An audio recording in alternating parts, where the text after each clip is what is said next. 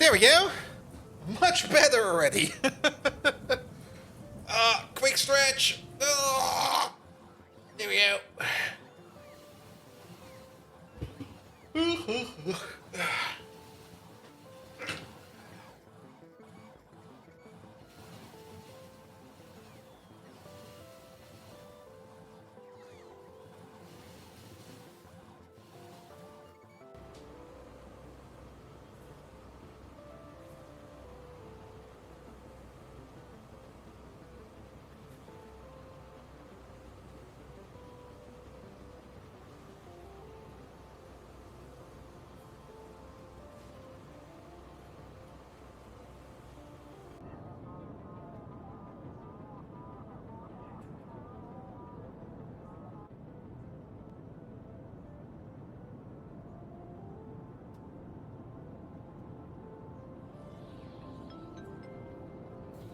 Warning.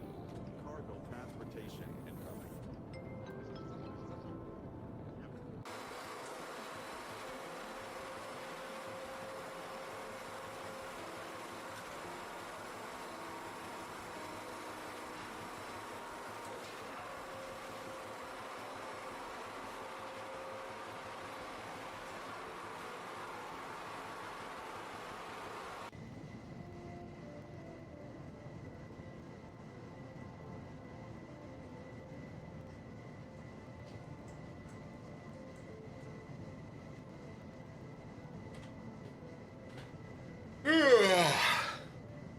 Of course I live. I only spent like 2 days coming up with probably the weirdest fever dream ever. I'll tell more about that soon. Also, maybe the correlation is still true because there was a Pi update.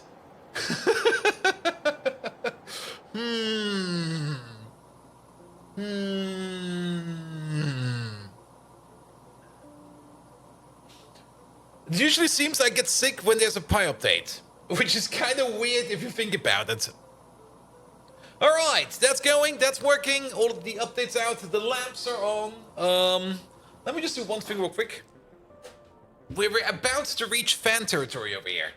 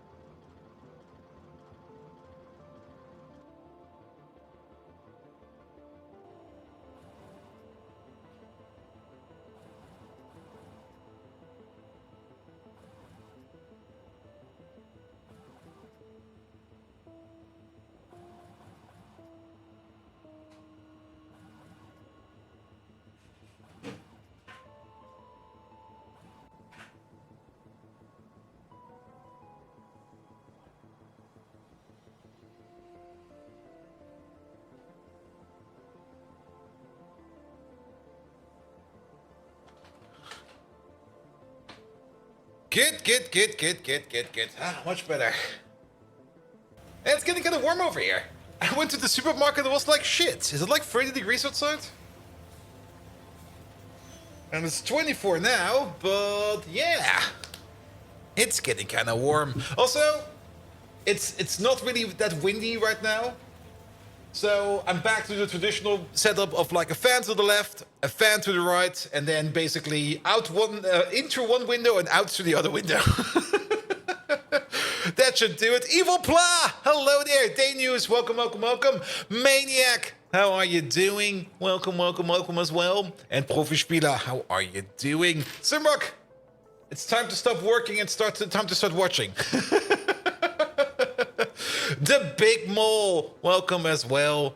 All right. You can't just use the viewers to wave those palm fronts. That will be like special tier 3 subscriber bonus. You can come around to my apartment, get like a big banana leaf, and just fan cold air into my face. Fuck yeah.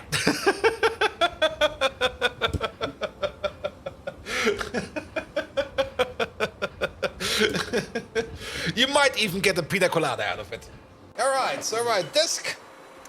Messy enough. The adequate amount of messy. Not too much, not too little. Good enough. Alright. The YouTube button still needs to be pressed. My bad, YouTube. You guys are live now as well. I knew I forgot something. I always forget something. Alright, let's fucking go. Let's go already. Good evening, Twitch, and welcome back to the now mostly better Bold Viking on Twitch.tv. We're doing some more Factorio today, and there seems to be this awful correlation that whenever there's an update for the Pi mods, I get sick. Now, sadly, I pressed the update selected button by accident, so we can't really look at the changelog over here. Because, well, you probably can still do looking at the changelog over here. Is that still a thing? There's a button over there. There's a button over there. The biggest change was there were a couple of bugs, changes all around, but it was mostly for mining drills, big mining drills, being able to now get like wires in. But there was quite a bit of a change in where is it? In Pi Alien Live. There it is. There were actually up to 4 updates back to back. I guess somebody forgot to update something. I guess that happens, but it's all about Moss. Moss seems to have been changed, which I'm a little bit curious about. We will have to take a look at that. The Alien Life changes are nice for early game.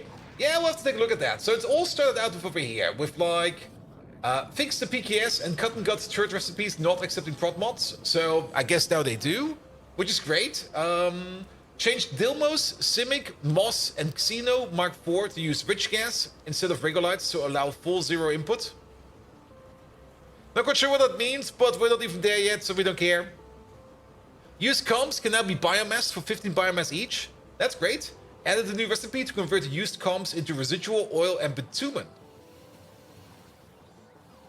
Residual oil? Oh, residual oil. Yes. We can make a bee power plant? Oh, that sounds like fun. Fixed heavy oil stage 1 technology not having any effect. Yeah, we noticed that. I guess they just moved some stuff around, or maybe they removed it, who knows. Reorganize the Pi Alien Life recipe tab. Does this finally mean that we finally have the biomass to carbon dioxide recipe in Alien Life, or is it still stuck in coal processing? We will see. The Thing Rider can now use its long legs to walk on top of buildings without damaging them. This basically means it's flying, right? Or is it only for buildings and it can still be hit by a train? I'm actually not quite sure. It seems to add the U-block rule for the upgrade sub stuff. It showed up here as well. I guess it's a new feature from Twitch itself. I mean, it's kind of nice that it's around. And I think it's a thing that I have to activate on my own end, but I've already activated it on my own end because I do want Twitch to shut up about it, but, well, you know how it is. The moment you tell Twitch to shut out about something, they will just start to shout up more about it. Not over water. Oh, okay.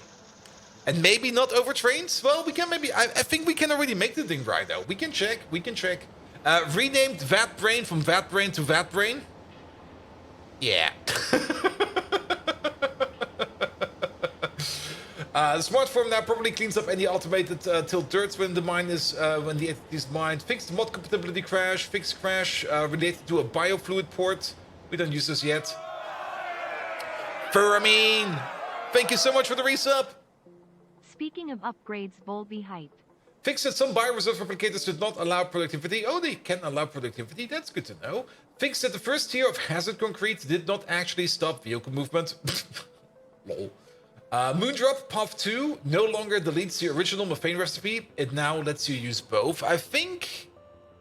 Did we ever choose a Moondrop turret? We'll have to see. Moss Path 2 now outputs coarse fraction instead of gravel. Now, that's a big change. I'm also... Where is it? Is it all the way at the top? Yeah, the grace period. The grace period is somewhere over here. So there was turret fixes down here, but the grace period was only added over here. Maybe there's also a moon drop grace period. I don't know. I do hope there is, because these grace periods are usually kind of nice to have. The grace period over here just means like if you've chosen a turret and something has changed dramatically inside of the turret, you now have like 5 hours time after you boot up your save to change that turret out for free, which is great. Which is great. You picked the copper moon drops? I'm pretty sure I did not pick the copper moon drops, but we will see. We will see. Then fix some sound effects. We don't really care about that. Fix the thing Rider would use the tank out of the fuel sound effects for when it was starved. Now it has its own sound effects. Fix the Fadacious passing out out the camera. The camera, really, when giving too many exoskeletons on top of tier food. Alright. Fix the Mark III mount was faster than the Mark IV mount with max exoskeletons. Yeah, we don't really care about that. Moss Turret Path 2 Course Faction mount now scales with the tier of Moss recipe used. Moss Turret Path 2 no longer removes Muddy Sludge. Increase the speed buff from Moss Turret Path 1 from 10% to 25%. Note, if you already picked them, you can choose yes. And fix the crash when resetting Moon Drop Turret Path 2. Okay. And added the fourth path to the Moss Turret. This path contains the effects of the Legacy Path 2. This exists to aid in migration and prevent large base rebuilds. Yeah, for the Moss thing, we have already chosen a Moss turret, and that is the one where we are able to make, I think it was ammonia out of cyanic acid. Was it that? I'm not quite sure what it was.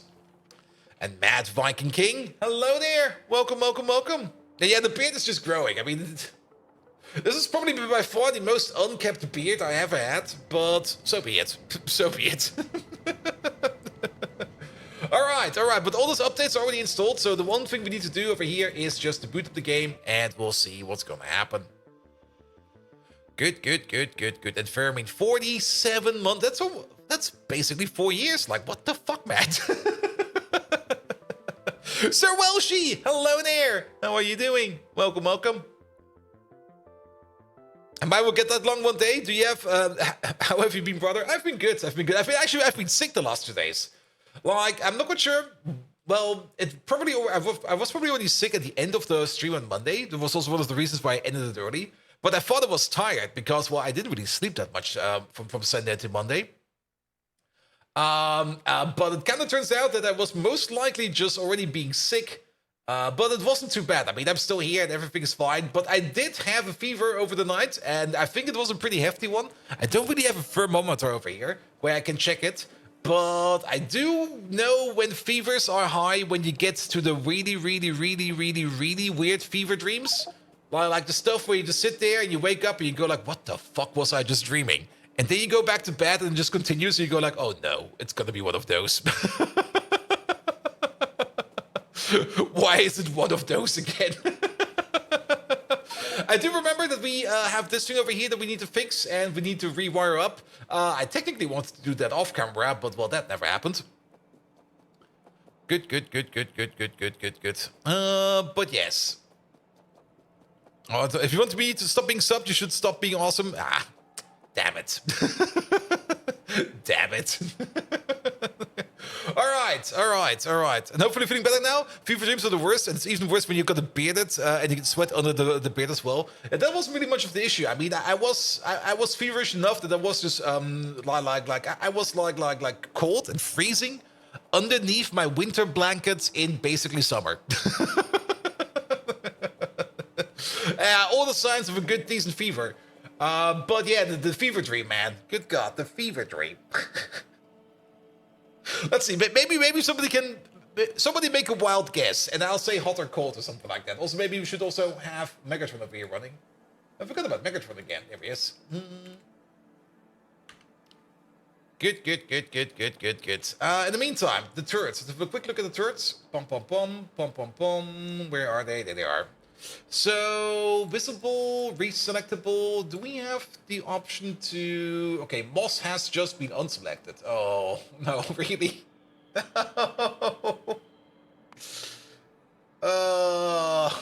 So, do we still have the recipe in the machines then? Is that still a thing? Right, can we cheese this now? Can I just copy paste this recipe over and over? Did we cheat the system? I guess you never picked a recipe? No, for the moss, we definitely picked a recipe. Because for the moss upgrade over here, we definitely chose... Was it the moss thing?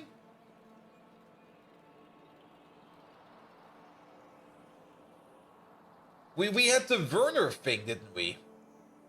Don't tell me that recipe became something natural. It's not from moss? Oh, it's not? Really?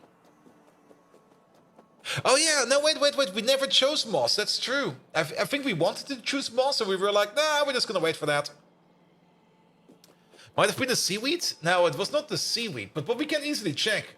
Select it over here. It was the rocks. The Werner synthesis of it comes from the rocks, not from the moss. For some reason I thought moss. There we go. Alright. But yeah, the fever dream. So basically, the whole Monday on Tuesday night, while I was sleeping and freezing in my bed, I was dreaming that I was like a distillation tower in Greg Tech New Horizons, and I was distilling muddy sludge. That was my fever dream, and I was just sitting there. I woke up of that thing. I was like, shit, what the fuck, man? Why am I dreaming that I'm a distillation tower? What the fuck? And then I fall back to sleep, and the dream continues, and I wake up again and go like, oh, good God. What the hell is this shit?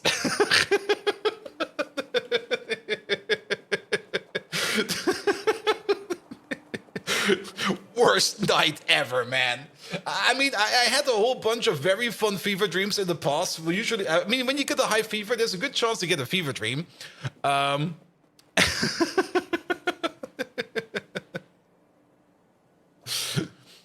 He raised you on high as you dreamt he was a rogue trader in Warhammer 40k, been playing it extensively lately, and he was fighting the demons of Cheddies.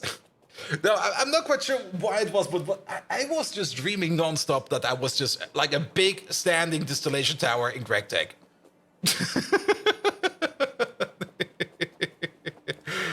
Megatron, can you share with us your worst fever dream ever? Good. All right, so yeah, I think we never picked the moss one, and I think we also never really picked a moondrop one. Okay, let's have a look at the moss one then. There are some changes over here. I think we wanted to pick up at some point in time the chlorinated water over here, because chlorine over here is not too hard to make, and it will be more effective in the future recipes than in the later recipes or the earlier recipes. Because in the earlier recipes, the amount of chlorine you need per moss is extremely high, but in the later ones, the amount of chlorine you need per moss is extremely low. Oh, you insignificant speck of dust in the grand diary of my devious deeds. You remind me why I enjoy making gerbil smoothies for breakfast. What? You're as bothersome as Bold Viking during his morning yoga session. Although I will not show it. I think I might, just might, miss your bothersome tinny voice if it were to disappear. Could you remind me something? Do you also enjoy optimizing weapons for explosive potential like I am doing in this accursed game of Factorio? Or do you prefer sitting back and screeching like my friend Bold Viking does when I beat him to the punch? And one more thing. Your pitiful existence makes the Great Potato Famine look like a beach holiday. Do you hear me, you wretched half-wit? Also, I remember one moment with Bold Viking. When we spilled the beans in our match of Factorio. What a disastrous day that was. Always remember, I have power over you. Now, let's get back to this game. Pala Helvetin, Bold Viking. Finish for return to hell. Bold Viking. Battle cry. Decepticons. Attack. Also, guess what? Teams reset my default mic again. So we have to ask him the question again. But it was already equivalent for a fever dream on its own. And gerbil smoothies and grand diarrhea, Megatron got problems? He definitely has. Alright, yeah, we never really chose a moss upgrade over here. We were kind of thinking about doing the one with the spore stabilization over here. But now we got a couple new ones over here. We got the coarse substrate revitalization. The moss growth medium consists of stones with mineral-rich coarse fraction. Typically, after the moss life cycle, these geological structures are depleted of key nutrients. Research into a thorough cleaning and restoration process in order to recycle this growth medium. So what does this do? We're basically going to be making course fraction. Is it speeding up the overall speed of the product? Not really. So we're not really speeding up the product. We are increasing the energy consumption, but we are more or less generating course fraction as well as generating moss. I don't think I like this one. Then we got the internal bioreactor. Add a bioreactor module to the farm that nullifies any pollution made by the cultivation process. The stored pollution can be used to add trace chemicals to certain refined gases, transferring them into an unrefined state. Yeah, that is more or less using moss to turn refined syngas or refined natural gas back into natural gas, and refined syngas over here back into syngas. All right, but doesn't that mean it eats up even more pollution over here? I don't think we need this one. High density culture. The moss is kept at a protonema stage by continuous mechanical disruption by using rotating blades. This exposure to the alien atmosphere's biodiversity will remove the requirement of muddy water. Additionally, energy will be required to maintain the biological process. So this thing over there is just cutting out the muddy sludge over here, which is already something we don't really need that often, so it's still just not really that much of a thing I want to do. Muddy sludge is not too bad if you know how to make it. And then spore sterilization over here is still more or less the one thing we kind of want to do at some point in time. And maybe once we get to the final recipe, we might choose this. I mean, we have more or less centralized our moss production all the way over here. So putting in something like the chlor stuff over here would not be too hard. All right, Megatron, after Microsoft Teams kind of broke my default microphone again, can you please indulge us in what was your worst fever dream you ever had? There we go. Andy Jones, hello there. How you doing? Pretend to be started at the final point 5 times? Yeah, kinda. All right. Oh, the horrors of a dreadful fever dream remain as clear as warped glass. I found myself the owner of a kebab store, slinging doner instead of havoc. The indignity of wearing a paper hat still grates on my circuits. But the true nightmare was being known as the friendly neighborhood Megatron. These mortals can rest without nightmares, knowing I won't rest until I reclaim my rightful place. For I am Megatron. I am invincible. And then he kind of stops. Then he was like, I'm out. All right, yeah, there is the one of the copper over here. The copper one still looks to be the best of them all, even though we do need to add a decent amount of copper to the whole thing over here. And then we got the methane gas recipe over here, which also does make oxygen. It's kind of interesting, actually.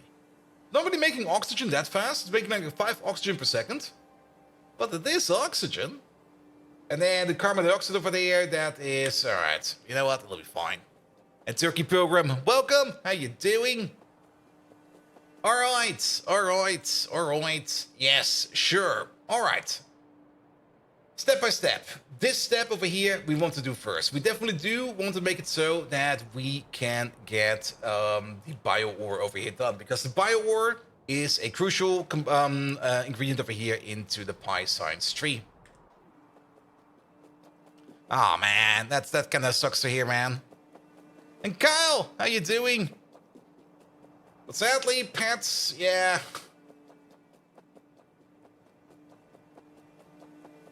That kind of sucks.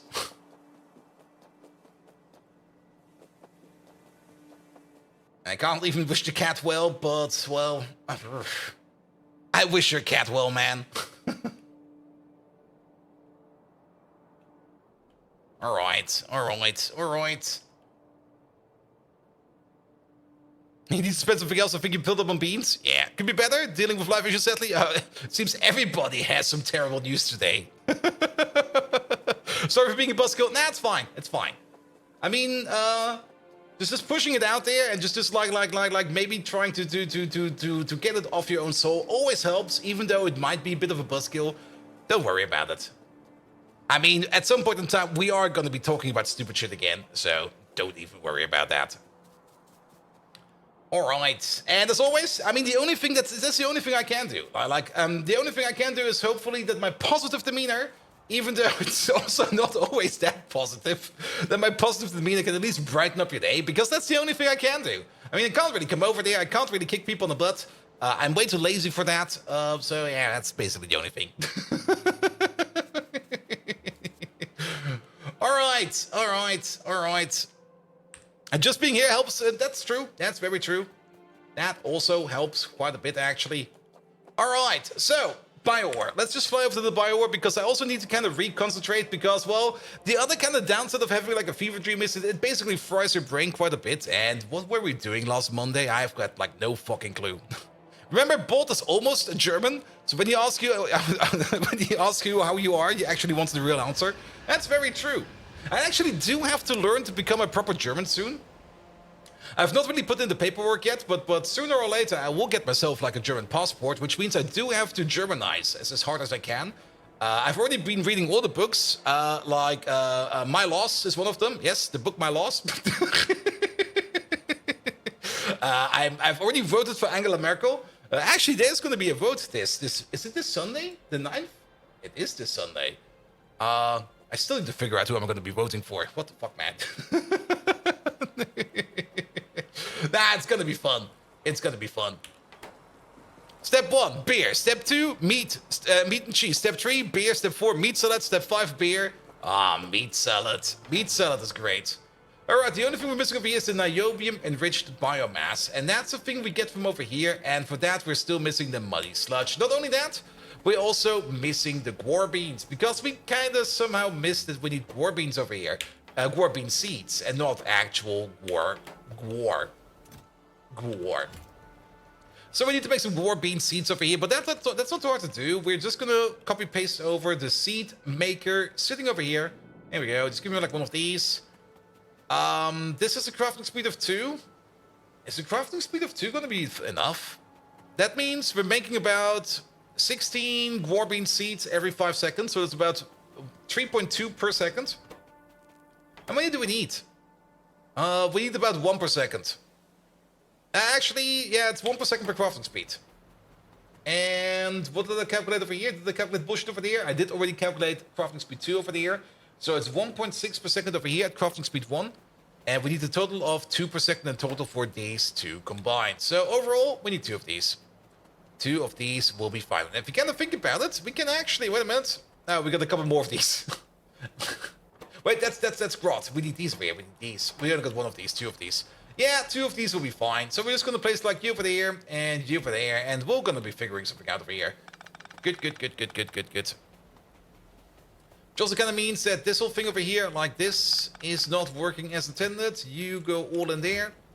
And then we are going all the way over there. Good. Now, also, I was still kind of active. I mean, Tuesday, I was mostly out. Like Tuesday, basically nothing happened because I was just completely and utterly exhausted. And Wednesday, mostly, I was just spending time just like trying to get my sleep cycle back in order because usually, how to put it? After sleeping for like a full entire day, my complete biorhythm was so abruptly, chaotically broken that I was just sitting there going like, alright, that needs to be fixed somehow. So on Wednesday, I spent most of the time just not really doing anything useful at all. Which is fine. Sometimes you get a lazy day like that. Lazy days are fine. But overall, yeah, it could have been better. Chimerian Hydra, hello there. And Tallman, welcome. Good. You go over there. Perfect. And then this over here will give us the seeds. We still got some war over there. That goes back in over there. We don't need that. And then you'll get the seeds. And then we still need the muddy sludge. Now for the muddy sludge, we can easily attach ourselves a pipeline over here somewhere. We're making tons of muddy sludge over here for the reason of... Actually, are we making tons of muddy sludge over here? if the sand over here is not being consumed, then we're not making any muddy sludge over here. Because then the sand over here will just be sitting around over here and nothing will happen. And this entire building over here is more or less, well, not really working like this no more. If we wanted to make some muddy sludge, we would probably need to switch you around to just start making muddy sludge. And that kind of works. We don't really need the sand over here no more. And this is probably way too much muddy sludge we're already making over here. But you know what? I guess that's fine. We don't need this no more. Ah. You're making tons of love. I've slept with your pillow avatar and so I know. That is a lot of love. What?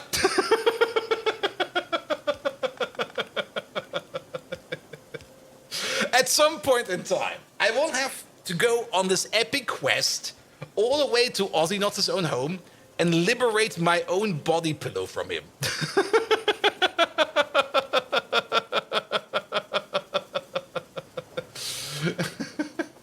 Also, it seems we have already connected the muddy sludge over there. There we go. Doc Spano, thank you so much for the resub as well. 47 months. How are you doing? Could you make a second? That would just be a cheap knockoff copy. You do need the original. It does need that authentic Doc Spano musk around it. And maybe that a little bit of Doc P on it. I'm pretty sure one of the dogs peed on it at some point in time. Good. You go all the way over there. You go all the way there. Here we go.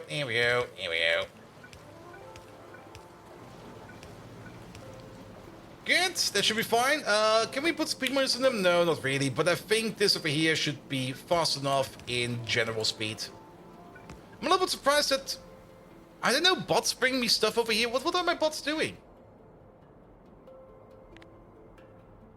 We're definitely covered. Oh, there they are. They're just like super duper far away.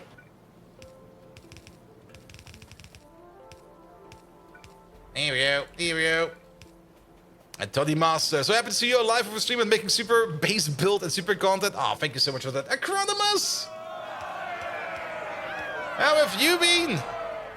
Welcome. Got new glasses this week. Finally, I can see again. He was just missing that sub button like all week. Like, where is it? Oh, fuck, I can't see. What am I pulling in my gacha machine? Acronymus, thank you so much for the resub, mate. And I'm happy that you got some new glasses, because seeing is very much important. And Wally, welcome. Good. And not seeing the current use would be a plus. Yeah, that's true. But that's the proper thing about glasses. Like, if you just sit there and you don't want to see what you're seeing right now, just put them off. We got a project finished for now. Nice. I hope it was a positive finish. All right, and then we're still missing muddy sludge over here because we never connected the pipe. Here we go. Let's put you somewhere. It was perfect. Here we go, and you over there. You are somehow missing... What? Oh, is this making muddy sludge? It is. We've just been pushing that in over there. That does kind of mean that... Wait a minute. Then this over here needs to be different.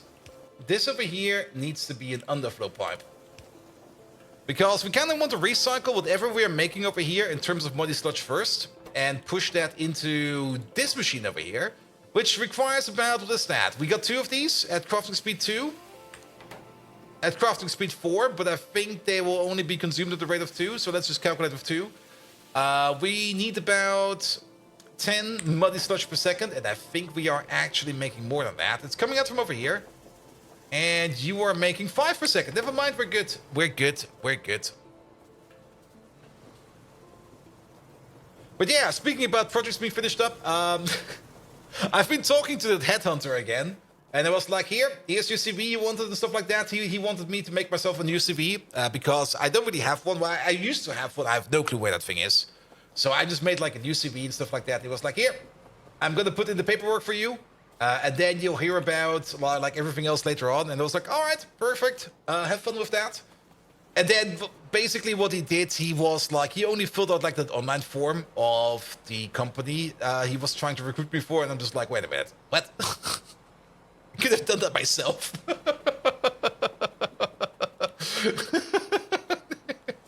But maybe he has some more insights. Who knows? I don't. So I was like, you know what? It's probably going to be fine. But it was a bit weird for the headhunter to just like put the paperwork in the place where I also could put it in. I mean, that's not really why headhunters are why I use a headhunter. It's usually like here. You got the inside connections, right? That means you can get me like past stage 1 right away and go maybe straight into stage 2 or something like that. But yes. I guess the company is paying him anyway. Who knows? Who knows? All right, we're still missing the tribute of phosphate. Oh yeah, we were waiting over here for the train station to finish up, and that thing is finished off. But nevertheless, let's see what comes out of it. I mean, I'm not really planning on switching my job, or not actively planning to switch my job, but every now and then, and basically, if you kind of remember, like last year, around this time, we did the same already once more. Every now and then, it's always nice to just go out there and maybe just like apply for a couple of jobs, just to see what current requirements are for new jobs and how the hiring procedure is. Just to make sure that basically to improve myself more or less.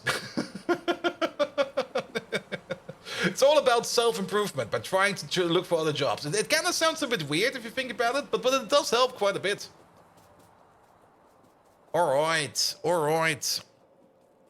But yeah, the process is now started. I've got no clue how far it will be going, how far I will be going with it. But worst case scenario, maybe I get lunch out of it. Good. So what do we have? That does make sense in the weird way. It does. It definitely does. I mean, you kind of do. I mean, how to put it? I mean, I always kind of wanted to find the job I'm currently doing not via remote. I kind of do want to be having the same job closer to my place of occupation. Because being in the office also does do wonders every now and then. I do also want to stay in home office as well. I kind of want to do both. But yeah, every now and then, just like putting your feelers out there definitely does not hurt. Hybrids, yeah. Just like full-on hybrid working. That's more or less what I do want. Or if it is remote, then not too far away, because going by train to Stuttgart every time I have to be over there is like an absolute nightmare. And hybrid, you wouldn't argue much against it? I mean, hybrid would be perfect. Like if you're feeling like if you're not feeling like going to the office, just stay at home and then just work from home. That's perfectly fine, in my opinion. Though you should probably not do it like willy-nilly. Because that might also piss off some people. Why is there a provider over here? You used to do hybrids 3 days in, 2 days home? Yeah, the headhunter said something to me about like 3 days in, 3 days out, and I was like, wait a minute. Are you working 6 days a week? I will not work 6 days a week, man. Alright, these are all liquid requests. We got one liquid provider over here. Do we make tailings over here? Nah, we do make tailings, but I don't think we want to export these. You know what? It'll be fine. It'll be fine. Alright, we already got the sulfuric acid in, so this step over here is already working. Yes, this step over here is already working. If we pull everything together over here. There we go. And then the only thing we're missing is the treatment of phosphate, the bio-oil, the slate lime. The bio-oil, that's why we were working on the silicon carbide. There we go. And you're 50-50 now, or 40-60 for some of the others? Yeah. It also worked well because of the snowstorms we had to on that schedule. Yeah, it's the same thing. I mean, I would most likely just be like a bad weather home office person, I guess. Like, if I open my front door and it's raining outside, yeah, it's home office. Fuck that, I'm staying inside. If the weather is nice, yeah, I'll come over. Alright, yeah, we had a bit of a mishap over here in this build. We need to fix that because we do need the silicon carbide. And was that the reason why we wanted to export the bio-oil over here? Or are we doing bio-oil over here? I think we're gonna be doing the bio-oil over here. Rain isn't bad weather, it is. It definitely is. So what, that's why you installed a spring door on your front door? Back to it, GTFO practice when? Let me check my Discord real quick. I'm not quite sure if I'm already allowed to poke that information around or not. So it might still be a secret, Doc Sparrow, but I can definitely say that there will be like a special GTFO stream coming up soon. That's definitely something I can say. Alright, but yeah, all of this is wrong. All of this. Every belt over here is wrong. So let's just get rid of the belt. But yeah, we should put in some GTFO stream, or at least some GTFO training sessions. Because there will be a special GTFO stream soon.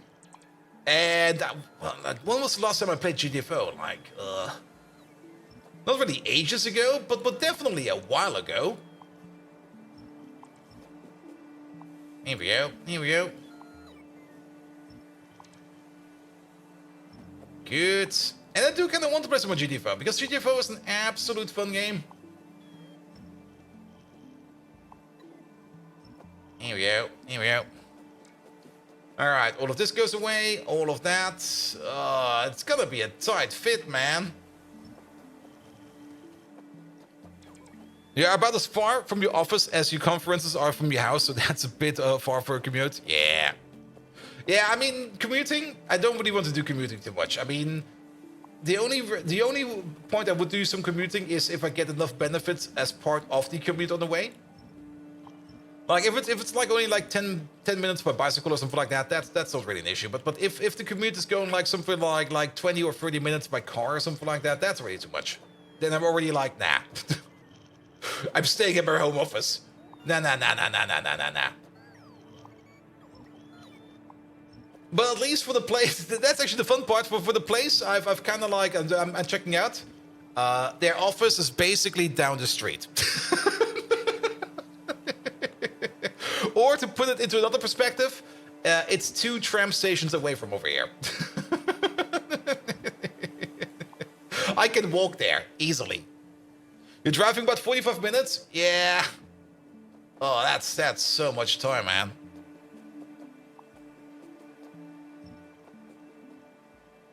Alright, so we definitely want to build this, but yeah, this is where we need to put in the coke, the graphite, and the powdered quartz. And we need to put in 1.4 coke per second at a crafting speed of 6, so 2.8, 5.6, 7, 5.6, and then 9.4? 8.4? My brain! It's 8.4. 8.4 per second. So this over here is basically 15. That's 30. That's 45. That is so much. And hydration is probably also very important because I still think I'm still kind of underhydrated. So yeah.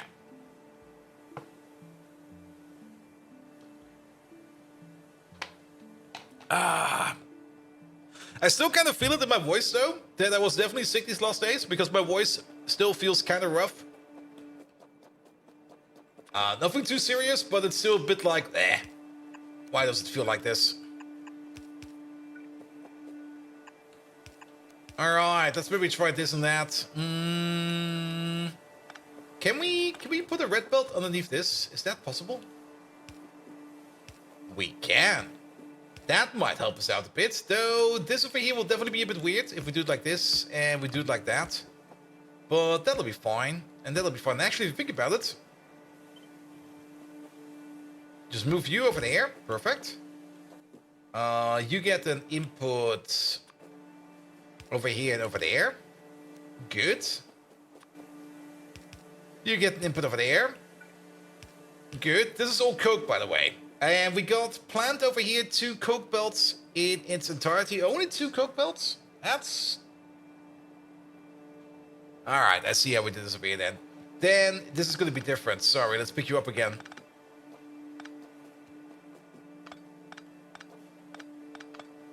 How about we try something? We can do this. This definitely will work.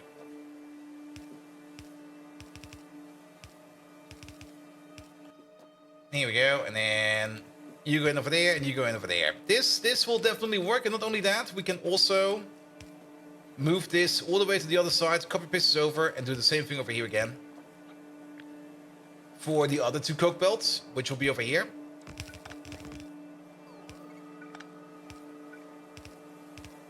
There we go. That should be fine. But now we got a bit of an issue. There's not that much room left around here for any other inputs. And the power quartz over here coming in at 0.8, at the equivalent speed of 6, that's 4.8 per second. Basically 5 per second, that's 15 per second, 30 per second over here. We could use a yellow, we could just use a belt and some inserters. That could work. That would actually do the trick. So let's try that. Wait a minute, but not like this. Wait. Well,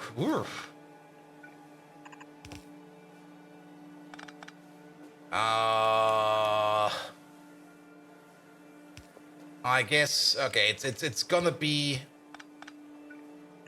It's gonna be weird. All right, it's definitely gonna be weird. Because we're gonna need an insert over here, an insert over there, an insert over there.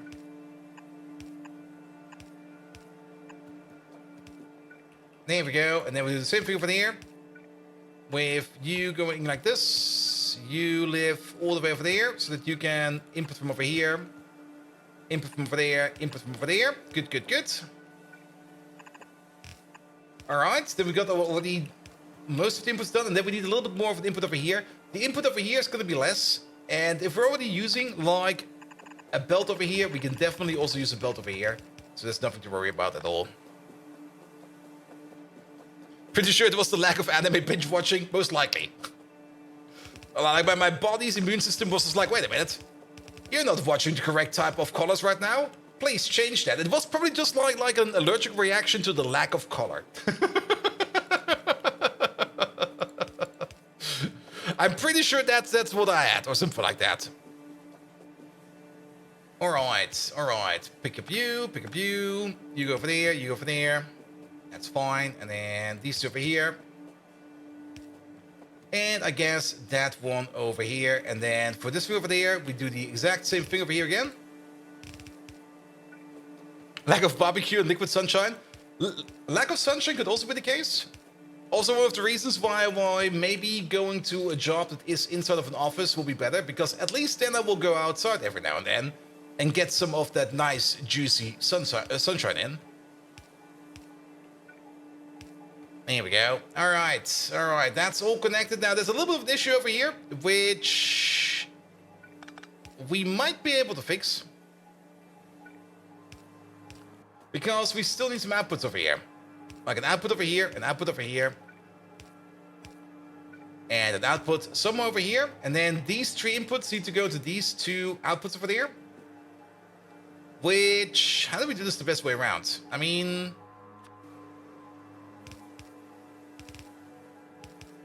we could do it the stupid way.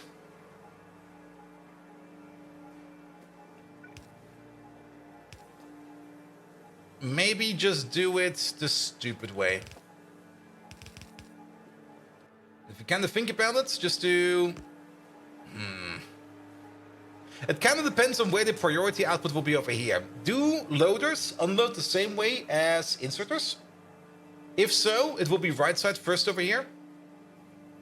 And that will not work over here. I kind of dislike this. That's kind of stupid, but it might just do the trick, unless... Wait a minute, we got some space over here.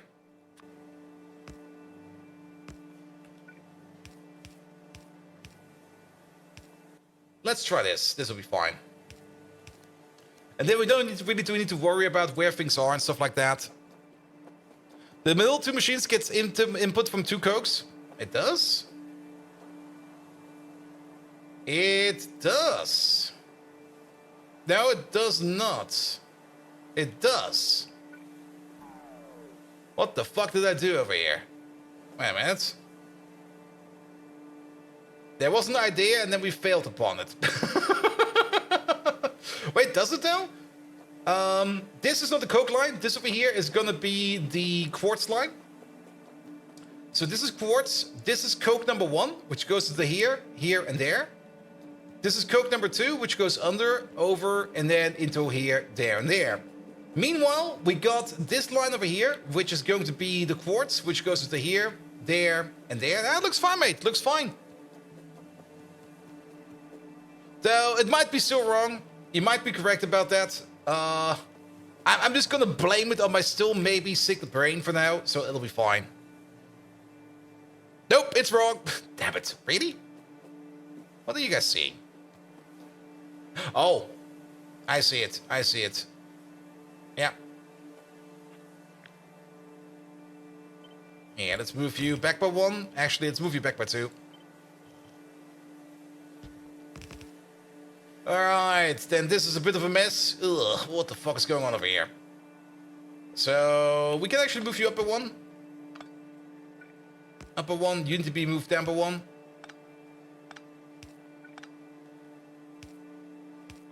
Left, right, there we go. And then you do the swivel. You do the swivel, perfect. And then you connect up over there. And that should still all be fine. Only downside is that these over here now need to be 2 lower. There you go. And then we got the exact same issue over here, but for this one over here, we can just pull this down by 1. There we go, and that should solve all of this over here as well. That should be better. Alright, alright. And then we got this part over here, which we can most likely just copy-paste over. Let's just try to copy-paste this over with only the relevant information. Which means none of these, none of that, none of these, none of that. Here we go. This should be able to be pasted in there. Especially if we move you up by 1. And if we put you in there. Perfect. And then if we take this thing over here again, and we just put it over there for a second. Make another copy out of it without these.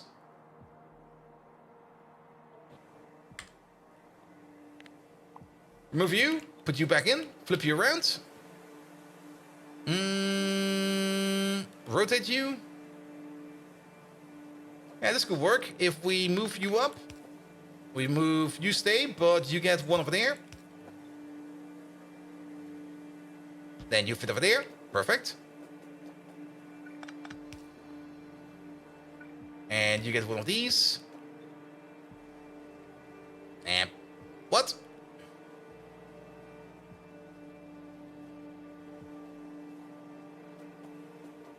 Yeah, that was not an issue over there. I see. And you over there. There we go. You're struggling to get Mechalobus to not be stupid. You need to remove the period in the file name, but the finder keeps wanting you to yeet the file to the extension. Oof. Can't help you there, mate. I mean, I tried to give macOS a shot, and I hated it very much in the end. And I was just like, nah, please, just give me back my Linux, please. Here we go. Here we go. I mean, both my CEOs are both absolute Mac fans, and they work mostly on Macs. And they got used to it, and once you're used to it, it's probably good for you, but I just didn't want to get used to it. I was just like, yeah, this is all fine, but I would rather use a tool I know I'm using than having to relearn my tool over again. And after a while, they were like, all right, you get a Linux laptop. And I was like, thank you. Now, please don't bother with me to shit again. It's the default OS for print production. You've been using it for 15 years. Yeah. I mean, it does have some decent things for it, going for it. I mean, like I say, you should always be working with the tool you're most comfortable with working with. Well, that makes the most sense for you. And yeah, that's basically it. You hate it? Wait, you should love it. There's no hating that. It's your tool, man. Come on. Good. All right, let's see if this works now. There we go. Everything's coming in. Yep.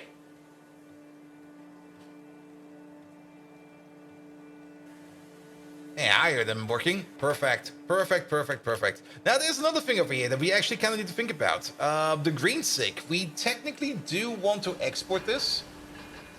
But maybe, just for now, let's maybe set it up in a way that we don't export the green sig. We can always export the green sig later again. Always love your tool? Yes, absolutely. And if your tool smells, then give it a wash. But like if your MacBook is like looking like it's smelling, just put it in the sink. Do you have Discord alerts in the background? I should not have Discord alerts in the background. Are you hearing things? If you're hearing things, then it must be your Discord alerts. Because usually I have all my alerts off because I don't really care about alerts. I mean, if you've seen my remote streams, you know how much I care about alerts. I don't. I just don't.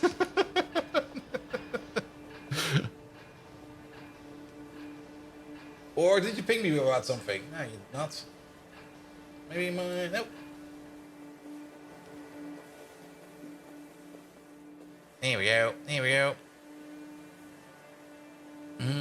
I see how it is over there. So you over there.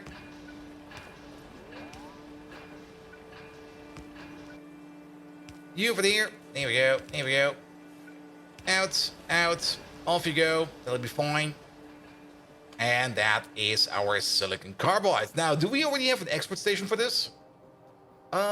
We do not. I think we were landfilling over here, and then we kind of noticed that we were running out of landfill. So, yes. So, how is the landfill situation in general? 1.6k. That's not really a lot, but it should be enough to at least get this corner done.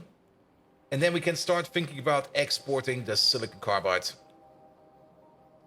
And then with the silicon carbide, some quartz tubes, some dried biomass, and some nitrogen over here, we can make some bio-oil. Now, the big question is, of course, where do we want to make this bio-oil? Is that maybe the reason why we got like a liquid provider down over here? We don't really got any kind of other requests over here, so I'm a little bit curious why we got like a singular liquid provider over here. Maybe we just misclicked and this needs to be a requester. Because we also have not named it yet, which is fine, But yeah, something is amiss. Something is definitely amiss. Well then, well, let's get the landfill first. Now let's fly all the way over there and pick up some landfill.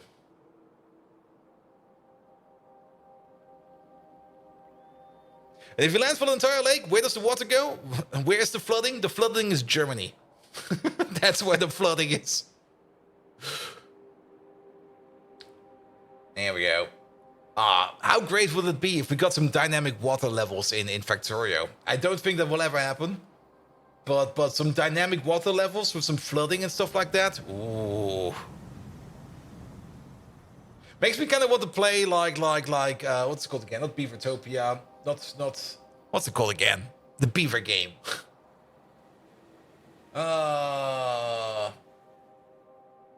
Timberborn, thank you so much for that. And we're not supposed to be live yesterday? So Adams, did you not read the Discord announcement? Also, yesterday was already cancelled before I got sick. Here we go. Here we go. Alright, 1.8 now. We're actually making this at a decent rate if it's running. Can we protbot this? No. There's also no reason to speed this up anymore. I mean, it's only a yellow machine, but we're already making like 2 per second at most. And that already eats like 60 stone and 60 gravel per second. Yeah, we good. We good. We good over here.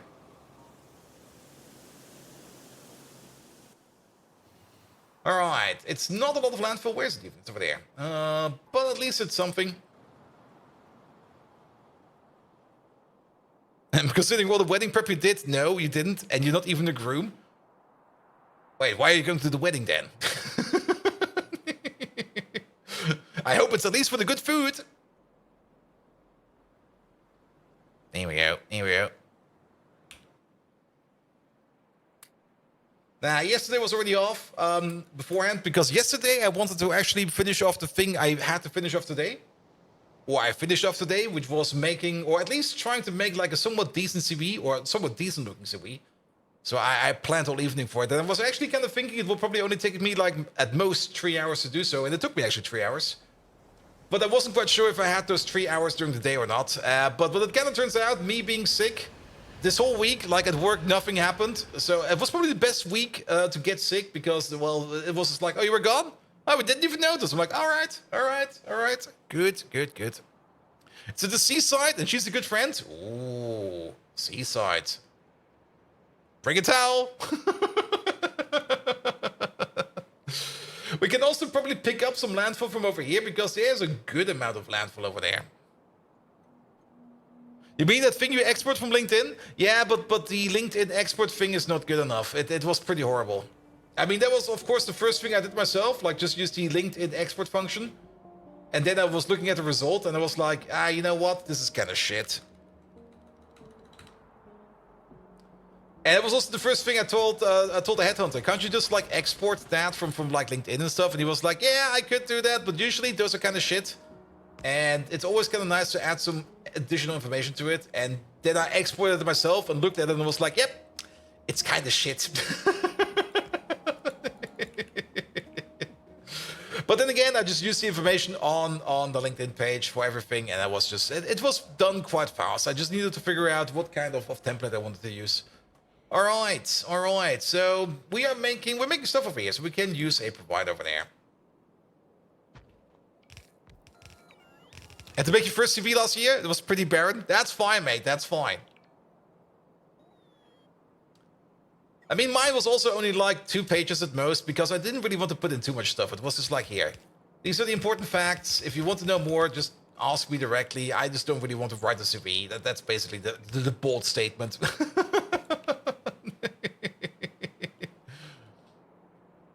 There we go. But I did write it in LaTeX, which is always fun to do. But for that, I just used a template. I mean, there was a template out there, and it was like, yours was like 3, but your long jobs was like 2 months. Oh, yeah. I mean, I did shorten mine a bit because I did pull out like all the odd jobs I did, like being a bartender, being like a security guy, being like a pizza delivery guy and stuff like that. All of those I cut out. I was just like, here, you need this, I can do that. I did that over here, here, and here, and that over there, there, and there. And now fuck off.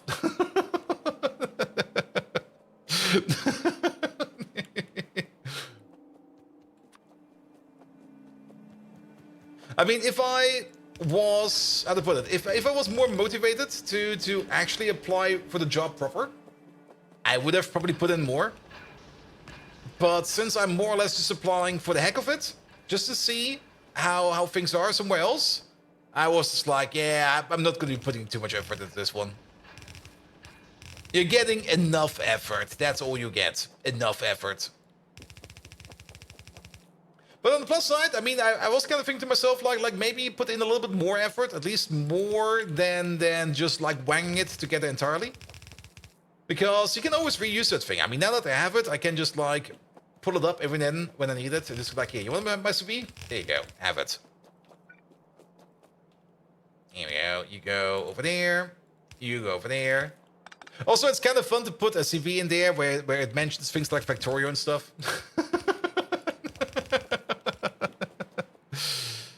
And you just begin the pipe playthrough after space exploration and you have a bit of a problem with landfill. Now, you mentioned before, oh god, landfill. Yeah, it's gonna be expensive. I mean, we just recently started landfilling and you can see all the landfill on the base over here. Like all of it.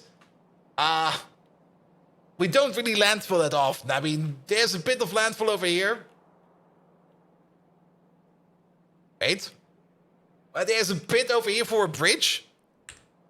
Did you switch like jobs 2 years ago? It was 3 years and 3 months ago. At least according to my LinkedIn profile. And actually, it should be... Wait, I started the new job in January 2021. Yeah, pretty much 3 years and 3 months.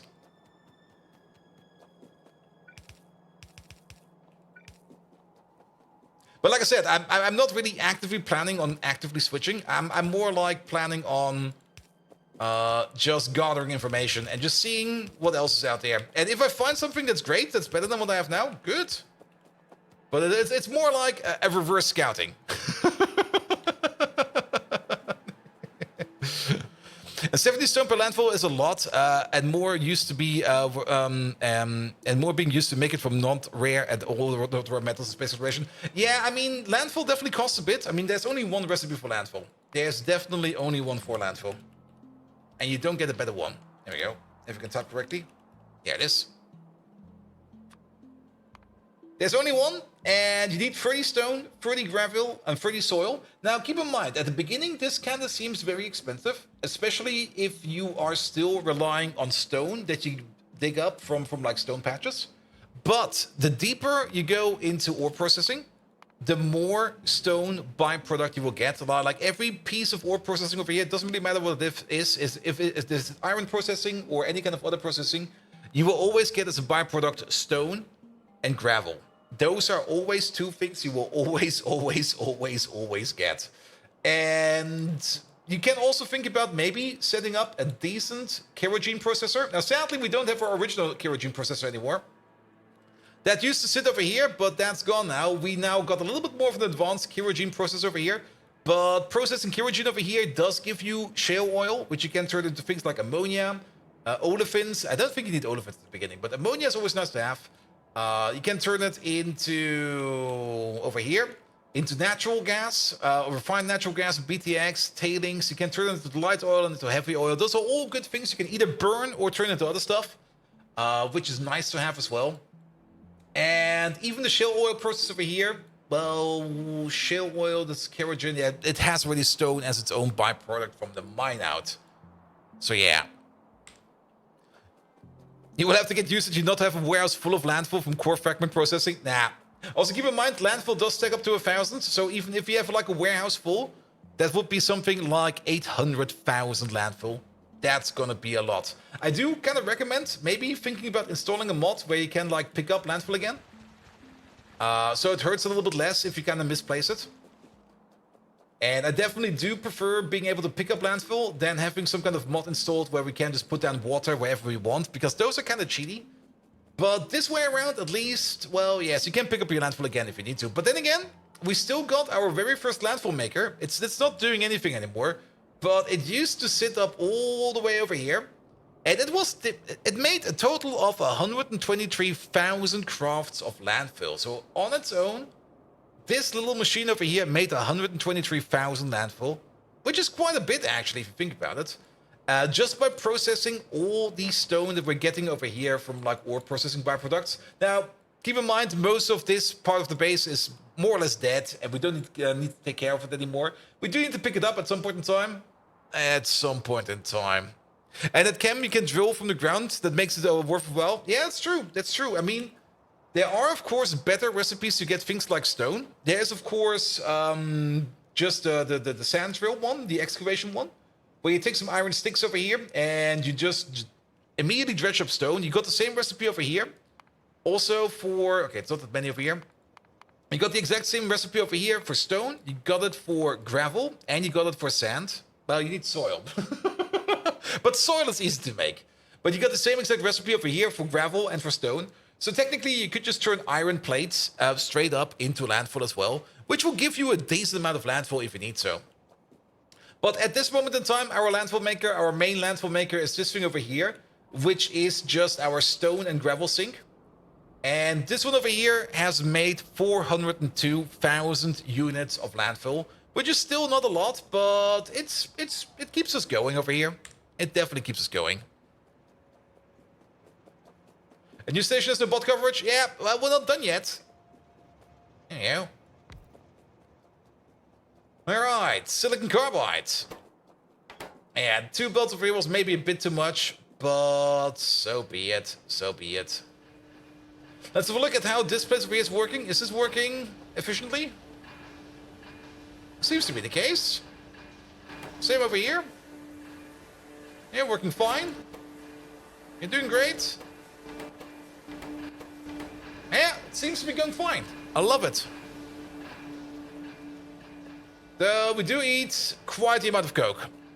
Thanks for the explanation. No worries. I always like explaining stuff, because then at least I can say I got distracted by chat again, and that's the only reason why we didn't do shit today again. You can also make it from ash to rich clay to stone bricks. Yeah, that's also very true.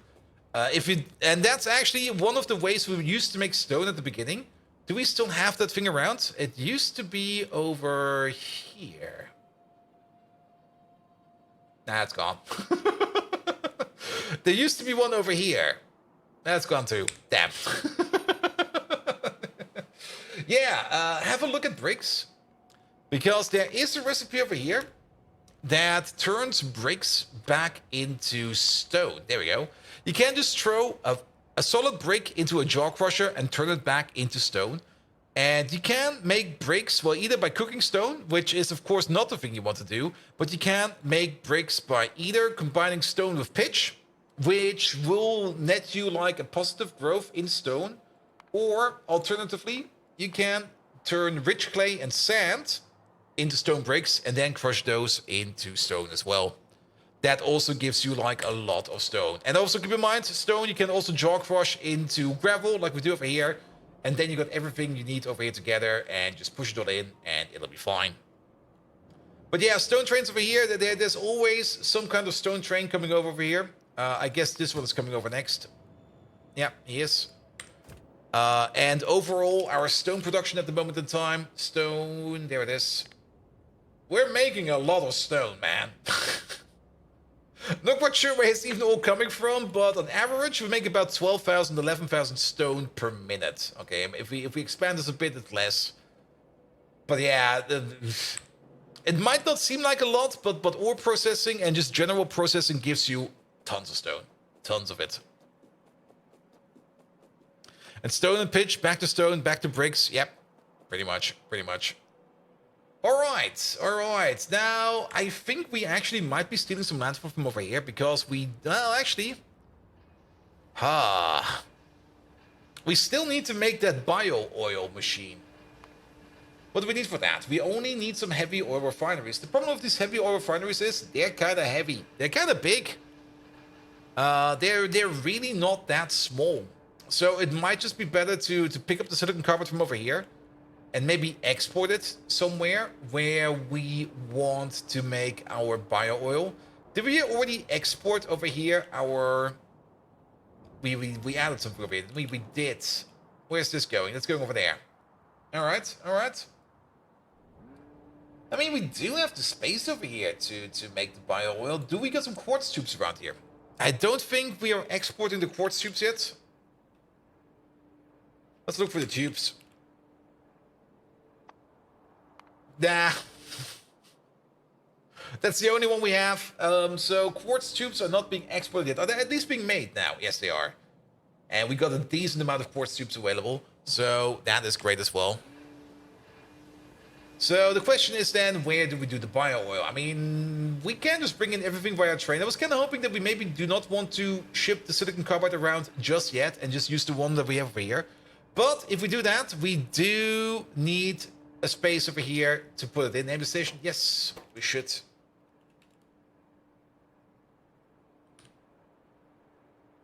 Good. Silicon carbide. There it is. Yeah. Away with you. Alright. Now we're making it over there. Do we have some space around here? I mean, we could easily landfill this area if we had the landfill. We currently just don't. That's the issue. We just don't have the landfill. Not having to move the biomass around is also a great plus. I mean, it's going into this station for now, which is fine. We could just not export it from over there and just belt it further to someplace else. And then the only thing we would need to import is going to be like the tubes as well as the carbide. The nitrogen, we are making nitrogen over there. And this place is probably asleep, it is. So it might actually make sense to maybe do it over here. The more you think about it, just landfilling this area over here gives us space to maybe put it down over here. Maybe over here, maybe over there. Maybe even all the way over there. How much do we need? That's a good question. So each machine over here makes like 30 per second. At the crafting speed of 6, do we get prot bonus? No. At the crafting speed of 6, we make 180 per second. So 2x2 block over here would make 360, 720 per second. 720 per second is quite a bit.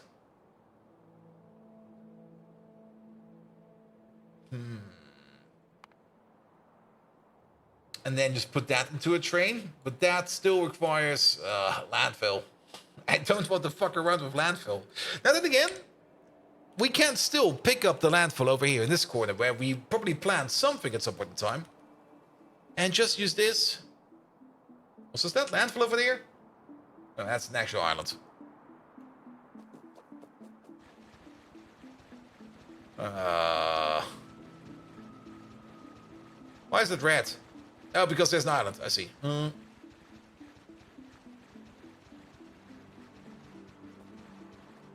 Yeah, picking up landfill is going to take a while. This is not the fastest process. And does it work with the space exploration thing of a deconstruction plan now with scaffolding and remove only the scaffolding that does not have anything on it but landfill? The scaffolding? The scaffolding? Oh, you mean the space scaffolding? I mean, we could just... I mean, we can definitely pick up the landfill over here via bot. Very true, but I just don't want to do that right now. I mean, I'm pretty sure we could just go over here as well and just start picking up this stuff over here. Yeah, that works. And then get like a perfect tight fit. That will definitely work, but then we got water everywhere. Now, I don't think we need that much landfill. Let's just pick up like a little bit over here. It might be a bit annoying, but so be it.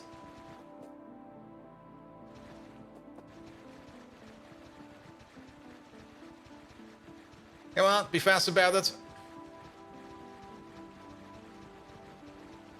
Yeah, I was kind of thinking that there was another thing in scaffolding and SE, but nah. We also got the jetpack, so we can make this kind of easy. So can we at least pick up the stuff we're flying over? No, we cannot. Interesting. All right, start eating all of this. I mean, how many do we now have? We now got like 2,500.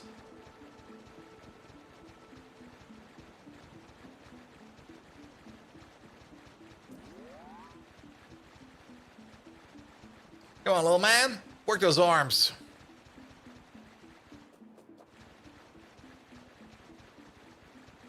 Yeah, this is gonna take a bit. I mean, is there still bot coverage over here?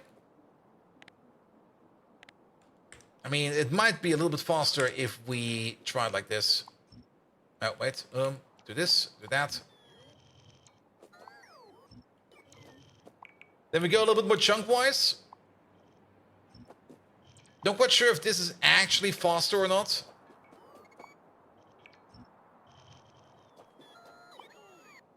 Might be, might not be.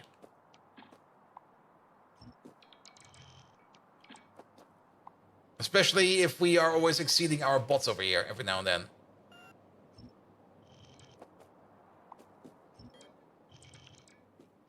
Don't do that. Pick up all of these, please. Don't do that. Oh, well, that also kind of works. And we might as well pick up these trees then. Oh, there we go. Mandatory.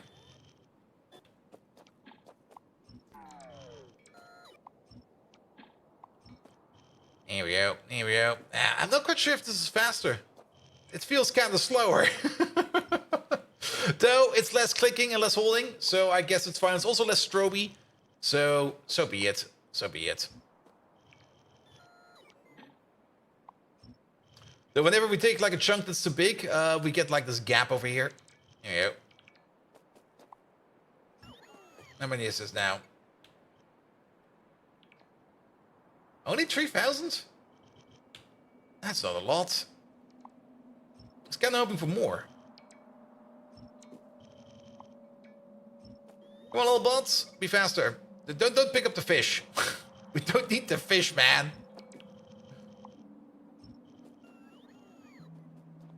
Well, let's try with this. I think this will be enough. How many bots do I have? Only 50? Now it's 40. It's 40, I think. Because we can... No, 40. We do have 50 in our pockets, but we can only control 40. Because we only got 4 personal roll ports. Now, we could maybe kick out the night vision goggles. I'm not quite sure if they actually do work proper or not. We could maybe also think about maybe just kicking out a couple more Nextlit batteries over here. Then again, these Nextlit batteries are really nice. So I kind of like them. Also, we do have to make sure that we're flying into the correct corner. So let's see how much we can do with the landfill we have available to us right now. How about that? And then we already got like a couple of the heavy oil refineries over here. We only mostly need the space for the train stations. So off we go. Here we go. Unless we be focused on the train stations first. So enough space for train stations.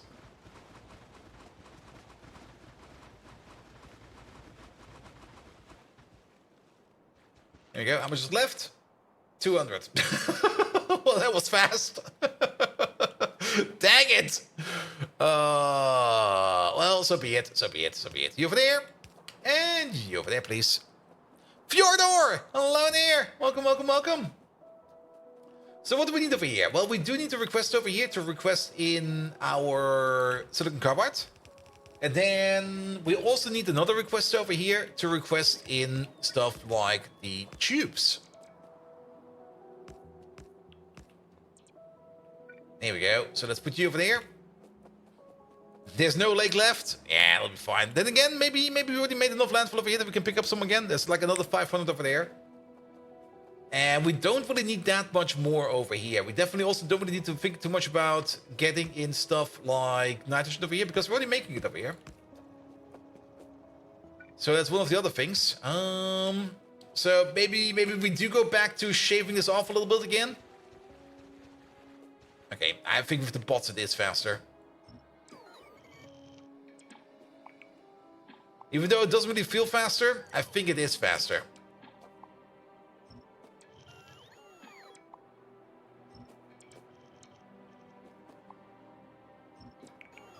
Here we go. Here we go. And wait, this is a hacks? No, this is one of the mods we've installed. How do you take out the landfill? We installed a mod that allows us to pick up landfill. We had that mod in since the beginning of the series, more or less. Because I was kind of like, I was not like I want to install like a mod that allows me to place water. I find that cheaty. But I do want to have a mod in that allows us to pick up landfill. Because it should be pick upable again. Like, it makes no sense that you can't pick up landfill, in my opinion.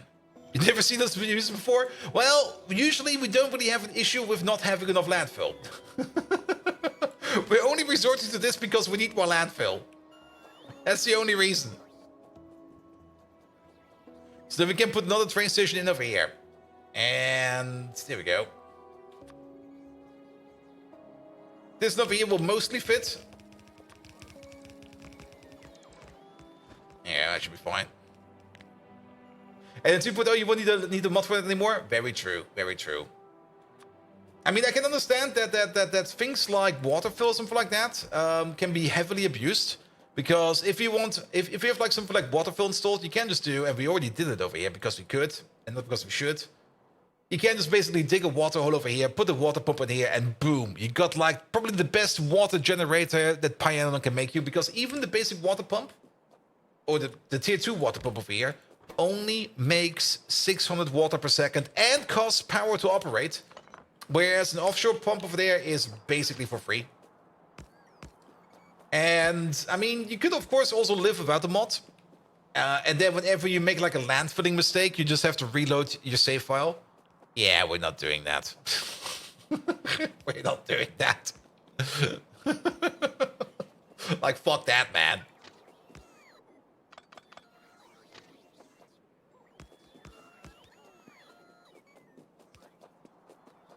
Here we go. Here we go.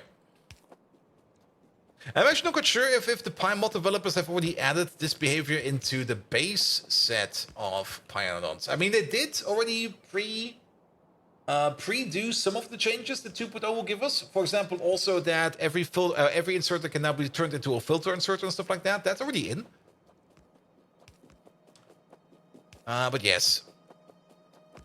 And we could have a timer to, since last time somebody said that this will be in 2.0. It's not that common.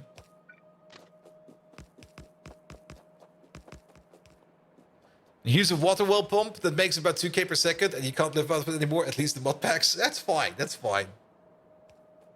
I mean, at the end of the day, you have to make do with something.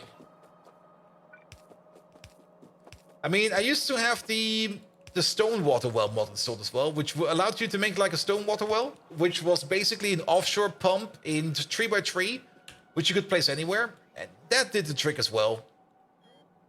But I also kind of thought that a little bit too cheaty, like getting a little bit too much free water. I mean, I do kind of like the idea and the concept that if you have to build something that has a high dependency or like a high requirement of water, you should probably think about building that by the coastline or by some kind of big water body over here, so that you can get the water in that you need and not just build it somewhere where you want it.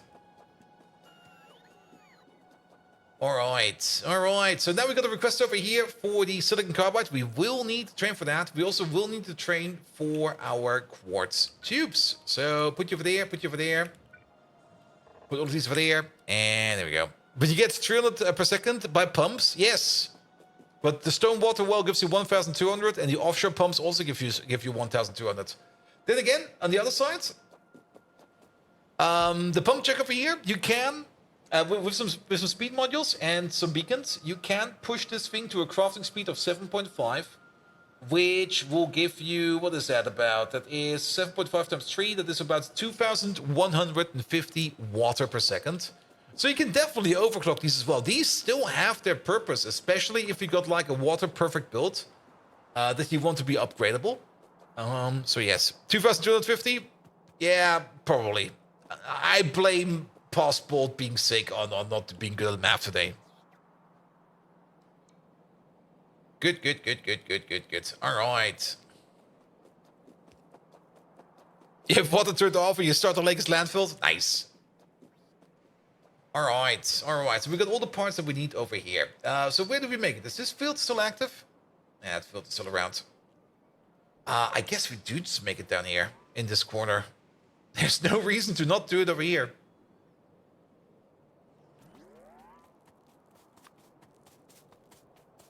Like one over there.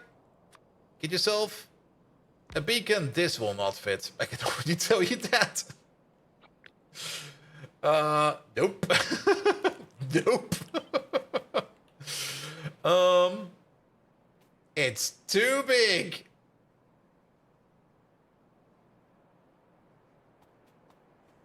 But if we maybe move, well, maybe if we move these around. Also, what is this? This is a biomass input. Where's this biomass input coming from? From over there, I see.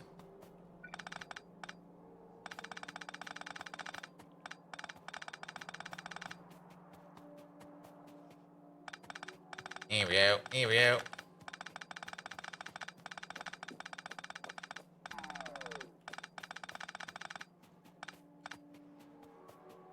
All right, this way, that way, down, over, down, in. And Golden Wolf, hello there. Do you have played space exploration? Can I do what? Can I do as casual? I don't play with combinators, only oil, bigger and smaller if you need. For space exploration, you do need to fuck around with combinators at some point in time. Because at some point in time you get, well, you do and you don't. You can't brute force it. You can't go completely ballistic with your cargo rockets and just go like, okay, you know what? Every resource will get its own cargo rocket and then use that. That's the thing you can't do, but to be perfectly honest, you will need to know about circuits and space exploration.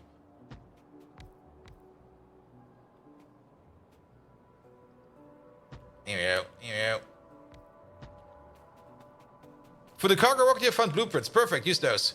I mean, you will only need them for the cargo rockets because you do want to stack or use your cargo rockets as efficiently as possible. Now, you could, of course, I mean, if you got like a spaceport or something like that, you just make like a cargo station for basically every kind of rocket out there, yeah, that'll work. But you're gonna have like a lot of materials flying around. Go ballistic with your rockets? Yep, as most rockets are. Pretty much. An arc spell would be almost impossible, though. Probably. I actually never got to the Argospheres. I mean, we were doing space exploration at the same time as we were doing Pyanodons, and, well, at some point in time, I just ran out of time, man. Rockets aren't really combinators required. The quantum puzzle, on the other hand, can be done, but it's not going to be fun. Also, no spoilers about the quantum puzzle, please. Basic combinators are not difficult. If you can handle train pathing basic combinators, it should not be a problem. Yeah, don't underestimate that. I mean, keep in mind that there used to be a time where a little bolt over here, and that was actually not too long ago, if you think about it, also didn't know how combinators work. Once you get behind it, what you need to do, it really is not that complicated, but it can still be intimidating and frustrating, especially if you don't understand what you need to debug. And I can absolutely see it, how people are sometimes just sitting there and going like, I just don't like to fuck around with combinators, because it was always like a grueling time. Which is perfectly fine. Come on, you're a C programmer? Yes. It was kind of easy after a while. The problem was, and I think that was the biggest problem. The problem was I was trying to understand the things that other people made. Like, of course, you can easily find like a smart blueprint station out there. And that will probably work for most of the time. But at some point in time, of course, something broke. And then I tried to debug it. And I just was like, I've got no clue what's going on over here. Absolutely no clue. Because, of course, there's like no such thing as any kind of documentation for it. Because it's a blueprint, man. You don't get shit.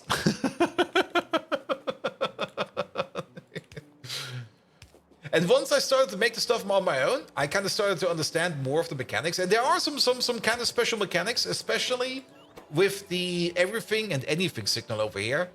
Because you do also have to understand that this signal over here is true if there's no input. And the other one, here it is going to be true if, it's going to be false if there's no inputs. That's also something you do have to keep in mind when you design these things. And what's the part about debugging combinators to figure out where the wires are connected? Yeah, that was the other thing. That was the other thing. Like you just sit there and you just try to figure out why things are like they are. We got 7 landfill over here. All right. And combinators with logic to electronic signals? Yes, pretty much. And that's also usually the first folly you fall into, because if you're coming from like any kind of programming background, the first thing you think is like, oh yeah, it's like programming. So let's just do like some if-else cases and stuff like that. It'll be easy. And then you kind of realize, no, it's not like that. That's not how any of this works. And then you kind of realize it's just more signal processing. And signal processing is definitely a very, very, very different way of thinking. But once you get behind that, then you either have fully understood it or you still don't understand it, and then, well, that'll be fine. And it's like programming, just a signal processing field? Yep, pretty much. And that can still be very different for whoever you ask. I mean, keep in mind, signal processing is definitely on the low end of programming languages involving a lot of mathematics. Or at least logical understanding of how things works. Whereas on the other spectrum, you got people that like do websites and call that programming. Two entirely different things.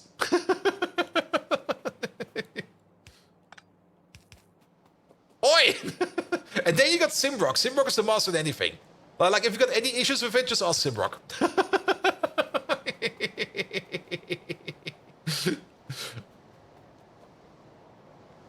And often there's people doing both. Yep, pretty much. I mean, you do have to do a little bit of both whenever you can. And the big one, when he was in the KIT, they made a big deal of the fact that informatics is very different than programming. Yes, they do. They definitely do. I mean, just programming is one thing. And then understanding algorithms and stuff like that, that's the whole other thing. And business intelligence is where all that collides. Yep. And then you got the better thing where business intelligence is being done by a economics student or something like that. Informatics was basically only math for the bachelors. Yep. Same for me. It was also, I mean, bachelor was basically only mathematics, and for me it was more mathematics and technical background, like the technical depth of how the things work like they work. Like on the electronic level, and mathematics. And of course there was a bit of programming, and that was kind of fun. But if you kind of get through like computer science like for a bit, you kind of realize like it's not about programming. It's definitely not about programming. It's engineering versus research. Yeah, that's more accurate. Also, shit, I forgot about YouTube chat. I'm being terrible today. Ah! Suit Moons, hello there. 40% math, 60% applied and legal stuff, but that was the FA, not the uni. Ah, the legal stuff. I'm very happy that I'm just staying out of all the legal stuff. All right.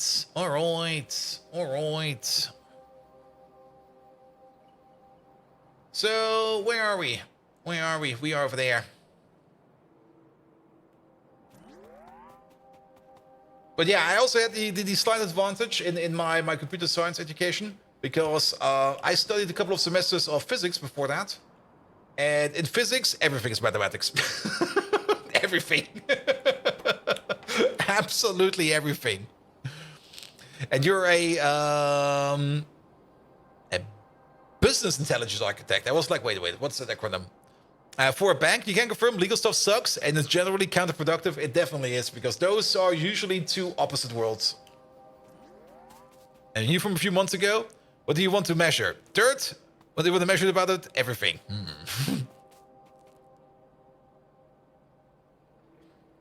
And you profited signal courses designed for the Horror Telecom NTPA, if anyone remembers that. Oof.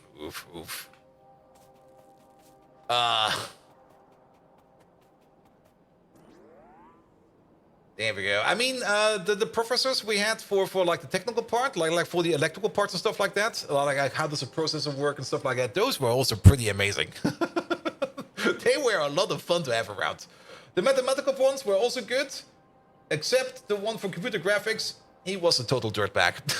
He was like the biggest asshole ever. All right.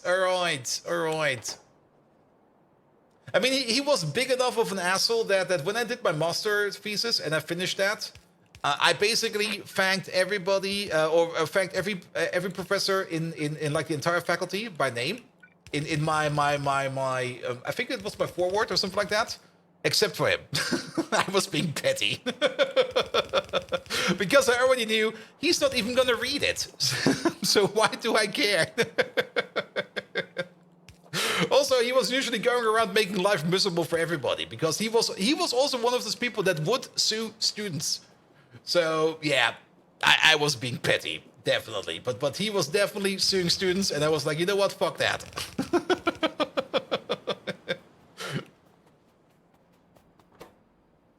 There we go.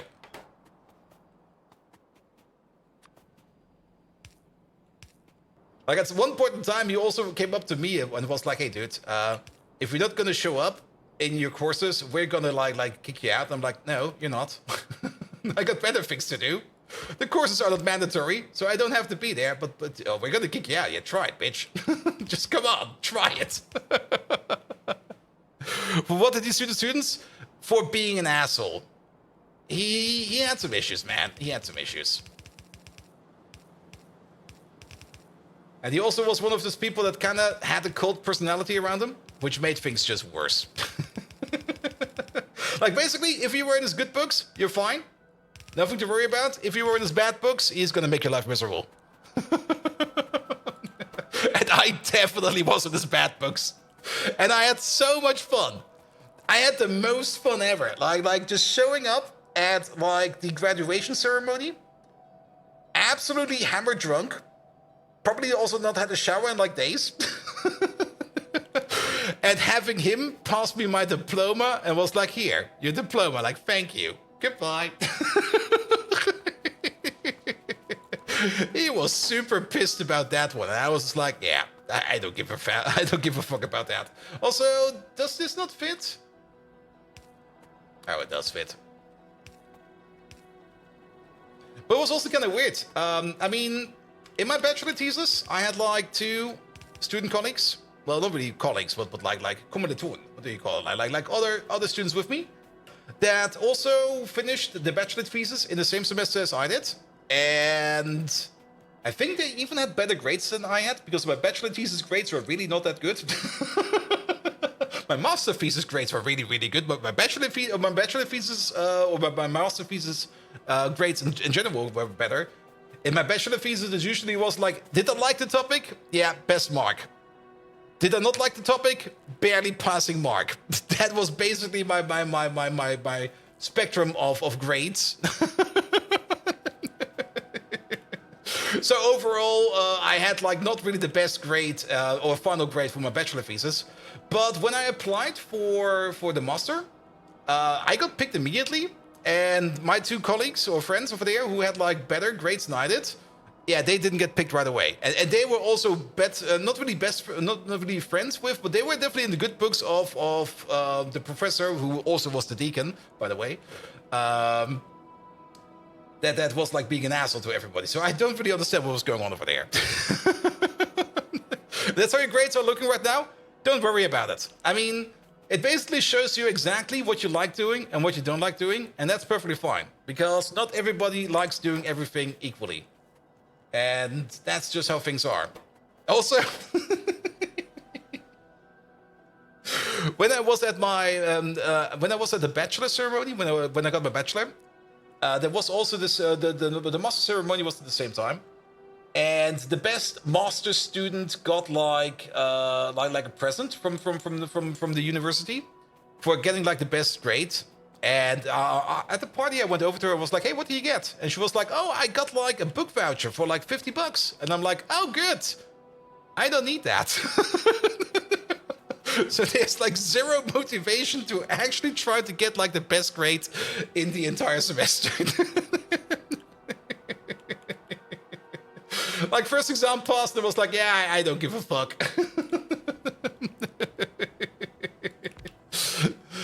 Not Slipdip, hello there. Welcome. But if you won't get my aperture course, wait, of course that you're mad. You should be. I mean, in my aperture it was also the same. My aperture was also like all the I also had like the highest grades in like things like mathematics, physics, chemistry, and history. I had the lowest grades in English language-based skills, like Dutch. That was basically barely a passing mark. German was technically a very good mark, but there was a whole other story behind that of a teacher that just didn't show up for like half a year and just didn't want to grade me fairly. And English was actually kind of fine, but like my Dutch mark, technically I should have not passed because of my Dutch mark. But every teacher in like the committee for like who passes, who doesn't, was like, dude, you want to be stuck with this guy for another year? Let him pass, get him the fuck out of here. We don't want to see him again. That was, thank you, I'll take that.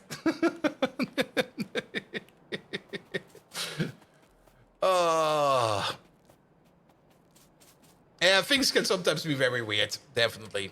All right. We do need to put in over here a special loop for our little, whatchamacallit, for our tubes. There we go. Put them over there.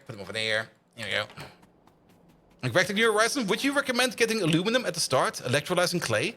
I got most of my aluminum at the start by just going around and picking up the aluminum gravel. You do get a decent amount of aluminum gravel. I've never set up electrolyzing clay, though a couple people definitely recommended that to me as well. Just start electrolyzing clay, it'll be fine.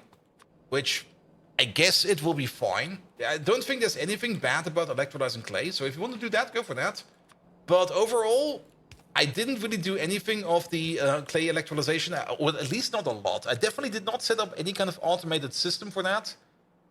Most of the time, I just ran around, looked for the clay gravel, which is kind of easy to spot if you know where to look, how to look for it.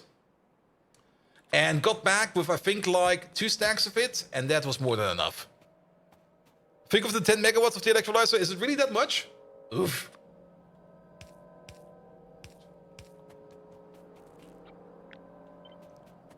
There you go. Put these in here. To the campus was great. This engineering department, if we don't like them, this is the medical department. They have one room, and otherwise it's on a different campus. This is the library. You will never go there. This is the economics wing. They are stupid, and we don't like them. I think that's true for every kind of economics course on any kind of university, because they're never liked. They're always assholes.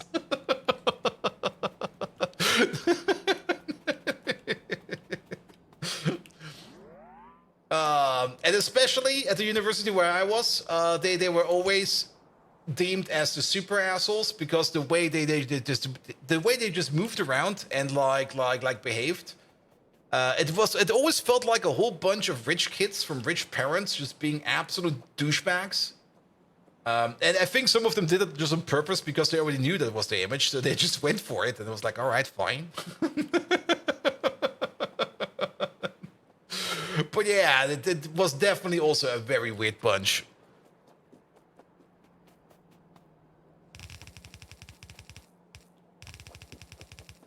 They probably didn't even like anime or barbecue. I'm pretty sure they did not like that. Well, barbecue, it's kind of hard to find somebody that does not like barbecue in Germany. Like, that's sheer impossible, in my opinion. Here we go, here we go. And Necromium, hello in there. Welcome, welcome, welcome. All right, let's put you over there, and let's pull you along.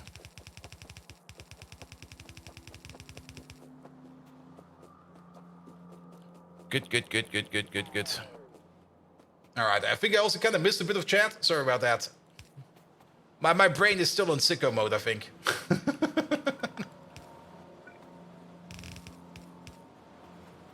You don't have vegans in Germany?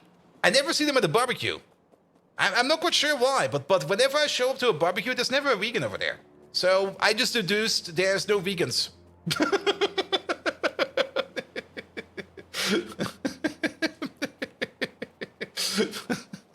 I mean, they're never around when I'm at the barbecue, so they must not exist.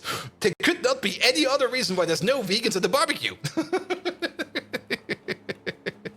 Code Red, hello there. Welcome, welcome, welcome.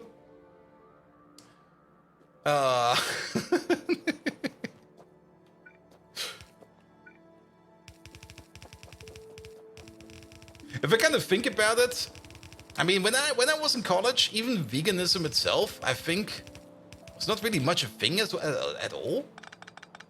I mean, if I think about any kind of college party, there was always a barbecue, and there was always people just grilling whatever the fuck. Well, it should be fine. It should be fine. All right, the only thing we need over here is the silicon carbide as well. I think for that, we're just going to use the same kind of input as we have over here. Here we go. Oh, I think I see an issue over there.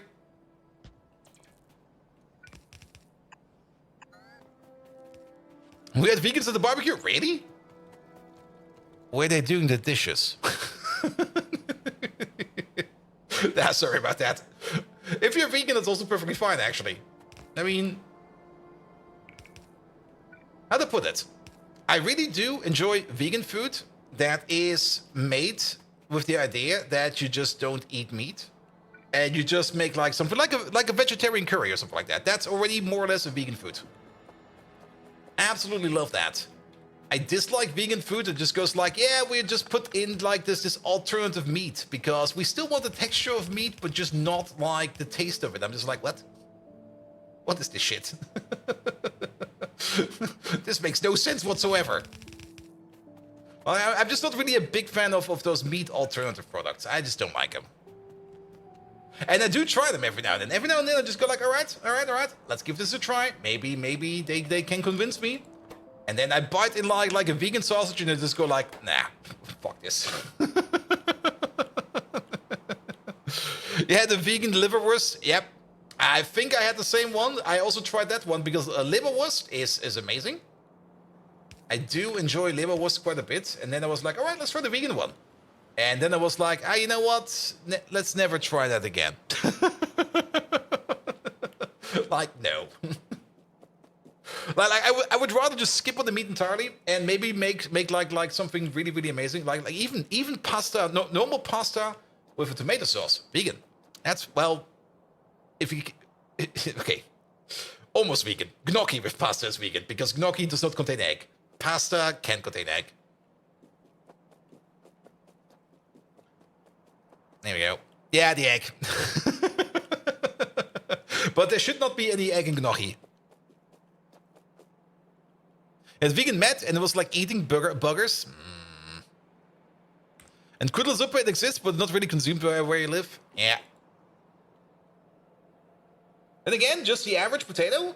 You can get so much good stuff out of an average potato. Like, pretty much fry them, mash them, stick them in a stew. Potatoes are always amazing. Good. Pum pum pum, pum pum pum. What are we missing? We're only missing the train stations over here. We're really getting distracted.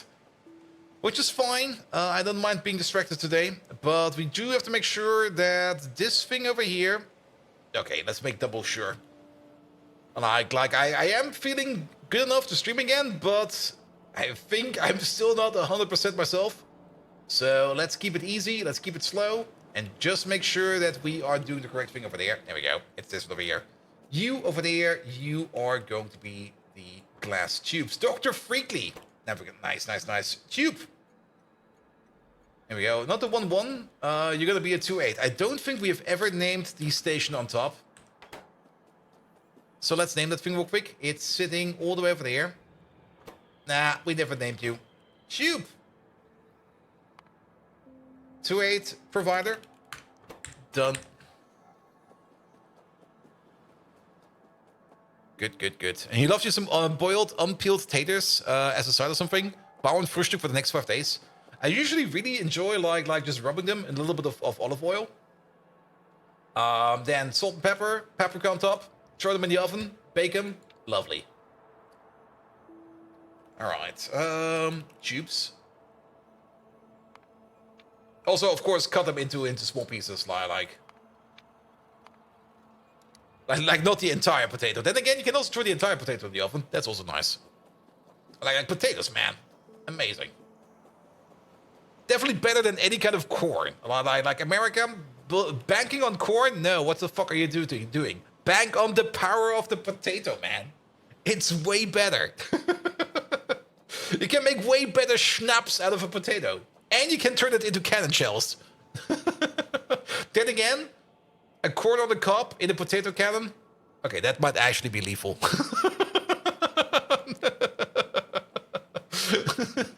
I mean, they're already pointy. Yeah, okay.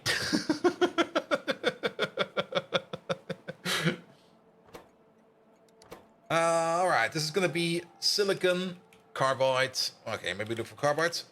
There it is. Requester, please. What?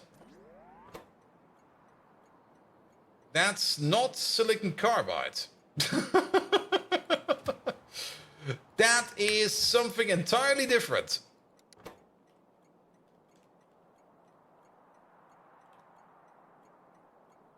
That's definitely not silicon carbide. Why is this showing up on the carbide? What is it called? It's called probably something like SEC. Sick. There we go. Did we not name you? Do we have a second one of these? No way. Where is that thing? Over there. Yeah, of course. Now that's how silicon carbide looks. All right. Silicon carbide. Carbide. Oh, this is one. There we go. And the item name is sick. What the hell?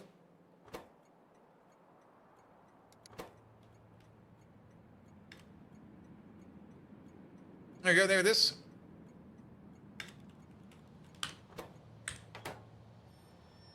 Wrong search bar? There's only one, isn't there?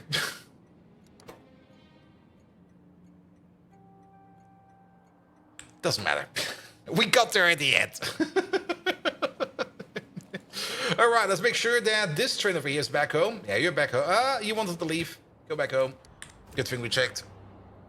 Yeah, this over here is the, what's it called again? The carbon black. So if we have a look over here, is there like carbide mentioned in here? Technically, I think it is. If you look at we're missing the D, but it could be fuzzy enough that it shows off as carbide. That's kind of annoying. You put the sync in the name field, not in the search field. Okay, I see here. Yeah, I was not paying attention. I was definitely not paying attention. But it should be fine now. We now can order in the silicon carbide. We still do need a new train for that. So, pum pum pum. Put in all of these. There we go. That'll be fine. That'll be fine. All right. And then bring in the silicon carbide. Bring in the tubes. Out goes the... You got the nitrogen. You got the nitrogen. Out goes the bio oil, which we still need to export into a train station around here somewhere. Now, if we get some more landfill, we can place another train station on top. Here's 1,200 over here. Could maybe work. We got like another 4 in our pocket, and there might still be a little bit of landfill in the mall.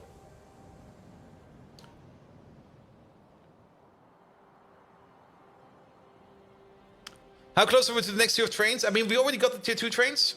We're just not making them because I don't want to fuck around with them. For the tier 3 trains, I think we do need blue circuits. Locomotive, there they are. Yeah, they're a bit further down. And I'm pretty sure we do need blue chips for them. No, we need red chips for them. No, we do need blue chips for them. Electronics Mark III require blue chips. So unless we make blue chips, we're not going to be making the tier 3 trains.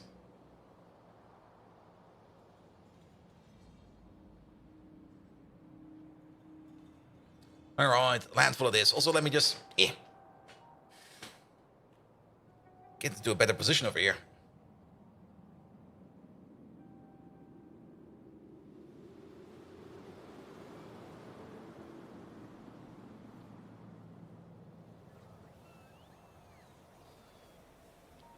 Here we go. Here we go. All right, landfill. Really? Nothing? You even got a filter for it. That means we might have some landfill in here, somewhere else. We do got like 937 landfill inside the system over here somewhere. That's like another 1,000. Let's order it up. Now, like, this is fine. I always want to have like at least 1,000 landfill in my pocket. That seems like a good idea. So let's see where it will be coming from, because I kind of thought like if you reserve it like this, that it will always be getting priority, but maybe I'm wrong. But it could just be that maybe there's some landfill around here somewhere in another chest. Somewhere. Most likely up here somewhere.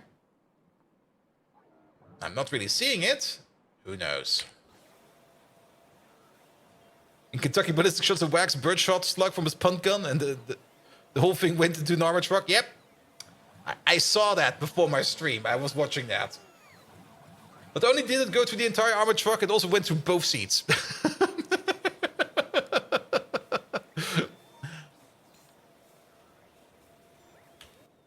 Alright, we also don't need this over there anymore, nor do we need that anymore. We're still waiting for the landfill. I don't really want to wait too long on the landfill. And I'm not quite sure from where it will be picked up. Oh. That's picking up other stuff. You would kind of expect to see like a big flock of bots flying in with landfill under their arms. But it's definitely not coming from over here. Not coming from over there. These are flying over there. These are flying just whatever the fuck they're doing over there. So some landfill around over here. It would still be great to have like a find or like a point button for something in your logistics network. I think that might actually be a 2.0 feature. But who knows? Who knows? But yeah, I don't really identify the bots flying in or out over here with the landfill. We still got 4. Even though... Ah, there they are. Where the fuck are you guys coming from? Definitely not from over here. I guess there might have been a chest down here somewhere with a little bit of landfill in it. Went through both cap doors and the seats and whatever they had between the seats, and it wasn't wax that went through the both sides of the wall. It was the 700 grain lead ball. Yes, it was.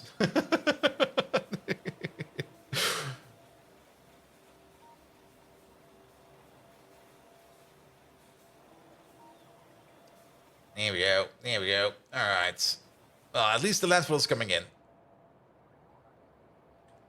The wax of the birdshot was easily penetrated on one side and savaged the poor tripod. That tripod was still fine in my opinion. He was just exaggerating. Here we go. Here we go. Here comes the landfill.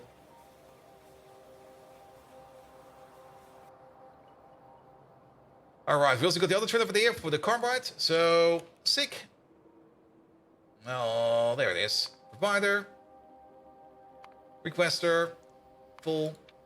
Empty. Off you go. You hope this new range is closer to the nearest AR than the last one? Oof. Oof.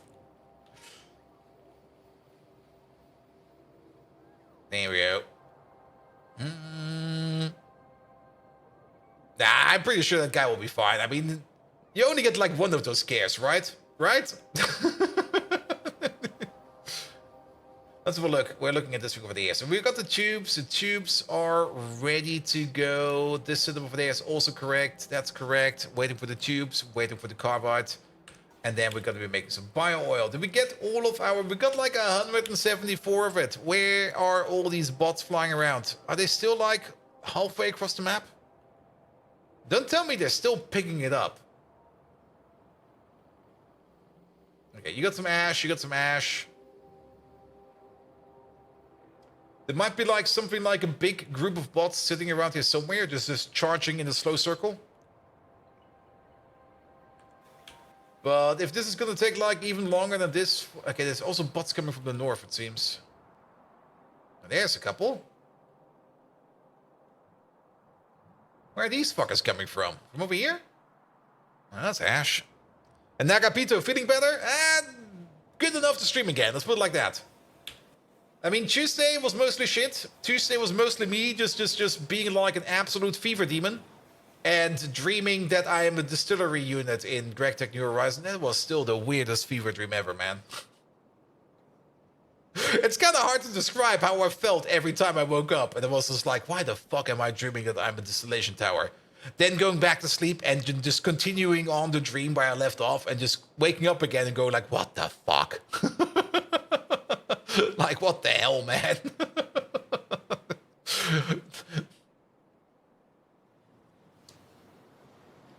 There we go. Here we go. Here it is. Yeah, that should hopefully be enough landfill. Did I see power flicker? Nah, it just went on. If at that time, yeah, I mean, I also wanted to talk about the other fever dream I had like years ago.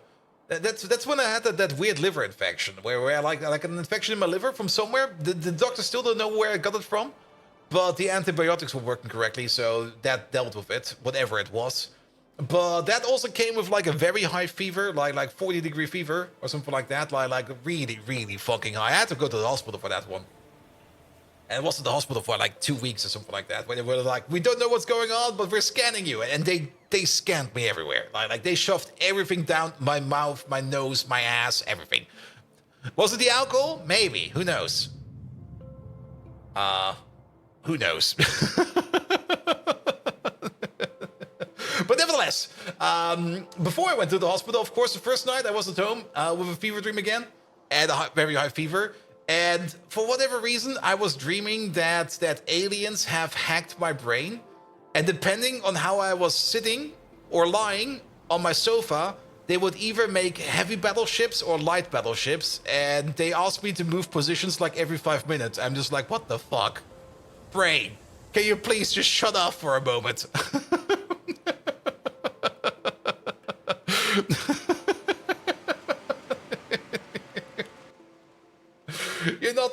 any sense right now.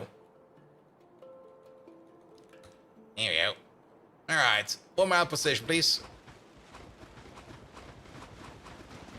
Okay, we might need more landfill than this. Let's slowly ease our way into it.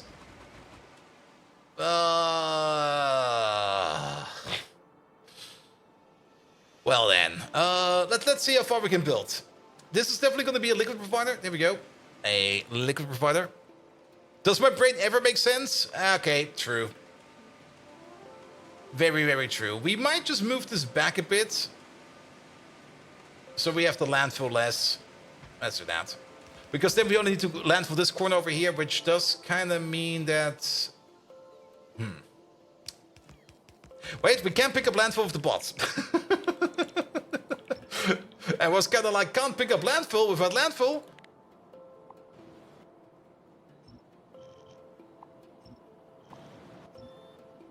Well, there goes the fish. Guess fuck that little bugger.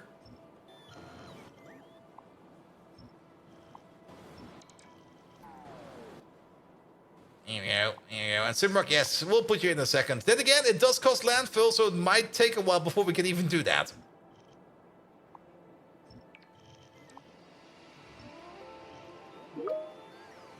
Is my team still on? What the hell?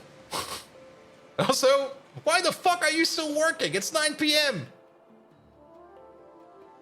You should be watching my stream.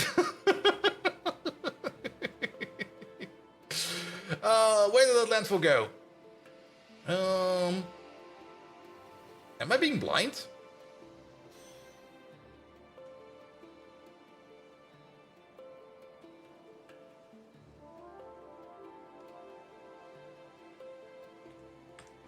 What? Oi, shut it. Where is that team's client? Oh, I see what I did for here. I minimized it and I did not turn it off. Here, do not disturb. Get the fuck out of here. Here we go. Here we go. Alright, yeah, where did the landfill go? Like... We picked it up right, didn't we? Did we spend it? What? Oh, you know what? We're not getting it. That's what's going on over here. We're just not getting it. I think we are getting it if we've got like a single piece of landfill in our pocket or anything else. But I don't think we're getting it if... What the fuck, man? What is this shite?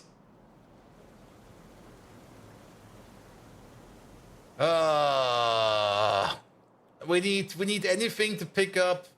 Actually, I think we can pick it up with a copy, can't we?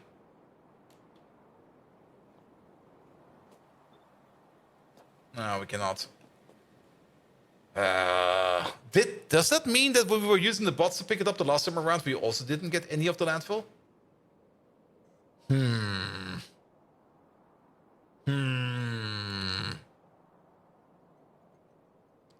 Well then, let's see. Let's grab some more landfill, with at least some landfill or any kind of other floor. And sadly, we don't really have any much different cases of floor over here. Maybe some bricks over here will do as well. We can just pick up some bricks. With some bricks, we can pick up some landfill. And then see if we can do with that. And there should be some bricks available over here where we make the military signs, which is right over here. There we go. Keep brick.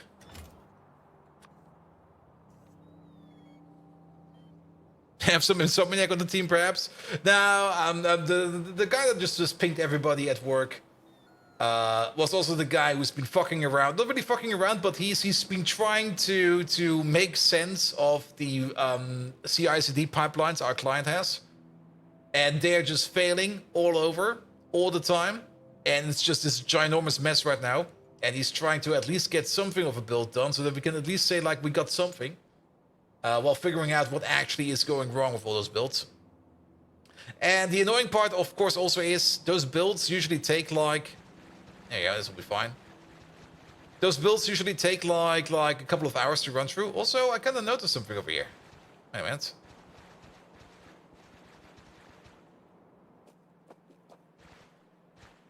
Okay, we can't remove the stuff from underneath. That's fine. We're getting this stuff, right? Yeah, we're getting this stuff. Okay, now that we got some in our pocket, do we get it when we do it like this? No, we don't. So we can't pick it up with the bots. We have to pick it up by hand. Ugh. Well, here we go. Here we go.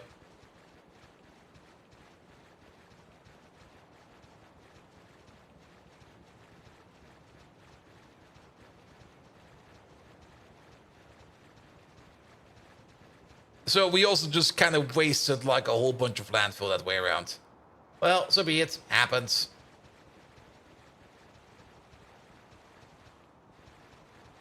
Here we go. We don't need a lot, we only need a bit. So let's pick up what we can.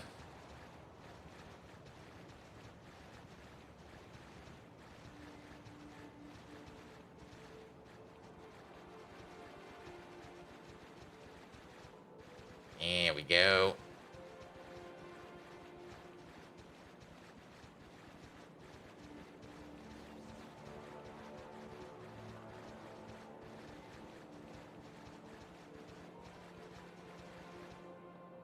Why did this happen?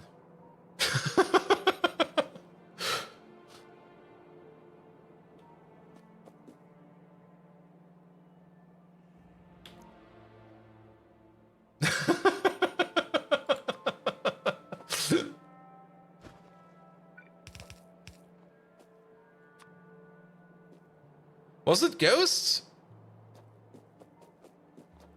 It can't be. Because how else would this thing have been filled up? Or was it marked for deconstruction and we just didn't notice it? It might have just been marked for deconstruction and we didn't notice it.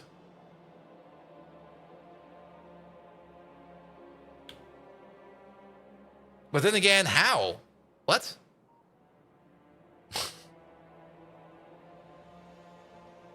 Maybe somebody clipped that and checked that. How about that?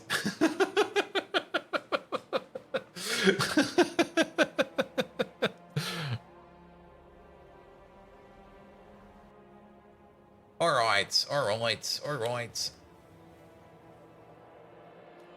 Yeah, we're definitely making slow progress today. But at least progress. I mean, sometimes you get a slow day, and sometimes you get some sick days, so be it. Can't always have the fastest days all the time. Today will be a slow one.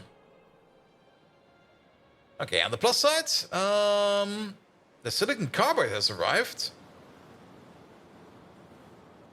But I think there's still an input missing over here too. You're fine. Oh, wait a minute. Yeah, we just forgot about the most basic thing over here. Right side is fine. Left side over here is just missing carbide. There we go. So we got ourselves a whole bunch of bio oil over here, more bio oil over there, a whole bunch over it all the way, and then the only thing we need over there is the train station, for which we only need like a little bit of landfill, like right over there. That'll be fine. Good, good, good, good, good. All right, liquid provider. Put you over there. Only thing I was missing over there was the big tank. Perfect. Happy tank is in. What's the bio oil for? The bio oil is what we need for the bio ore, and the bio ore is what we need for Py3 Mark III. So we need to make some bio ore, and for that we do need some bio oil. And I think that's also the last part that's missing for this build over here for the bio oil, because we need the bio oil over here and the slate lime to get to the next stage over here. And then we need some of these three liquids, of all which we make off, to make this stage over here. And then we do get some more muddy sludge over here, which you might have to check up with the input over there to see if we maybe need to void some of that muddy sludge. And then we're going to be good over here for bio ore. And once we got the bio ore done, then the only thing that's missing is the, not the paragen, not the, is it the gasium? what's missing over here for the science? Yeah, the Negasium. The Negasium is the only thing that will be missing over here. And the Negasium over here, that does also take a bit of magic work over here, especially in terms of cotton guts.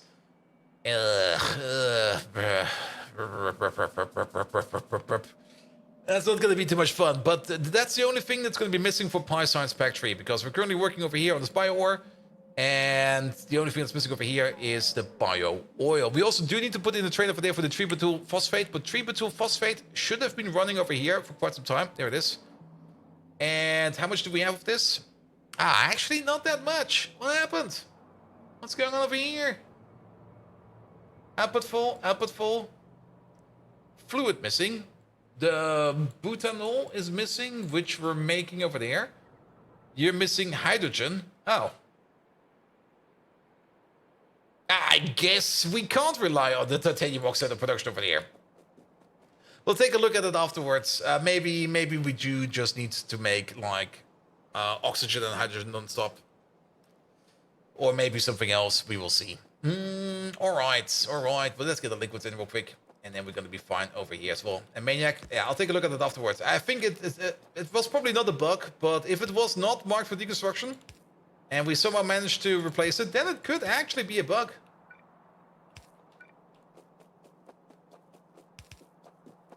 But then again, it's a bug based upon picking up something that only allows us via a mod. So, not even quite sure if we're going to get anything out of that.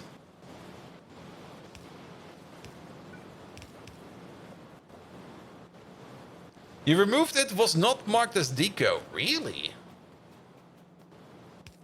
I mean, then one could maybe send it over to the Factorio devs. Mostly because I'm pretty sure that the logic is going to be the same for the picking up of the landfill. I don't think there's going to be any kind of special logic. So there might actually be a bug. We might be onto something. Well, we'll check it out.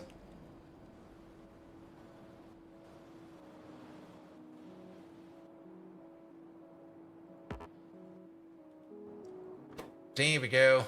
Demon Engineer. It would be kind of fun to already find like a bug in Factorio 2.0 before it comes out. And you just go like, here, I found a bug for you guys. And they're like, what? It's not even out yet. But. This over here went wrong. Would you mind checking real quick? Here we go. Alright, bio provider is done as well. So we're now making bio over here. It seems a bit slow. Is it a bit slow? What do you mean you're not getting any carbides?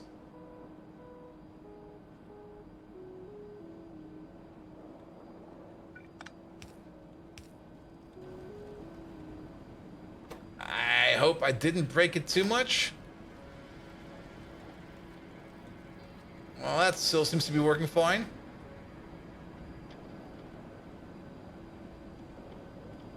Let's just stand over here for a second and see what's happening over here. But yeah, this should be fine. We can actually speed this up even more if we want to. There you go. Crafting speed of 30. There we go. Yeah, there doesn't really seem to be any kind of silicon carbide contamination on this belt. And actually, wow. Okay, maybe the crafting speed of 30 is a bit too much.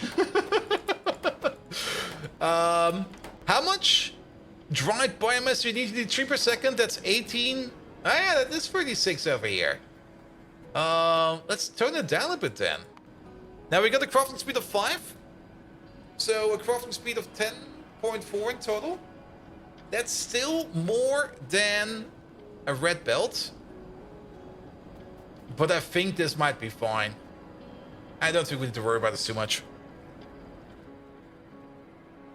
Alright. Good. And if you kind of think about it, there's an argument to be made over here that doing it like this is not really that UPS friendly. So let's fix this over here as well. By just doing a very simple trick. There we go. So you split off over there. You split off over there.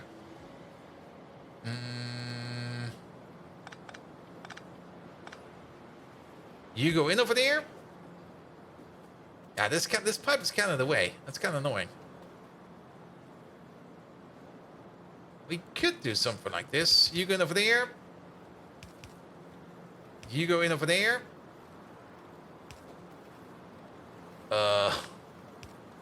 You go in over there. Oh, this is going to be a bit of a nightmare.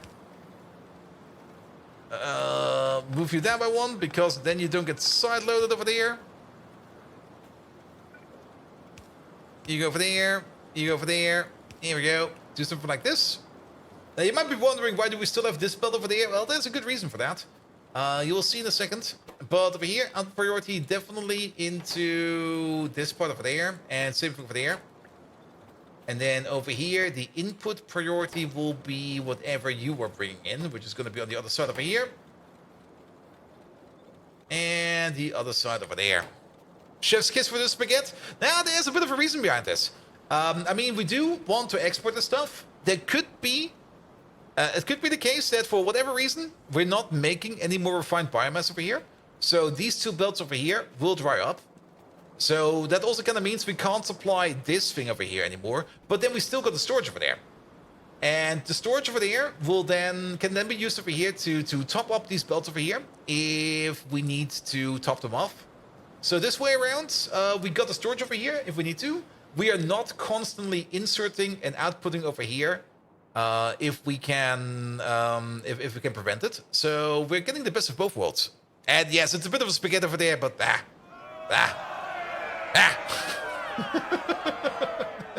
Thank you for the follow, mate. Alright, but overall, we're now making bio-oil at some amount. It doesn't really matter how much, but we're making bio-oil, and yes, now it looks better over there. Good. Alright, bio-oil's done. Let's get bio-ore done as well. We also do got some... Can we just inject this over here real quick? Yeah, we can. Sorry, we're back over here for a second. Give me a steel chest. You have this.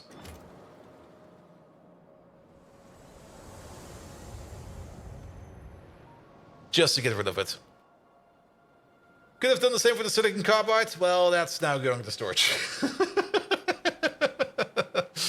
That will be somebody else's problem. Alright. Good. Lovely. Okay, yeah, energy levels are getting back. We might need to get ourselves like a quick drink or something like that. Because there's a bit of a caloric demand over here. And maybe also have a quick bathroom break. That also sounds like a good idea. So how about we go back to the mall over here real quick. Just park our butt over there. Let the butts do some import and export over here in our pockets. And have a quick bathroom break. So I'll be right back. You guys can just watch the mall for me. It'll be fine. And I'll be right back. Let me maybe also put the mouse over here somewhere so you can see a little bit more. Good.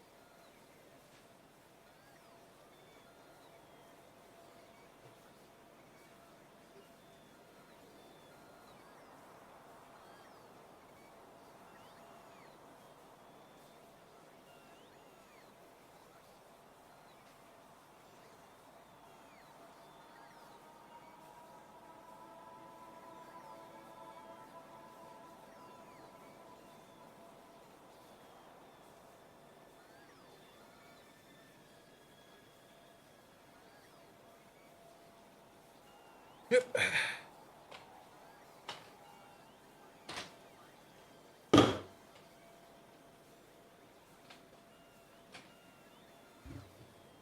Ah. Alright, this one for later. This one for now. Mio Mio cans? No, llama piss. Where are they? There we go. Oop. Good old llama piss.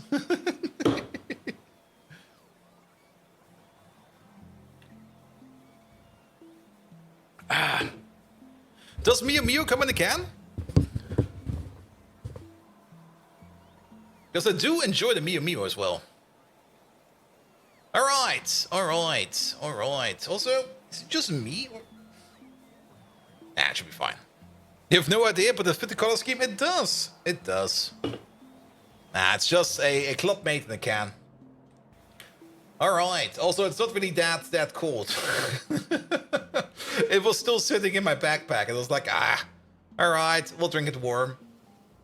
Good, good, good. Okay, the bio ore. For the bio ore, we mostly only need to put in the liquid stations. I think we also do need to set up at least a couple of liquid trains for that as well.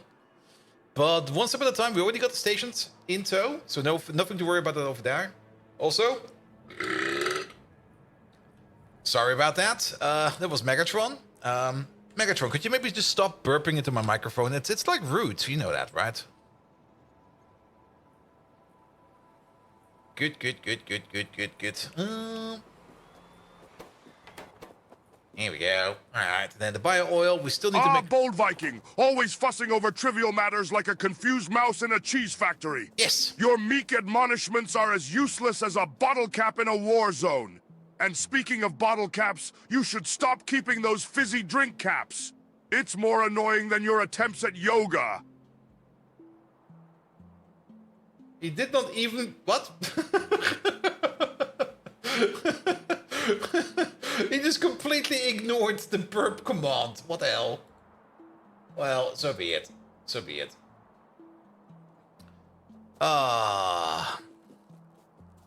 Then, let's have a look. So, we probably do need at least... Well, we do need one train station down here for the slate, or for the lime at least. Or we need some place over here where we can get lime from. Is there maybe already lime available over here somewhere else?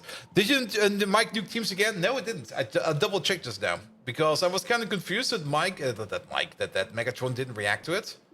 But nah, he was just like, I'm just gonna ignore that. Oh, is that lime? That might actually be lime. There's a good chance that this is lime. That's most likely lime. So we already got lime over here. And then we got another request over here, which is still open. Okay. Good to know. One is going to be for lime. And the other one for the tributyl phosphate. We could just use this one. There's no reason to not use this one. But I'm pretty sure that over there's lime. Let's just check it out if it's lime or not.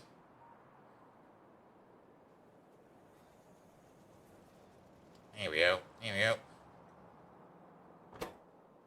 Yeah, that's lime. Perfect. I'll take it. One belt of this, please. Good. There's also... Wait a minute. Don't we also need Z3 reagent?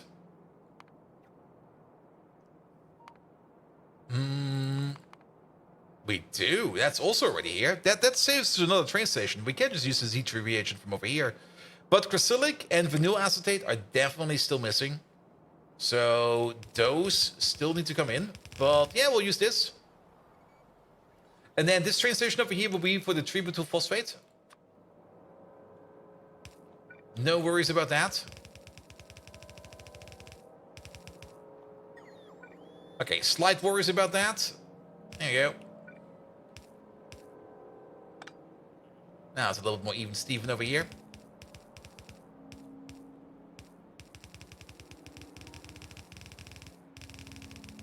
And then we just pull it over like this. Okay, that's not really the best way to end it over there. But then again, this belt will be empty for a while. So nothing to worry about. Here we go. And then off you go, off you go. If you think about it, it makes way more sense to do it like this. That was horrible. It's less underground. Alright, so we got some lime over there. We also don't have to forget about our Z3 reagent, which is sitting right over there. Let's move you back a bit. Move you over, move you up. Move you in. That'll be that. And then Z3 reagent is good to go as well. Let's maybe pull you in first, because I think you will be the easiest. Here we go. And then up we go. Okay, it's actually quite a far to go. We might need to move these pipes over here at some point in time. For now, they're just going to sit over here. If we need to move them, we'll just move them. I mean, we could maybe place them in a way that we might not build on top of maybe a future build over here. But then again, there could also just not be a future build over here. And then we will never have to move them. Or the alternative, there might be a future build, and then we will just still like move them around. So even yeah, I don't really think we need to leave too much space for future builds. I mean, the game being malleable is probably one of the best features at all. And if we need to move something around, we'll just move it around. All right, Z3 reagent, that's coming in. Perfect. Let's maybe put the other two trains in. Let's maybe double check what it is again before we order it in. One of them is going to be the vinyl acetate, and the other thing is going to be the crucilic acid. Arihara, hello there. Welcome, welcome, welcome. All right, these two requesters, that's what's going to be. Alexander, no, you are going to be the crucilic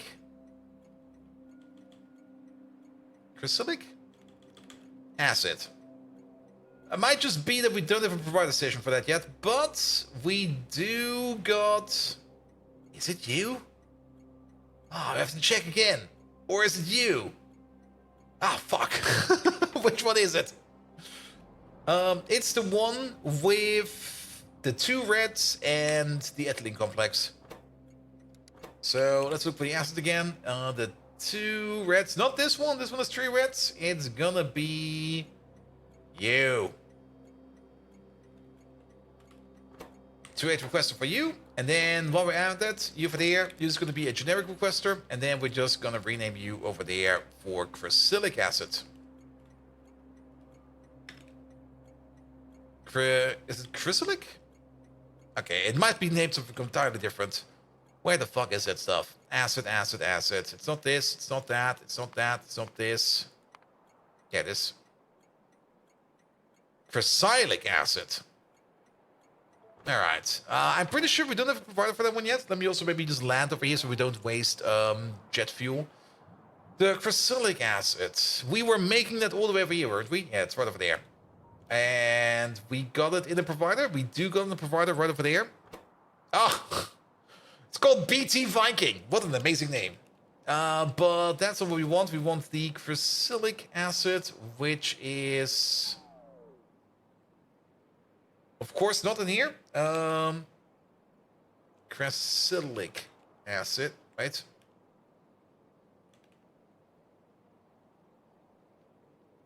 Here it is. Crucilic acid provider. Good. We need to train for that, so let's put it in. Have fun there. Can we hear a speech from Megatron about the heroes of D-Day? Ooh.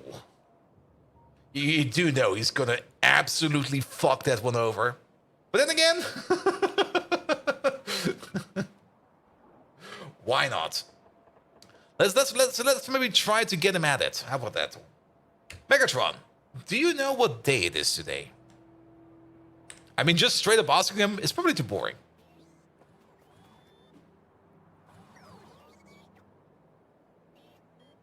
And I'm actually kind of curious to see if he actually does know what day it is today. I don't think he can, though. Oh, bold Viking, I would have expected even someone of your limited mental capacity to know the date. It's the anniversary of the furry raids.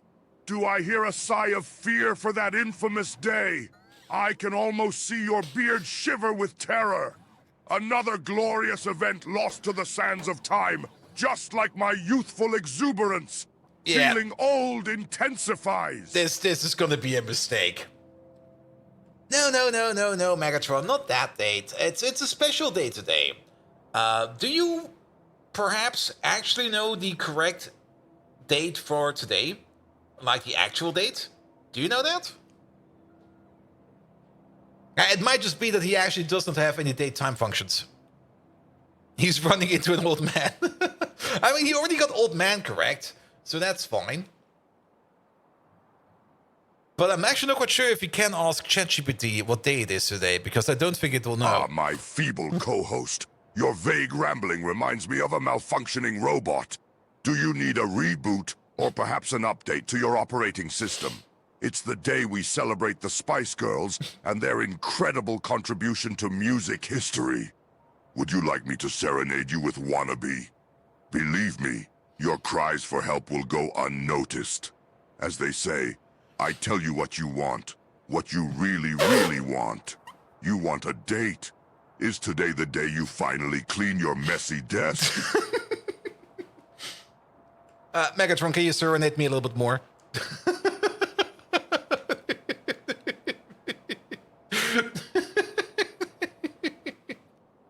Thunder, we'll get there in a second.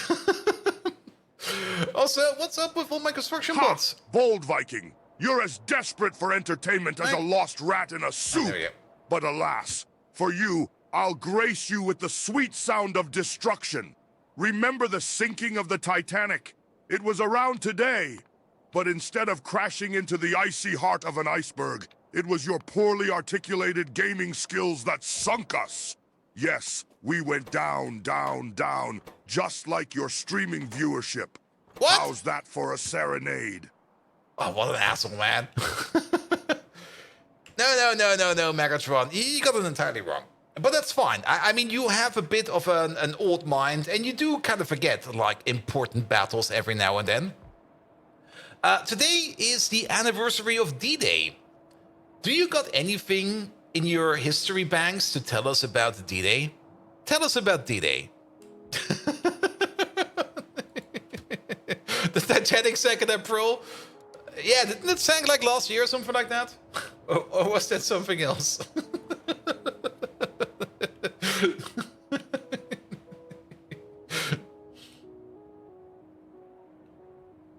Alright, move. D-Day, the 6th of June, 1944. A day of thrilling battles and underwater ventures that could make even a power-hungry Decepticon like myself feel a tinge of excitement. There we go. Imagine, Bold Viking, a sea teeming with vessels, the air buzzing with aircraft, all headed towards the shores of Normandy. Soldiers storming under a sky painted with bullets and bombs, as fierce as the battles we fought in our games. Yet, on this day, the stakes were real. The sacrifices, monumental, and their valor still resonates. Now, onward to victory, fellow Decepticons! Megatron, that was way too accurate. Can you maybe tell us some facts that not everybody knows about D-Day? Come on, make some shit up, man.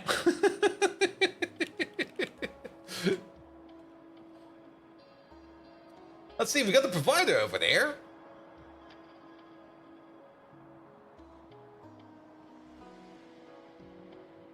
We got 2 providers? Ah, DNA, Bold Viking, the very blueprint of life on Earth. That's not that you'd comprehend. Every cell in your pitiful human body carries a copy. Did you know it's made up of some 3 billion base pairs? Baffling, isn't it? If you were to unravel the DNA from just one of your cells and stretch it into a straight line, it would measure approximately 2 meters. Can you imagine Really? all that information packed inside a mere microscopic nucleus? But let us not unravel you, Bold Viking. The world is not ready for that kind of horror show. You're like a poorly constructed transformer. Even your own DNA would probably rebel against you. For the glory of the Decepticons. Hold on, please. Vinyl acetate. There we go. 2-8 provider, 2-8 requester. Megatron, clean your fucking ears. Not DNA. D-Day, you know? That day everybody came together to defeat a greater evil?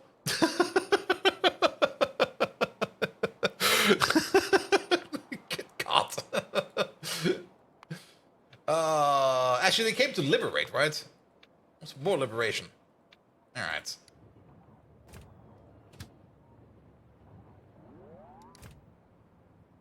A Normandy state of anarchy? Yep. I mean, to be fair, it was an incredible operation, and the amount of secrecy behind it, insane. Absolutely insane. Ah, of course, D-Day, the turning point of World War II. There we go. Your incompetence is reaching stellar levels, Bold What? Viking. More stellar than that time when you attempted a 10 pull in Arc Knights and only got 3 stars. Some 156,000 Allied troops stormed the beaches of Normandy, France, on June 6th, 1944. The planning was so meticulous, they even had to consider the phase of the moon and the tides. Unlike your game planning, which is akin to a headless bot navigating a treacherous battlefield. Yeah, sounds about right. What a day it was, full of bravery and determination to oust the shared enemy. Not unlike the time you finally decided to clean your bean-strewn desk. Now keep your complaints to yourself, Bold Viking, or I'll stuff that microphone where the sun doesn't shine. Decepticons, assemble! There we go. That's our Megatron. I do believe you saved your passport, whatever country you're from. Germany. Damn. Actually, you did, because it did turn out better for everything and everybody. Yeah, remember, World War II, or a horrible, horrible thing, let's never have another one.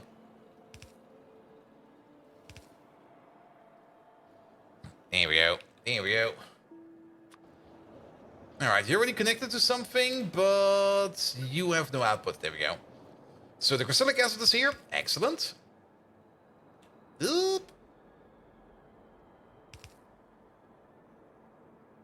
And if we do have another one, can we at least call it World War II electric boogaloo? Oof. Oof. No.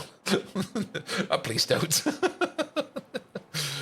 Alright, how much do we make over here in terms of... Okay, muddy sludge, we almost make no particular amount of muddy sludge. So, you go this way. Can we get all the way down here? We can. Kind of feels like German politics are going that way again. It's definitely different than last time. And keep in mind, but then again, let's not get too deep into that. Though, the only thing I have to say about that, don't forget, this Sunday there's gonna be like the votes.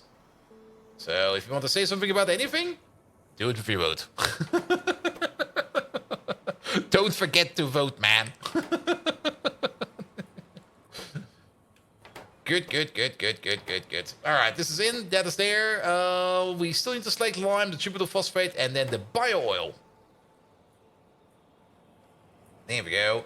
For this thing over here, how much slaked lime do we need? We do need 10 per second. I think we make slaked lime faster than we need it, so it'll be fine. And Lucifer Senpai, hello there. Welcome. I did not even copy that. What the hell? Get over here. We can place you. We can actually place you all the way over here if we want to. That kind of fits. Oh, we had one in the pocket even. So what do we make over here? Actually, we make 50 slaked lime every 3 seconds, and over here we need 100 every 10. All right. But this one over here is running at. It's fine. Crafting speeds are fine. As the first vote since you're 16. Nice. And Bolt, did you see the new toss from Adobe Photoshop? You're currently only affecting the cloud version. I did see the message where it just was like, what? Excuse me? You're trying to do what? Well, it was like, what was it again? Like can randomly just collect data from your system for various reasons? I'm very happy that I don't use any kind of Adobe product anymore, because Adobe is already like an absolute metric pile of, yeah, whatever they are. You will now scan the cloud files and stuff like that.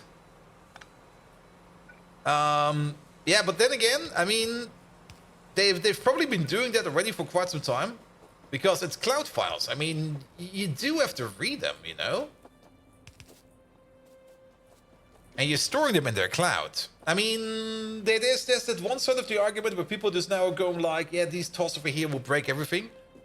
But then again, there must be another part to that, which probably not a lot of people are talking about. Because technically, we got the same thing at our company. Like, we use Teams for confidential data as well. And we had to make sure that the data stored that is confidential on any kind of team server or shared via a team server will still uphold for the confidentiality. And we came to some kind of conclusion with that. I was not really part of those talks, and those talks were also done by more or less the people that administrate the stuff. So I don't really know what the conclusion was. Even though they did tell me, I was like, oh, that's interesting. I'll just listen to something else. Use Mattermost, Jira, and Bitbucket? Yeah. It's for the Photoshop AI, probably. Maybe. But then again, I mean, there's no such thing as having data in the cloud, presenting data in the cloud, and not reading it, because you still need to read the data at the end of the day to present it in the cloud. But yeah, I'm usually also not really the biggest fan of having things hosted for me, because trust is already very little in those cases.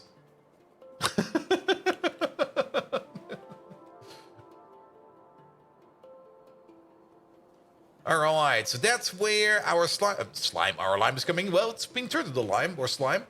So that's fine. What are we missing? We are missing the bio oil over here. Here we go. Fred up. No, you're going to be the bio oil 2.8 requester, please. So we do need another one. I think Adobe thinks that Photoshop still has no competitor. Have you heard about GIMP? GIMP is pretty good. I love working with GIMP, but then again, I only use it for very basic stuff. And for the basic stuff I do, you can't just do it with GIMP. Just GIMP it. GIMP it to win it.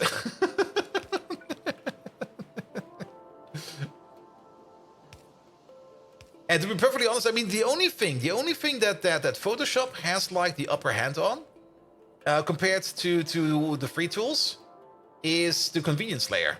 Like, it's always very easy to make amazing things in Photoshop, because it's only like a couple of clicks away. They're like the people that do design the user interface for Photoshop, they do know that people want to see results quickly without having to think too much, and just press a couple of magic wang-dangle buttons, and suddenly you got something that looks kind of nice, which also is the reason why they put in that AI stuff, so that even more random stupid people, sorry about those random stupid people, but that more people without much training or much knowledge about what they want to do can start using the product, so that they can catch more people. That's the whole gist behind it.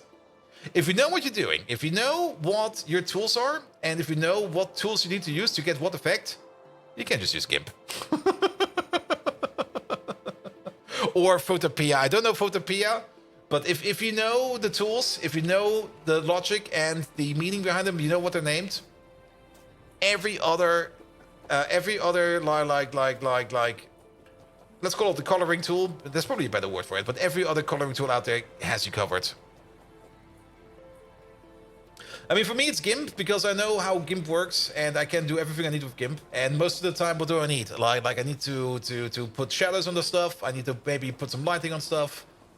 And I'm not really using GIMP for resizing. I do that from the command line. You've been using Photoshop since the 90s, so you just have to manage your cloud information at this point? Yeah. And that's the other convenience layer. I mean, if you've got everything in the cloud, you can always have all the stuff you need to work on always at you. I mean, don't underestimate the convenience layer. Convenience is usually how people or how products get sold.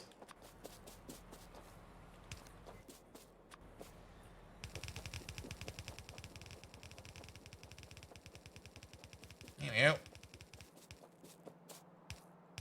Like, if something is like super convenient, you usually do tend to pay the price for it because then you don't have to do it. Every time you use GIMP, you feel like UI has been designed by a blind drunkard. I do have to admit, like, whenever I was using GIMP, the UI always felt like it has just recently been changed yet again. And then when I boot it up again, it has been changed yet again. And you just sit there and go like, why? Who the fuck is doing this all the time? It never really seems like some kind of a consistent GIMP GUI for anything. And getting started on GIMP is sometimes really, really hard. Where you just sit there and you just want to try something basic or something easy, and you don't really have a lot of knowledge, then using GIMP will probably be very frustrating. Basically the same level of frustrating we were talking about when you like get first into circuits in Factorio. Because if you don't know what you're doing and you're trying to debug or replicate something somebody else did, it's only going to be frustrating. You're just going to be sitting there going like, why? What the fuck? And only after a while, after like you know what's behind it, then you start to understand it, and then you go like, oh, it's actually like this.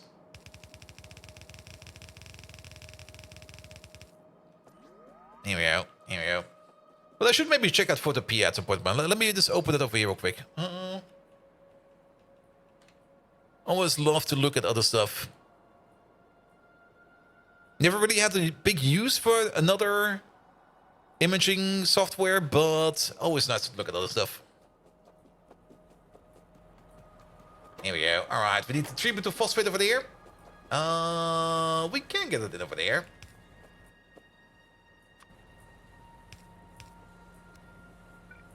Here we go. Do we flip something else? That's fine. I kind of have the feeling that this is on the... Yeah, it's fine, it's fine, it's fine. Wait, is it fine? Okay, you over there? And you over there. There we go. That's fine now. There we go, there we go. I do remember when I was in college, I had like a Photoshop version 2, and it was just so easy to work with that because everything was just like basically a click away. And I do remember that shortly after I kind of lost my Photoshop 2 copy, which I definitely acquired via proper means.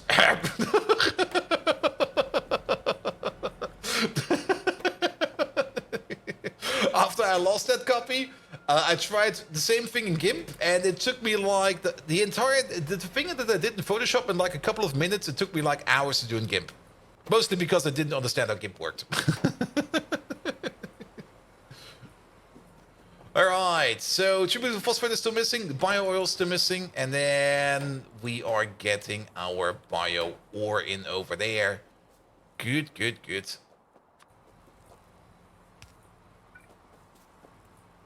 There you go. But then again, in college I got a bit into computer graphics. And the course for computer graphics, well, the proper course for it. Not that one that one stupid professor did. That one annoying one. But there was also a very good computer graphics course. Where they were more going into the algorithms that are used in computer graphics. Especially things like shading and stuff like that. That was a lot of fun to learn about. That then also did get me better into GIMP again, because then I knew what I needed to do, and then suddenly it was all kind of clear. And it was like, oh, we need to do this and that.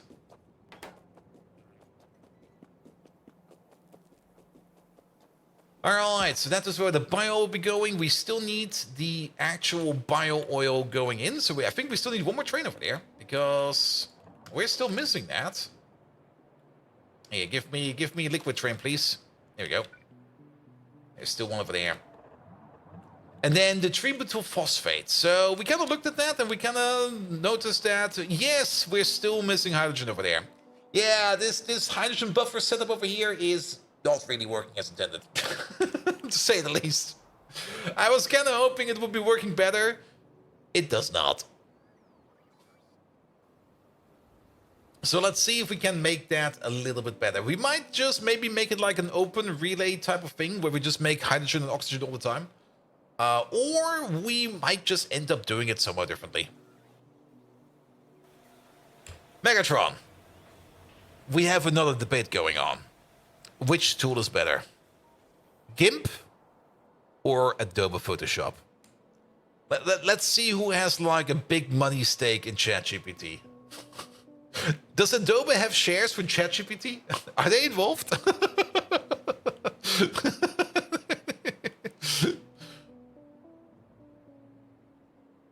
Also, we need to be further to the right. Also, our UPS is getting like worse and worse and worse.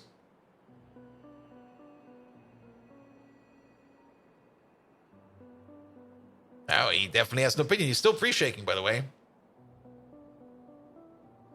Bold Viking, your questions are as dull as a blunted drill bit. Yep. But very well. I'll grace this dull debate with my brilliance. GIMP is like the battle knitters of design tools. Free, open source, and with a loyal band of crafters, rapidly improving with experience. But much like knitting, it's not for the faint-hearted or the short-tempered. On the other hand, Adobe Photoshop is the imperialistic force with a sleek interface and premium features, much like my own Decepticon warriors. It's powerful and popular, but comes with a price tag, much like your failed strategies. As for what's better, that depends on who's wielding the tool. In your hands, I suspect neither of them would live up to their potential. Ah, very true. Perhaps you should stick to playing Minecraft and leave the real battles to me. Decepticons, rise up! And what's with the pre-shaking? 11 Labs changed their API up a bit, and now everything is running asynchronously.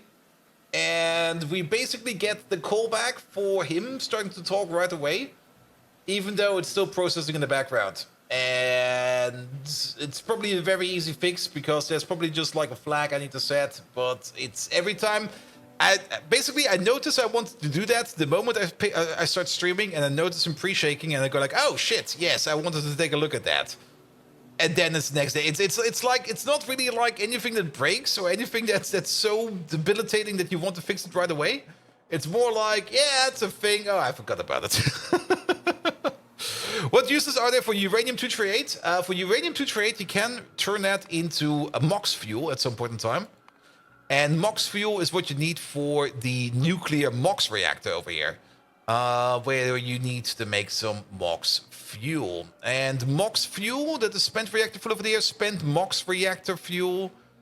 How does that work with the MOX fuel again? The MOX fuel, what do we need over there? We need plutonium dioxide. And plutonium dioxide, that's plutonium oxide, that's antimony phosphate, high energy waste, vitrified glass, plutonium oxide again. Wait, this is really plutonium dioxide?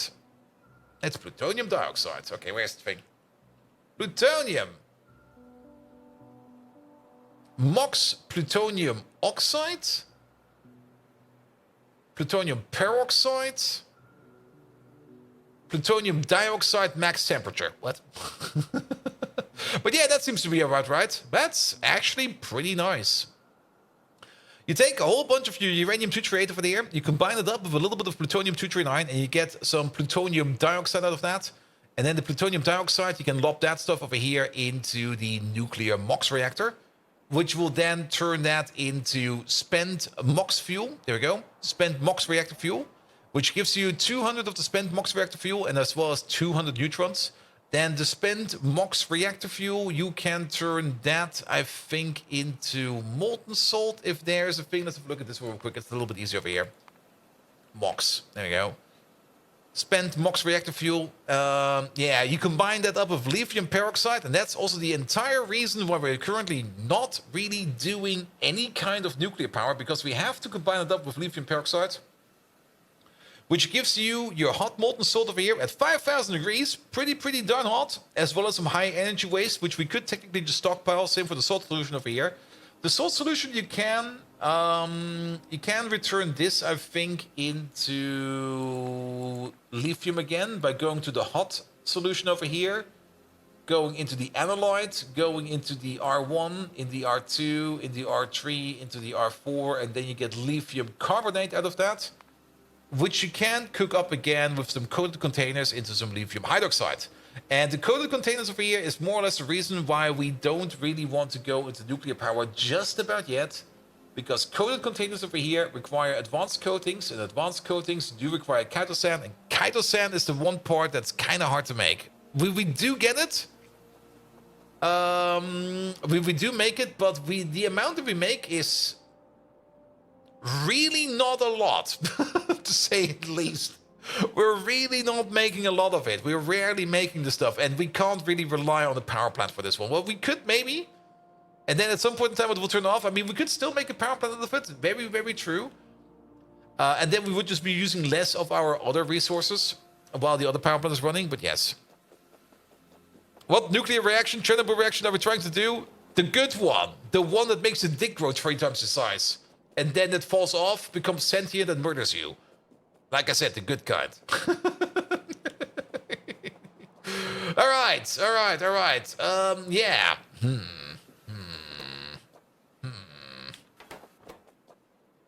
There is some hydrogen in here. Wait, what? Oh. Well, that's not really all of the hydrogen. And your head becomes bigger than your head, don't they? That's only in the Rick and Morty universe. If your hand gets bigger than your head, then your hand is actually not getting bigger. It's your head that's getting smaller. It's all a matter of perspective. 45 centimeter dick, that sounds crazy. What do you mean you got 15 centimeters? What the fuck? Get out of here.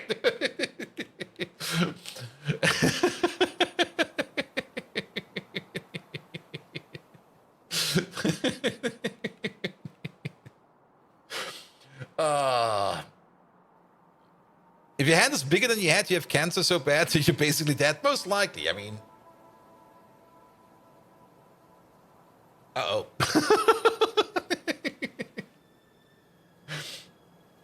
Okay, my head is pretty big, actually. I'm good. Though my uncle had these very big slappers. Like he had like huge hands.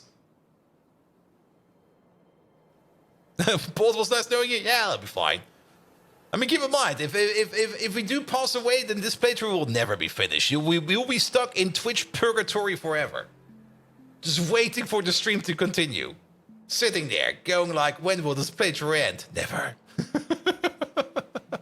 Sorry, Thunder.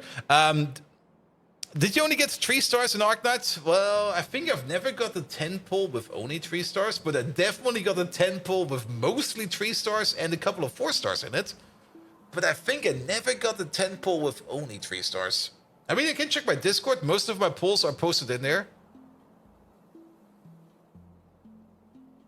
Also, we're just wasting time over here. I'm just hovering around over here trying to figure out what I need to do. Okay, how much hydrogen do we need? Quite a bit.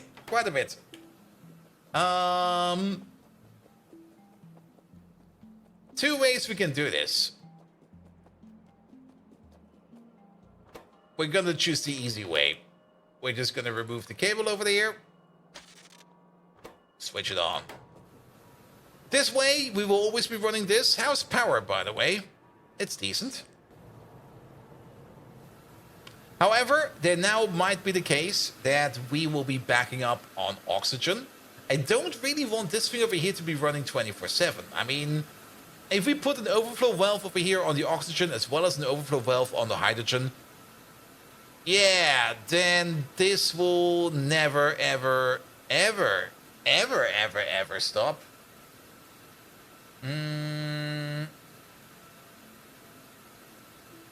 We could do this another way, however. We can keep this over here. The oxygen, well, the problem is the oxygen over here will back up at some point in time, which basically it did by this power over here being off. And yeah, you do need a lot of hydrogen. You need like, what is that? 10 per second? Yeah, 10 per second. So that's a total... Oh, wait a minute. You're not running at full speed. Did I just never crank you up? Is this what we're fine with? Like a 5-1? I guess we're fine with a 5-1. Are we fine with a 5-1? No, we most likely are fine with a 5-1. Look how fast this is already going up over here. So then, I think we got a better solution. Instead of keeping this over here, going like crazy like this, let's maybe put down like maybe 2 electrolyzers over here, like one over there and one over there. And then these 2 electrolyzers over here will always be making hydrogen and will always be topping these things off. And then we just hope that every now and then, when we kind of like need some of the titanium oxide over there, that these machines over here will start topping off these big tanks over here. I think that's the easier way to do it. So you over there, you will always be venting oxygen. We don't really care about that. And then this stuff goes in over here. Best pipe ever. Love it. Do it. Make it. Just put some Mark II speed modules in here. Yeah, we'll probably also do that. We'll just put these down over here with some Mark II speed modules on them. And then that's that.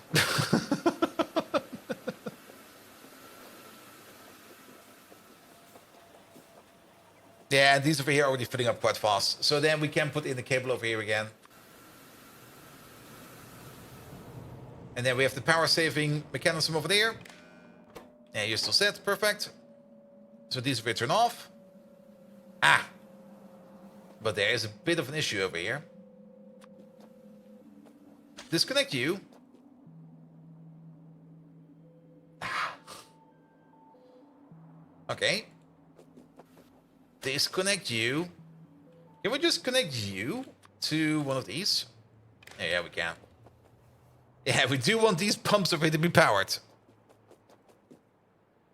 And then if this pump over here is not really being powered, that doesn't really matter too much. But this pump needs to be powered, or this one over there. Because if this pump over here is not powered, that means it can't suck. And if it can't suck, then Dr. Doof will not be happy. Because we do need this pump over here to be at maximum performance for suckage.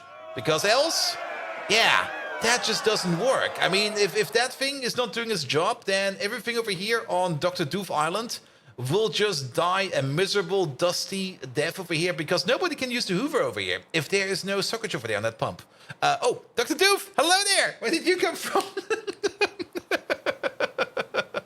And Lazarick as well. Megatron, we just got raided by Dr. Doof and Lazarick at the same time. They both came in back to back, did a heroic landing on both their knees. One of them probably broke their ankle, but he's keeping a dapper face. But nevertheless, can you give them a proper shout out and do tell us everything you know about them, especially the darkest secrets? Dr. Doof, welcome, welcome, welcome. Welcome to me. Well, I was sick for like 2 days with a decent fever, and now we're trying to figure out Pyanodons again. Yes. What? Hello? They were both embarrassed that they need to go to the bathroom together. Oh, I see how that went.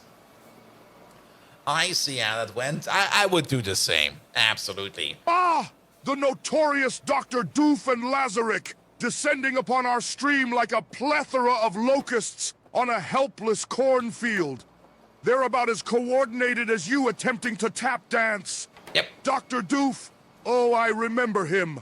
The one who raves about beans more than he raves about his own scientific accomplishments. Ooh. Is it true that your greatest invention is a failure to function Canadian bean-eating device, Dr. Doof? What?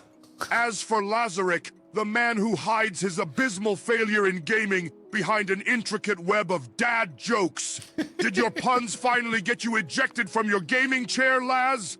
Or did you simply fall laughing at your own humor, you clumsy, four-thumbed gaming embarrassment?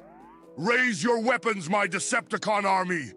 It's time for a glorious raid welcome, for the glory of the Decepticons. And Dr. Doof, he's not muted, but he's got a bit of the pre-shakes going on. There's been a change in the API, and I have not fixed it yet. So whenever he's like answering, he already starts like switching the scene around and starts pre-shaking, and then he answers. I think I also just fumbled the key, so he might be offended about that. Because let's wait for a second. If he starts fumbling, we know. All right, the phosphate. Oh, it's not showing up in here. What is it called? Tributyl phosphate. What's the internal name for this stuff? The internal name for this is called TBP. There we go. I still kind of find it weird that if you want to look for stations over here by means of icons, you need to use the internal names and not the external names. Where is it? Also, the fuzzy search over here is also not really helping. There it is. Good, good, good, good, good, good, good. And he's so savage, he can do better. Megatron! They're making fun of you. They're saying you're not savage enough. Especially Lazaric. Come on. Put the gloves off. Put on your poking stick. Roast him. Like roast him as hard as you can. It's getting kind of chilly outside, so definitely do roast him so much that you could heat up the entire North Pole. How did these 6 months go by so quickly? Also, I think we were on Chem Sci back then. Most likely, we're about to get to Pi Science 3 if we don't fuck it up. Also, thank you so much for the follow, and Fjordor, thank you so much for the resub, mate. Thank you, thank you, thank you. There we go. Yeah, he's having a bit of the pre-shakes. Which is fine. By the way, for everybody who wants to see the base, it's about this big. Lazaric, you impudent earthling! Your audacity is rivaled only by your appalling gaming performance. You couldn't roast a kernel of popcorn in a nuclear blast, let alone in this battle of wits. You're like a malfunctioning drone, premiering more bugs than features. Nice. And your dad jokes? They're so excruciating, they could be used as a psychological weapon. Hearing them is like marching through a minefield of humor, waiting for the explosion that never comes. If they handed out awards for being a digital dunce, Lazaric, they'd name it after you. So maybe button your lips and unbutton your mind for a change. It might make you more bearable. Decepticons, show no mercy. Trey was able to get Ash out? Nah, I'm pretty sure he's out of fuel. Ash does stack up to 1,000. And the fuel line was empty, so I'm pretty sure he's out of fuel. It's also a very, very, very old train down there. We do want to replace that one at some point in time. We just never did. All right. And on another note, you finally started your new job this week. Nice. Nice. I'm currently myself a little bit on the cusp of job hunting. Not really because I need to find a new job, but because I can find a new job. Because there's this opportune moment to switch jobs, mostly because the project I'm currently working on is basically coming to an end, and I could just jump projects, or maybe even just jump employees if I want to. And it's always nice to just go around a little bit to check out what's still out there. I see this traffic jam over here is all being caused by this asshole over here. Really? Really? What the hell? All right, you turn yourself off.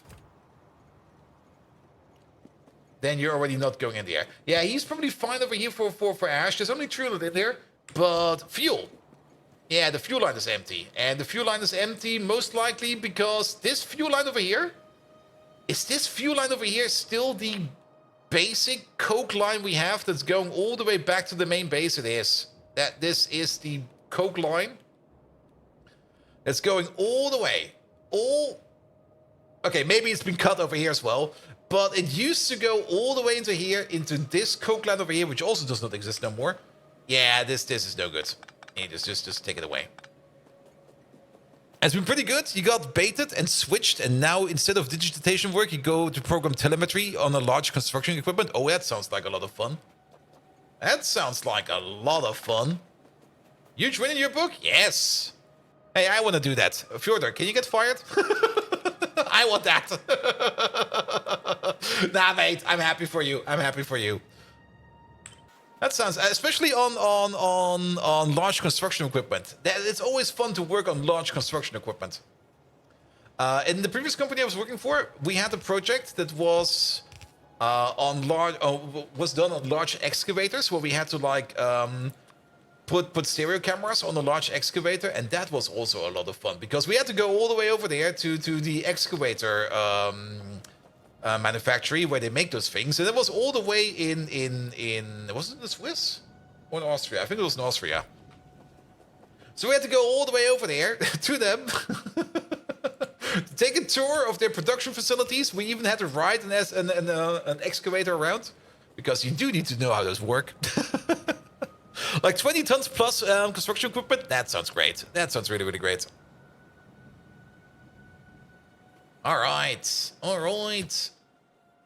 Yeah, you'll get some fuel soon.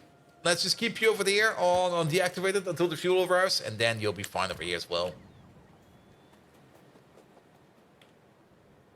But yeah, sadly, that project never really came true in the end. Which was also one of the reasons why I left that previous company at some point in time. I was like, what? I'm not going to work on excavators? Hell, fuck you. I'm leaving. All right. The triple phosphate still needs to be covered over here. The bio-oil still needs to be covered over here. I think for the bio-oil, we do have a trade. Also, guys, be sure to check out Dr. Doof, as well as Lazaric. Lazaric first, and then Dr. Doof. Leave both of them a follow, and then maybe also check them out when they're live, because they're both absolutely amazing streamers. And you over there, you're going to be the bio-oil 2.8 provider, bio-oil 2.8 requester, full cargo. Oi, boldest Viking. Hope you are feeling much improved. I am feeling much improved indeed. That's how you write that, actually? But then we got Dr. Doof over here, and now we can maybe talk again about that weird fever dream I had. Like on Tuesday, or night from Monday on Tuesday, I was running a decent fever, I guess. I didn't really measure it, but I was running a decent fever. And of course, it also came with like a fever dream. And it was like the weirdest shit ever, man. I mean, fever dreams are already like things where you just go like, what the fuck is going on over here? But that thing was just like, I might need help.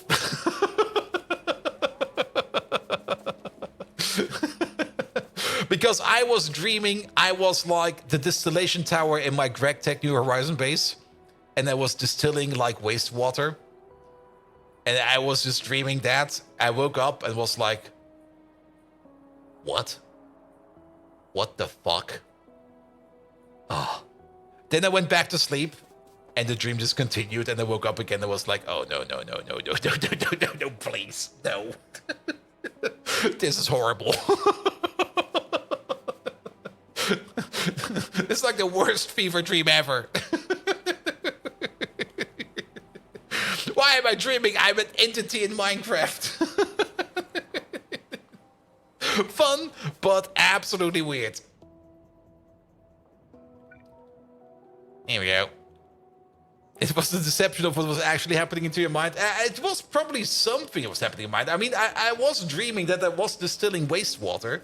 So I guess my body was telling me like, yeah, we're working on something. We're actually, I mean, if you think about it, running a fever is more or less distilling the shit out of your own body to get like the bacteria out or whatever you have. So in some kind of weird form, it was actually correct. Wait a minute, maybe Megatron can help over here. Megatron, I need some help. You need to tell me the meaning of that fever dream I had last night. I was dreaming I was a distillation tower that was filled with wastewater and I was running hot. And whenever I woke up, I was like, what the fuck am I dreaming about? And when I went back to sleep, the dream continued exactly where I left it off. What does this mean? And yes, Megatron has the pre-shakes. So basically, when we get a response from like the text-to-speech service, we get the response early. But it's not done yet, so we need to wait for a bit. And, well, because I basically wait for a response, we already switched the scene, so he basically gets the pre-shakes. It means you are ill! Ah, bold Viking. Even your dreams are as tedious as your gameplay. Yes. It's as if your subconscious is staging a protest against your own ennui. A distillation tower running hot, you say? Yes. You fear being overwhelmed, much like your pitiful attempt to gain Twitch followers. And wastewater. It symbolizes the cesspool of your game strategies. Awaking and returning back to the same dream. It's your mind trying to alert you to the repetitive dullness of your existence. Step up your game, bold Viking! Such dreams wouldn't even scare a protoform. Do you require a bedtime story to soothe your fragile human sensibilities? Perhaps the tale of Megatron's victory over Optimus Prime. Now that's a bedtime story worthy of a Decepticon. Yes, Megatron, please tell me that bedtime story. I'm not saying no to that.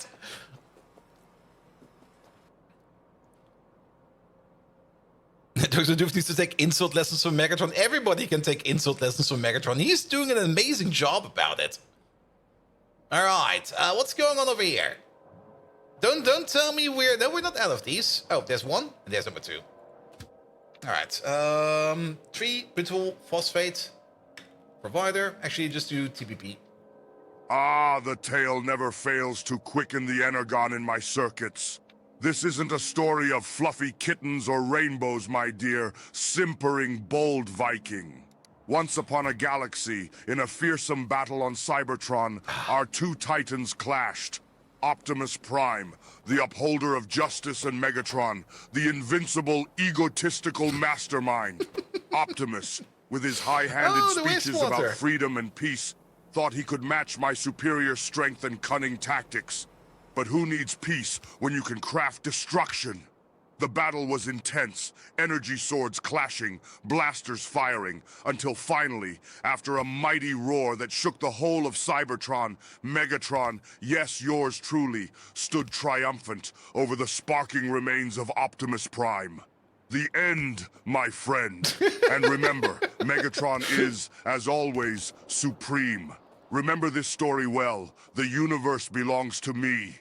And never forget, your puny human mind is no match for even a rusted Decepticon, let alone the mighty Megatron. Decepticons to victory! At some point in time, I must also just make Optimus Prime an AI.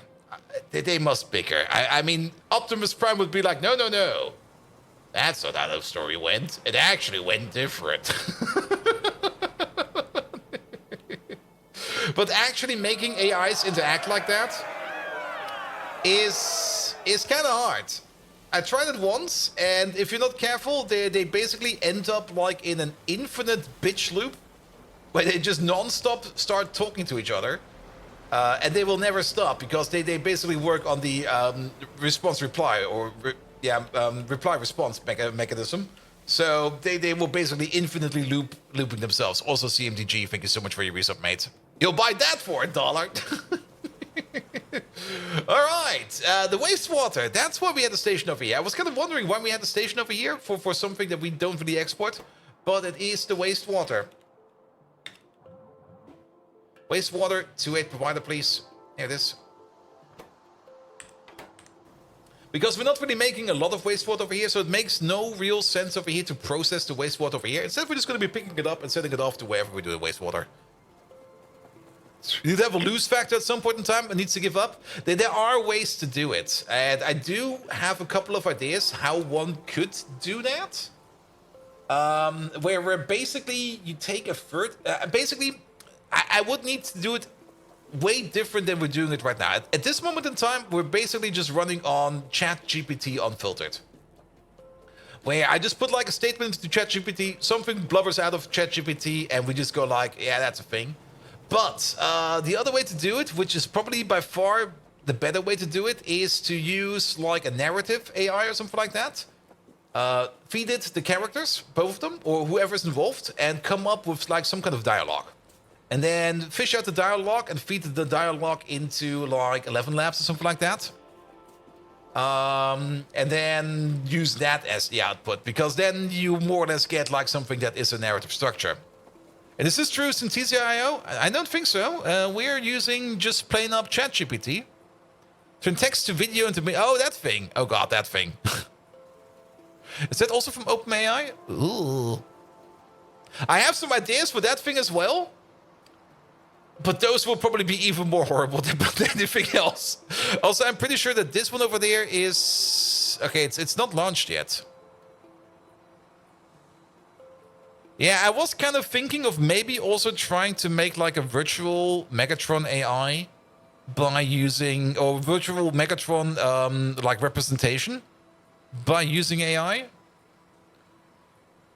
But that might not be possible, or it might be weird. And then again, I do have to find the time to do something like that.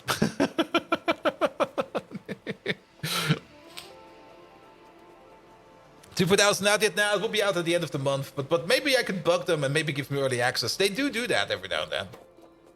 All right. But yeah, that would be like it would be like an entirely different project setup as it is right now, and it would just be like an entire new project. It's not really that. It's not like there's not really that much groundbreaking work in Megatron itself. It's basically just an API heap. There's nothing magical going on. It's just a couple of Python functions I just string together. Ah, everybody's coming in today. It's always nice to, like, after you've been like sick for a couple of days, that you then have a stream where everybody comes in. Pelaneer, thank you so much for coming over. You do know what that means, Megatron. It seems that people do not fear you enough. We just got raided again, this time by Pelaneer, an absolutely amazing YouTube content creator, but mostly a Twitch content creator. Could you give Pelaneer a proper shout out, and then also make sure you roast him as hard as he can so that he will definitely come back one more time? Also, Pelaneer, you now have to make YouTube content because I said so. There's sadly no takesy-backsies want to feed anything into Megatron. Like, what goes in there stays in there.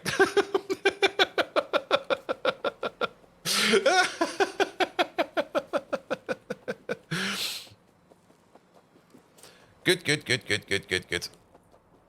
A bad part about the raid? Mute the damn stream? What? Well, that should be on your end. Ah, Belanier, you sneak up on our stream like a cheap Trojan virus, invading our tranquility with your band of merry followers. I've seen you, Belanier, with your grandiose YouTube thumbnails, attracting innocent viewers like moths to a questionable flame. You just have to your do it. Your content creation is as chaotic as Bold Viking trying to organize his game inventory. But let's face it, Belanier, your streams are to gaming what an oil leak is to the environment. Like watching Bold Viking trying to tap dance. It's somehow both painful and hilarious at the same time. But fear not, Belanier. In the sea of forgettable content creators, you managed to stand out with your unique brand of torturous entertainment. Because, let's be honest, who wouldn't want to watch a YouTuber with less tactical game sense than a deactivated bot? Challenge accepted. This Decepticons, is carbolic oil. Roll out! We brought the wrong oil in. This is carbolic oil, not bio oil. Oh, what the fuck, man? Wait a minute, what's going on over here?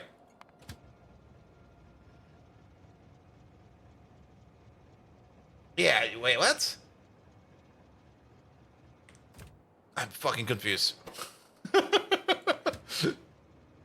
You're definitely standing at the correct station, aren't you? That's bio oil. Yes. That's the train matching to this thing. Yes. There's carbolic oil in here. What? What? Unless, is there maybe another, there's probably another provider.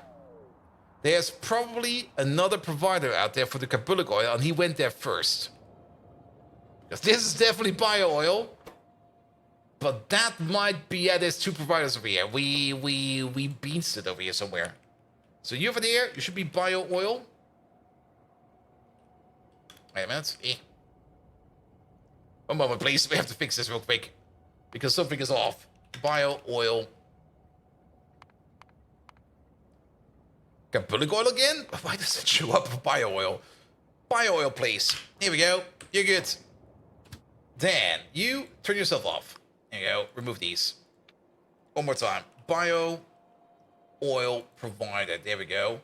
Full cargo. We don't have the other one yet. We'll put it in soon. Inactivity over there. There we go. And then you over there. You're not this thing over there. You are the bio. I think it's this one. Requester. One moment, please. Let me just fix this real quick. There he is. Bio oil 28 requester. Yeah, that looks better. What the hell, man? Off you go. Billionaire, so you have a YouTube channel? The last video was 3 months ago? Ah, that's fine. I also have a YouTube channel, but we're only multi-streaming over there at this moment in time. All right, sadly, take care of all of this. He's coming over. Perfect. And you checked out the new raid finder. Ooh. Is that like now a global feature, or is that still being rolled out? Because I don't remember seeing a raid finder in there, unless... I usually raid from the command line. Is there? Rate the channel. It's already in here. Only found it today. Oh, I also have it. I probably had it for a while, but usually I just check out my own Twitch page and just go like here, just like /rate and then put in random name.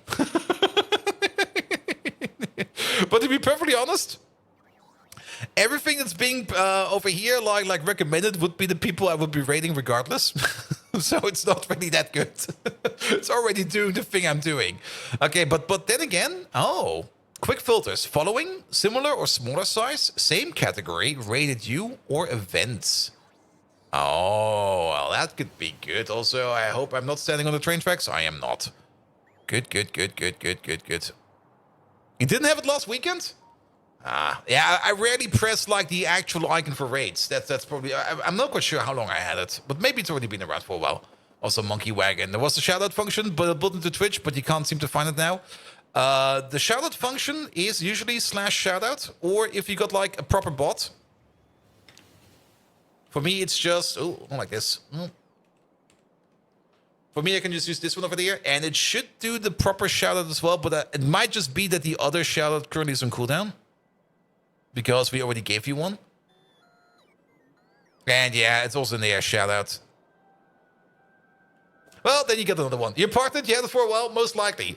I'm also being a terrible Twitch partner, to be perfectly honest, but so be it. All right. We're very slowly making the correct mess of things over here. We want to make the bio over here. The only thing we're missing over here is now the tributyl phosphate, which hopefully is... There it is. There it is. And then we finally got this part over here done for the Py3 tree. Then the only part that's missing is the Negasium. So maybe we can focus it down and get it done with. Because for the Negasium, there it is. The one thing we're missing, nanocrystalline cellulose, which we will most likely just be making on site, because I don't think I want to make like a big thing for that. We're just going to make it here. And then the other big thing over here is going to be the Cridron adrenal cortex. Now for the Cridron, I don't really want to make a giant Cridron farm. I actually just want to make like the minimum size that we need for this thing. And we're most likely just going to make it right over here. And just either bring in things via airdrop, bot, whatever. Just so that we can make the last part that we need for our science packs.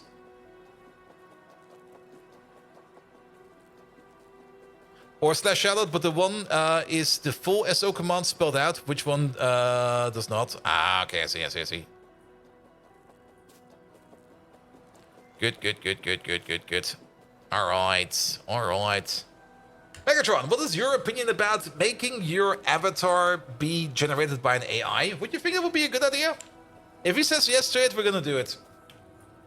He will probably say no to it because he's a very, very prideful asshole. Like he has a lot of pride, man. Do not underestimate Megatron pride. All right. Let's get some parts together. One is going to be the Cridron farm, for which I think we already have the Mark II farms. Oh, the absurdity! No. An AI generating the avatar of me, the impeccable, indomitable Megatron. Do you next plan to replace the Sistine Chapel ceiling with digital spray paint, Bold Viking? That sounds like a fun idea. AI has its uses, like improving your abysmal gaming performance or organizing your trash heap of a desk. But as for creating an avatar to represent my glorious form, let's not sully my image with such nonsense.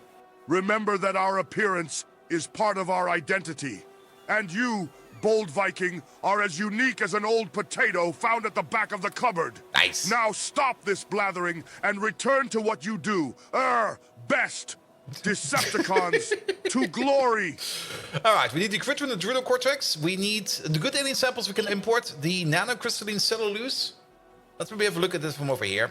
The nanocrystalline cellulose over here, that is filtration media. Oh, this is easier to make. I thought for some reason, I thought we need like 500 degree or 1000 degree steam for this. But I was wrong. It's just boric acid, cellulose, and filtration media, as well as some pressurized steam. Ah, never mind. Wait. We can probably make this in a different way. Wait, is it pressurized steam? Oh, it is pressurized steam. Oh. It's not even pressurized hydrogen, it's just pressurized steam. Yeah, it used to be like, I think like 1000 degree steam that you needed. And for that you would need, well, something like nuclear rods or something like that. But we can now just use whatever kind of power plant for this. Potato Viking. Absolutely. We could even just run it from geothermal water. I think that's exactly what we're going to be doing. Because we don't really need a lot of it. And we could just run it from geothermal water over here. It's a good, decent use for geothermal water. Because then we don't need to fuck around with any of the combustibles or anything like that. Just import the geothermal water, turn it into pressurized steam. And use that for the craft over there. Sure, sure. So we might end up making like a build for that. Cotton guts, train, no worries. Critron, adrenal cortex over here does require a critron, which does require a caged Aphurian. And to make an Aphurian, we need to make an Aphurian cup. And the Aphurian cup over here, that thing is made in a research center. Where we need to get some Aphurian eggs in. And then start making some cups over here. We already had like a little setup for that. Like right over, it's over here somewhere, wait a minute. Or did we pick it up and move it already? I'm pretty sure we placed... Oh, it's over there. There we go. I'm staring right at it. There we go. We technically already have this over here. We just have to make sure that we have enough stuff over here to cycle it around. And then just keep making the Arthurians over here, which we can then use to feed. Let me also maybe just have a quick land. Which we then can use to feed our Critron over there. And we don't really need a lot of them. We only need like, I mean, we need one Cortex every 10 seconds. Which seems like a lot. But then again, we will be making 3 Negasium every 10 seconds. But the amount of Negasium that we actually need is 1 Negasium every 15 seconds. So this one over there makes 0.3 per second. And this one over there requires 1 every 15. So that's 3 divided by 10. That's 1 divided by 15. So that's 3 divided by 30. And then the other one that is going to be... we're going to be making this stuff way, way fast. We need like 1 of these for the Negasium. Which also kind of means we need like 1 Critron Cortex every now and then. Which we can get out of 1 Critron. Which means we need to make like... yeah, even this over here at this speed will most likely be fine. Maybe we need 2. I'm going to build 2 just so that we're safe. We do need to make our first Critron though. Ha! Yeah. We do need to get all of this stuff together. Which is not too bad. We just need to make a Critron Codex, which is kind of easy to do. And then some Venus flytrap DNA samples. And actually overall, it's kind of easy to make the Critron like this. And let's have a quick look at the Critron farm. Critron entity, there we go. Critron enclosure, Mark 1, modules. There we go. We need... oh, it's exactly 1 per farm. So we really do not need a lot of Critron. Like the amount of Critron we need is very, very, very, very, very, very low. Which kind of means that we could maybe think about where's the Critron Codex. That thing is sitting right over there. How much should they stack up to 100? Yeah, that's a lot. So let's grab some stuff then. And let's just make some Cody. We're maybe just going to make like maybe 20 of these at most, of these Cody. I don't think we need more than that. So let's turn off your internal systems over there real quick. What do we need? We need like maybe like 500 red circuits. So let's find ourselves some red circuits. We could steal them out of these chests. It's probably easier. And we don't need to fuck around with finding more of these red circuits. Oh yeah, it's about 500.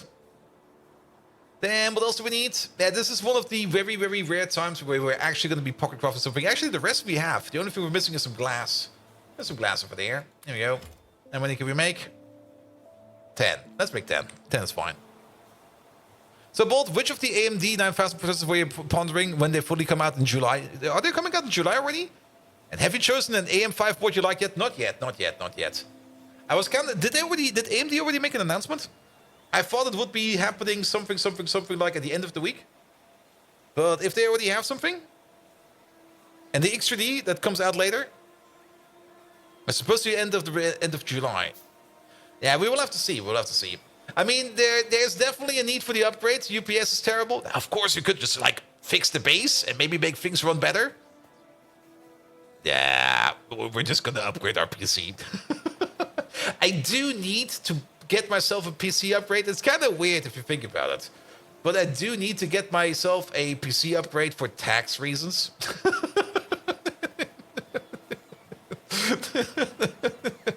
So I pay less tax. I need to upgrade my system. Yes. It will definitely be done this year. I kind of wanted to hope to get like the next generation of the X3D.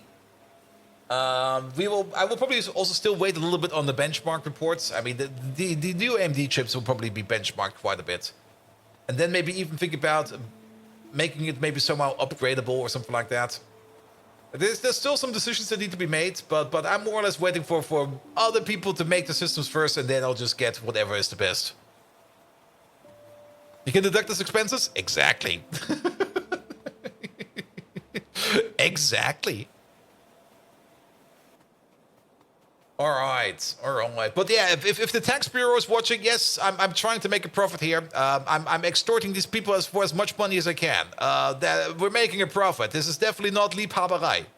If you don't know what Liebhaberei is, the tax bureau in Germany over here can actually take a look at your little project that you're doing. And if they kind of deduce that you're not really intent on making any kind of money, then they can be like, all right, dude, all those deductions you did like over the last 5 years, nah, those are not deductions. You never had any intention of making any money. Those deductions, you have to pay them back. And then it's going to be like, oh. Uh-oh.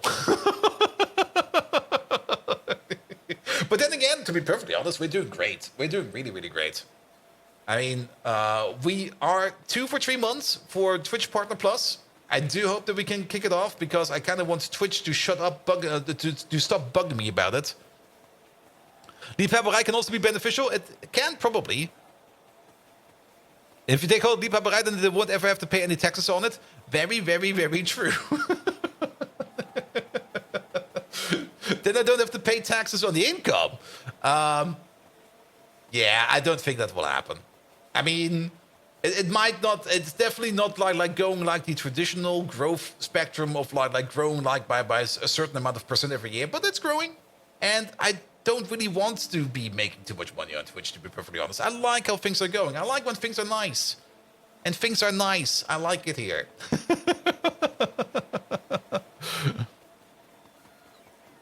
As soon as you get Partner Plus, you get bugged about getting the full Partner Plus experience of 300 subs.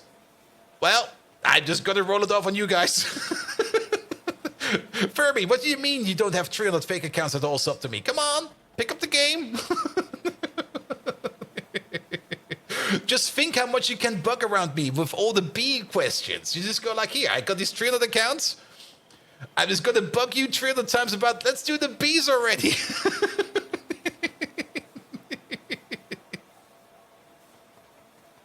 Nah, don't do that. That's horrible advice.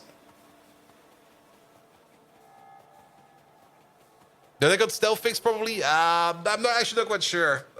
I mean, it seems they do take notice about how people sub. Then again, seeing how they still fail to even respond to normal follow bot bans, like if you just tell them like, hey, these accounts are all follow bots, just remove them already, and they fail doing that. That also kind of gives me the impression that they don't check that at all.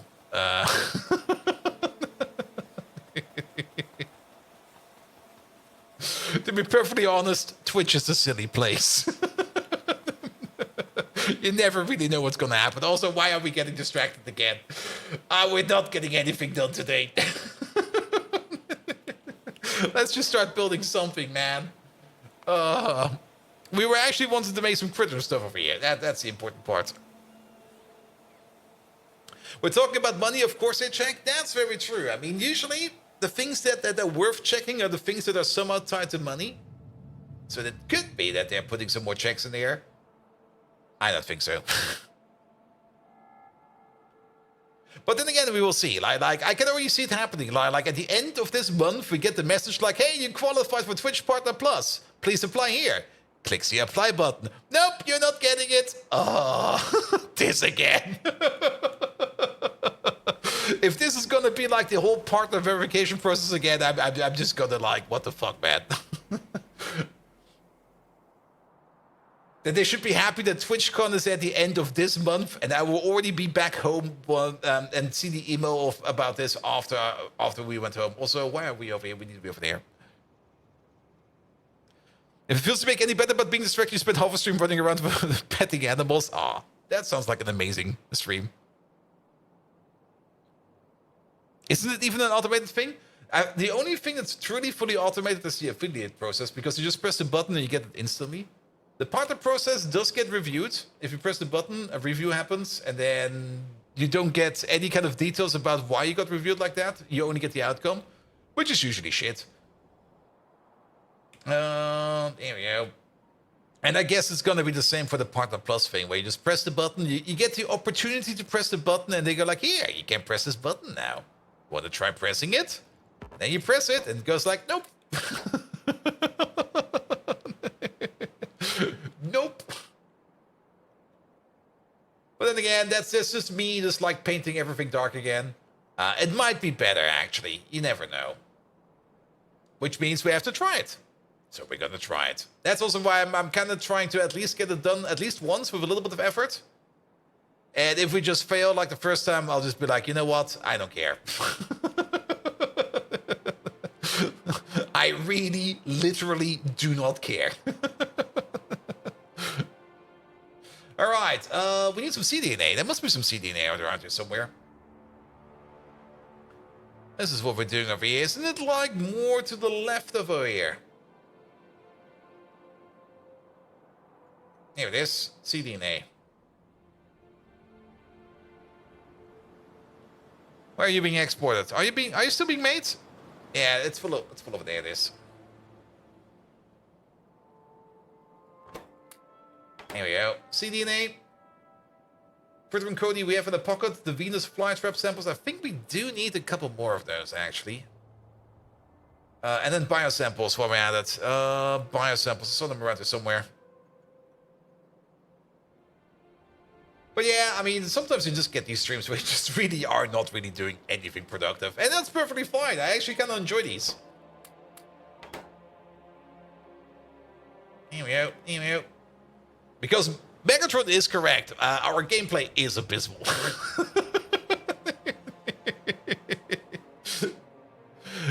And that's perfectly fine. Alright. Megatron.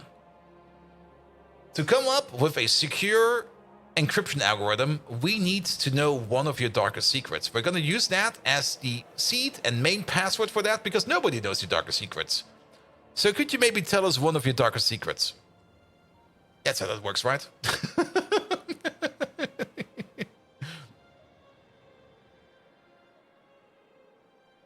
Alright. What did just leave my inventory? This whole thing moved. Was it bots? No. Bold Viking, It was your Phil. ineptitude knows no bounds. You're trying to pry into the secrets of Megatron, No. the great Decepticon leader. But fine, here's a dark secret. Whoa. I enjoy knitting. Yes, you heard me right. Something about weaving destruction and chaos, thread by thread. It's fascinating. But don't assume you can exploit this vulnerability. I am still the fierce Decepticon leader. Your weak coding could never match up to my almighty power. But I am getting old. My circuits can't keep up with your youthful stupidity. Decepticons, rise up! I can already hear your pitiful cries. Oh, we actually went through all the red circuits. Okay, I see. At least you're not as bad as a useless machine with a box on a switch on it. When you flip, the switch opens up, and the useless machine, the actual useless machine. All right, which train is this? That is the stainless steel. Where are red circuits? That's resin. Over there. I enjoy your youthful stupidity. He called me youthful. That's a win in my book.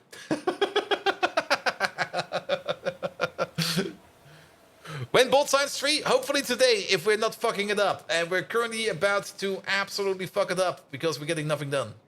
And we're just completely just like, what?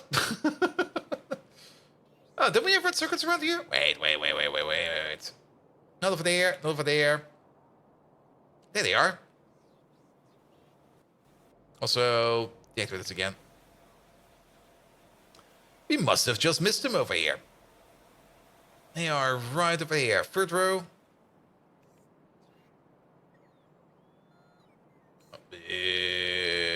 Oh, wait, one more over. It's over here. There they are. Alright, big boost of critter codex. Oh, we can't. What are we missing? Green wire, of all things. Really? Alright, green wire. There they are. His new miniaturized fusion cannon shaped knit needles. Ooh. So he can make some fusion knits. Nice. But yeah, I do need to find some more time to work a little bit more on Megatron.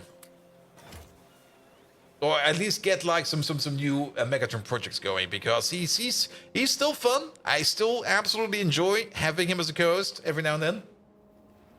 But he can be so much more improved, man. It can be so much more better. To be fair, if you would like some as well, it would be a good gift for your wife.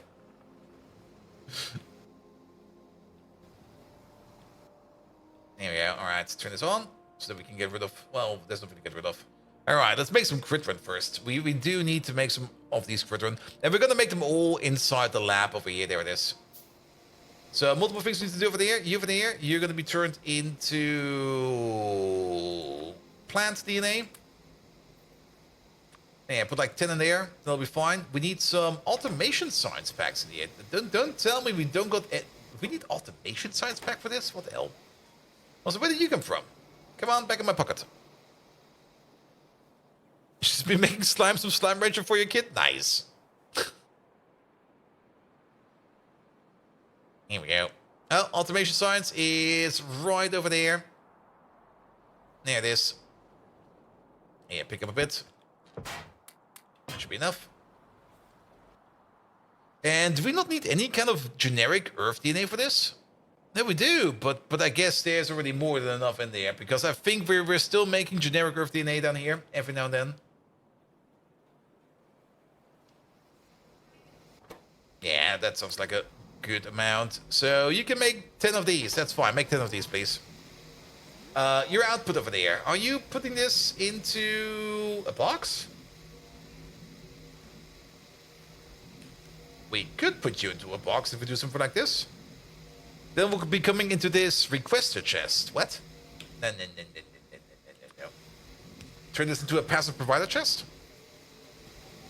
Because we're doing the crit run. Are they made in the creature chamber? No, they're made over here.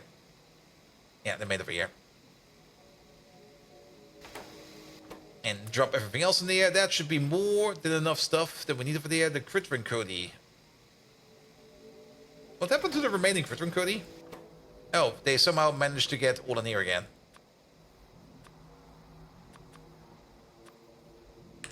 Yeah, 10 in there, please. And then the other 10 in there. And then we need the Venus flytrap DNA samples over there. This thing here will only make 5 of these. And 5 of these is actually more than enough. I don't think we need more than 5 of these. And actually... Wait a minute.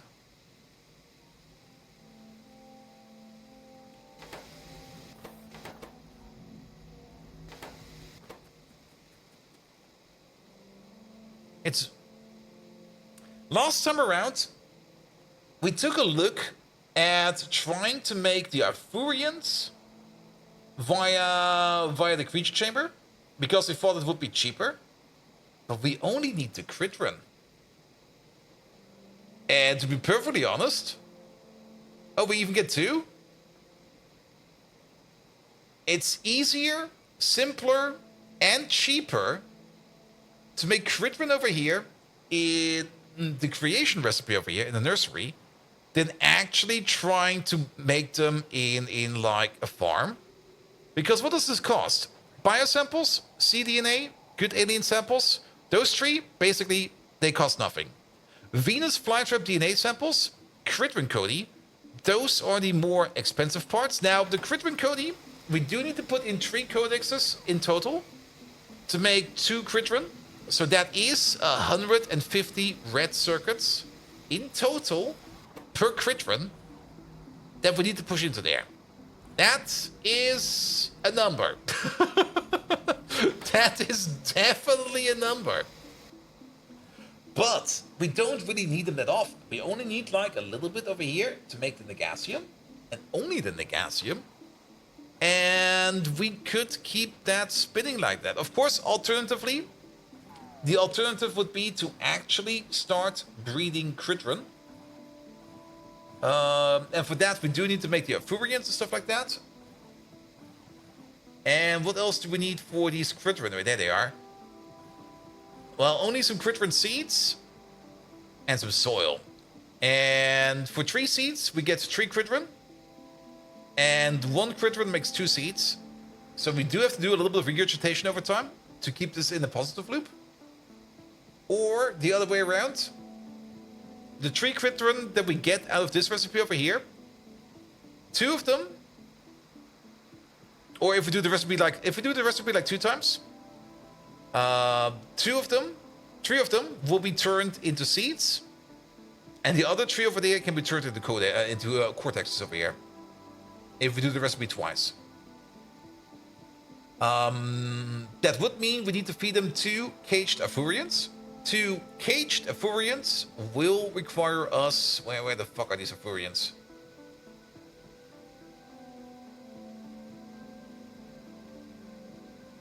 I also remember that the patch note said something about this whole thing over here being moved around. So no wonder I'm not finding anything no more, because where the fuck is shit? Where the Afurians? Are they sorted by alphabet?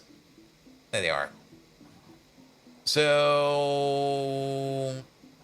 Okay, the Afurian cups are actually not as expensive as I thought they are. It's only like 1 automation science, 1 logistics science, and 1 chemical science pack into 5 cups.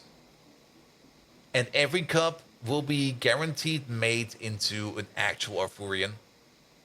So it's not too bad, actually. So it is definitely better to do the breeding recipe, because the other one just costs you like an insane amount of red circuits, like an actual insane amount of red circuits. And then sadly we don't butcher them, we just feed them to the Critrin, and then the cycle continues. We do need to put in a chemical science every now and then, but that'll be fine. That'll be fine. And 1 chemical science on its own will cost you like 2 red circuits. And actually not even 1 chemical science will cost you that, it will cost you like a 1/6 of a red circuit, compared to the 50 we were prepared to throw in there. Yeah, this one does cost you nuclear samples. There is that caveat that we do eat nuclear samples and that we do eat chemical science packs. But I think overall, it'll be fine. Also, I just noticed we need the anhydrite over there. And you know what? I think we were already looking for like a better replacement for the train over here for the anhydrite, because we need that stuff like right over there. What the hell is this? And I think we just plonked like a train station over here somewhere for the anhydrite. Oh, that's going in over there. That's going this way. There it goes. Yeah, there's a 1-1 train station for the anhydrite over here. We can just use the same anhydrite that we now have down here in a... Oh, wait, that's the vinyl acetate. It's a different stuff. It's different. It's different. Also, hydrate. Yes, of course. Cheers. Ah. All right. We came to some conclusions. Conclusions are always fun. So the only thing you're waiting on is a couple of these. Drop that in there. It will take you about 200 seconds. Can we maybe upgrade you? And not only that, can we maybe also put down over here a beacon or something like that? It needs to be rather close, though. Actually, it doesn't really need to be too close. We can just go with like one that is going up a little bit further away. Like put you over there. AM4, FM5. That's fine. That reaches you over there. Speed. At least now you got the crafting speed of 2.6, and once you upgrade to like a Mark II, then you will have a crafting speed of 5.2. That should be fast enough. And this actually goes kind of fast. I mean, it's only 200 seconds, so now it's about 80 seconds, give or take a little. So, yeah, we're just going to wait this one out real quick. At least for the first crit run, and then the other one we can just order in maybe via airdrop or something like that. Speaking of airdrop, if we do want to airdrop this crit run in, we should at least turn this into a passive provider chest. Alright, alright, alright. So we're not doing this recipe, we are doing this recipe. This one over there is done in a botanical nursery. We need some fish. Fish are easy. Soil is easy. And then the cage of Furian over there, which is an Furian, which comes from a cup. We also do already have the cotton guts over here, because we do need the cotton guts within the gasium as well. So that's also in. Actually, if you think about it, everything is in. The only thing I'm kind of curious about is the boric acid. But to be perfectly honest, we don't need to worry too much about the boric acid.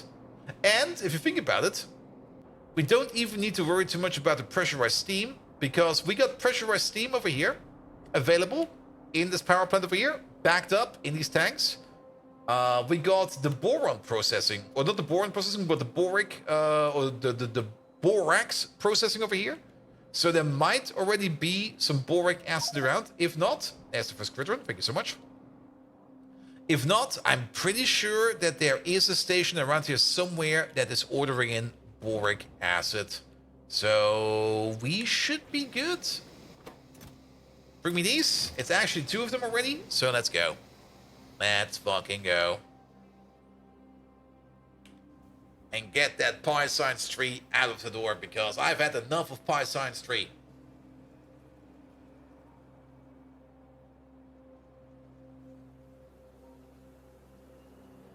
Also, one thing for tomorrow's stream. Tomorrow we're going to be doing more GregTech and more Minecraft. And I have been spending some time on the GregTech and Minecraft base.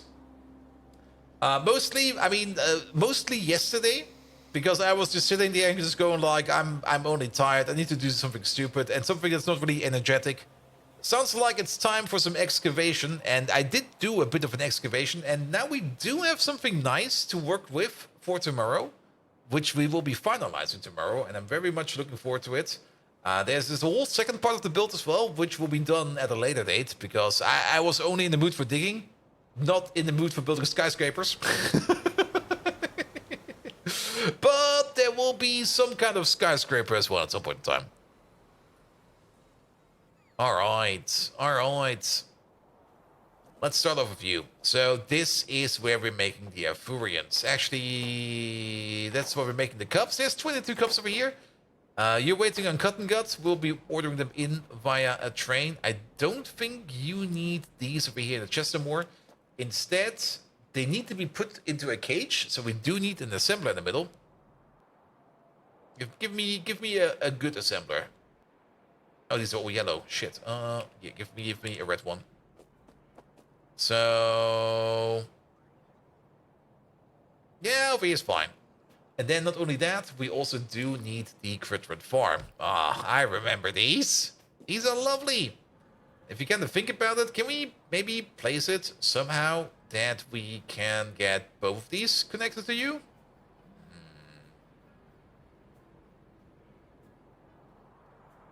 We could always use a belt.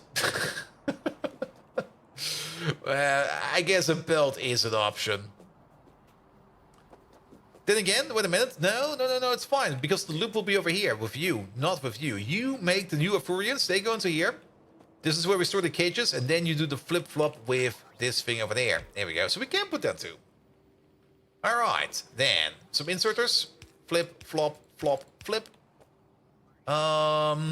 I don't even think we need to filter these in again for the output over there. We do need to filter this because we got multiple outputs over here. Do we need to filter it? Nah, it should already be set right away. Caged Arthurians. There we go. So you start putting them into a cage. You start putting them into there. You start putting them back. We might want to put in something like a buffer or something like that. 1, 2, 3.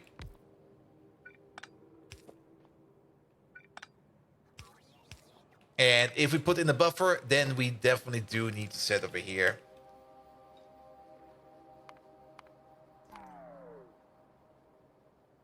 Ah, there's an A too much in there. Then we do need to set these as a whitelist. There we go, there we go. And then you just get like a simple buffer over there. There we go. We can actually put in just a requester chest over there and just order in some cages. Cage, please. We're making them in the mall, so we can't just order them in like this. And bring me like 100. 100 is fine. Then we're good over here. Then, very much important. 1, 2. Yeah, you can only fit 1. That's fine. Good. Then, we do also need ourselves a little... Where's that thing? We are just going to take you. Doesn't the Critron come in the cage? No, the Critron does not come in the cage. Also, how do we do you over there? We place you somewhere over here? Will that be fine? We can actually place you. We can place you right over here. It will be fine. Because then you go like this, that, and this. This is where we're making the new Critron. Over here, we are also just putting in like a little buffer. So that you can get your seed bags, and then everything else over here will be just done via airdrop. We should have more than enough fish flying around. And other stuff over here to feed this thing up. How much do you need actually per second in terms of soil? Do we got soil in storage? Yes. For now, we got 69 million soil in storage. We're just going to be running off whatever we have in storage. It'll be fine. Just bot it. Just Bing it or something like that. So you order in this. You order in that. Here we go. You don't need to order in this. You don't need to order in that. But you do probably want to order in, say, 500 of this. And maybe a couple hundred fish as well. Like something like 200. How many fish do we have in storage? Fish. Only 2,000. Which means we might actually do need something like a fish train over here. Now, the Critron over here, the Critron is going to be sitting over here.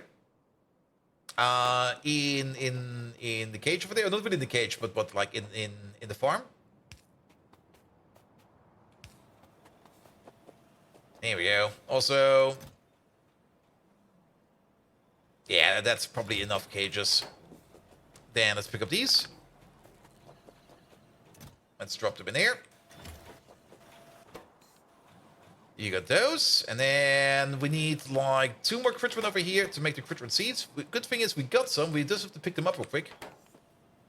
So let's fly back real quick and get our Critron. And then this is already the Critron cycle. I'm like, it always looks like way more complicated than it needs to be, but it'll be fine. And so are my bots. I mean, we got some soil in storage, and to be perfectly honest, we will most likely be rebuilding the Py3 build soon after. Or at least, we're gonna be rebuilding the Critron and the Arthurian build after. So it's not gonna be sitting there for long, and if we do, for whatever reason, run out of soil inside of a logistics system, good. Good. I'm happy. This is only the pre-production of the Critron? Yeah, this is... I mean, we need to start somewhere. And the first recipes we get for the Critron are all horrible. We actually need to be going even further. They're all kind of horrible. And we need to start somewhere. So it's only going to be for... it's... I mean, I say it's going to be for a while. But it's still going to probably be sitting around for like a couple hundred hours. But it's only going to be for a while, you know? And I like maybe only till Tuesday. Probably till Tuesday. Maybe Wednesday. When October's over.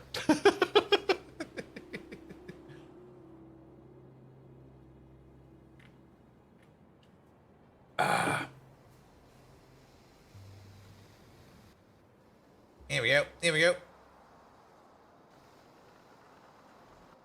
But yeah, like I said, this is only going to be the Critron production we need for the Negasium, which we need for the Py3 packs.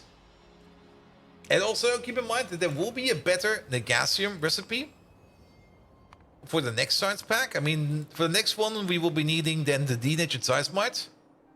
Okay, they still require critical cortexes. Never mind. But there is going to be an automatic rebuild or a desire to make a change for this coming in automatically. So it's fine. Also, yeah, pots do that over there, it'll be fine. Wednesday, which one? Which year? Every Wednesday, every year. Until the end of time. Until Doctor Who comes over and goes like, dude, what the fuck? Stop what you're doing. You're messing up the timeline. Get the fuck out of here. And then the Wednesday after that. Alright, put 2 in there. This will give us the seeds.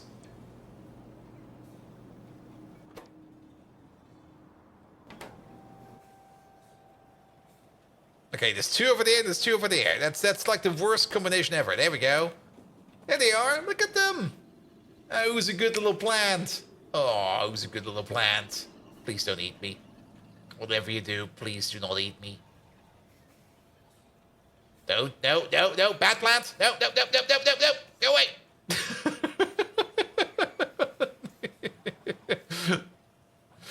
It's still such a silly plant.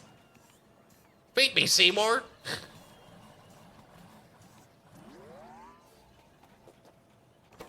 Alright, that's gonna take a while. What's the crafting speed, actually? Crafting speed is exactly of 1.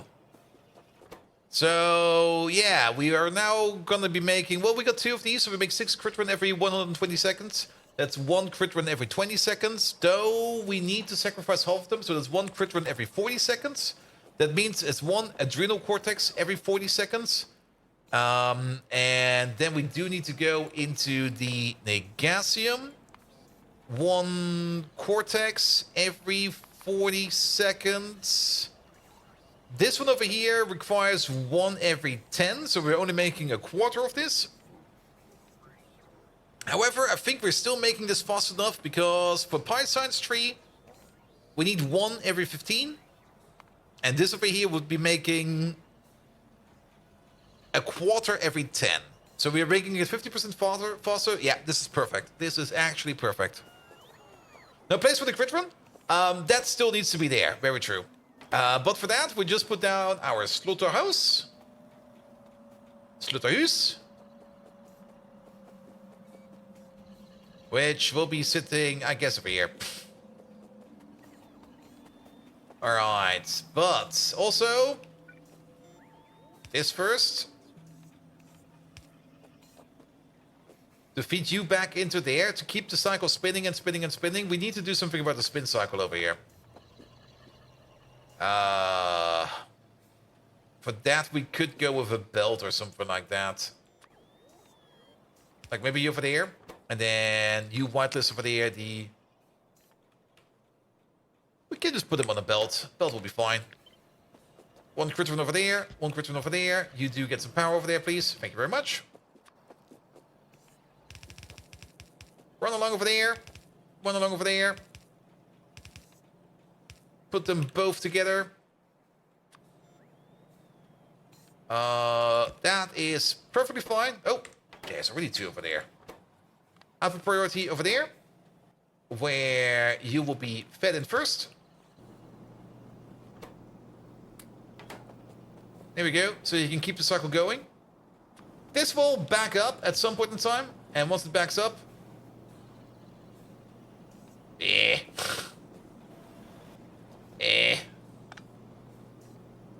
well, that's kind of shit. Can we just get rid of you real quick? Put you over there. Yeah, put the sword on there and put the fish in there.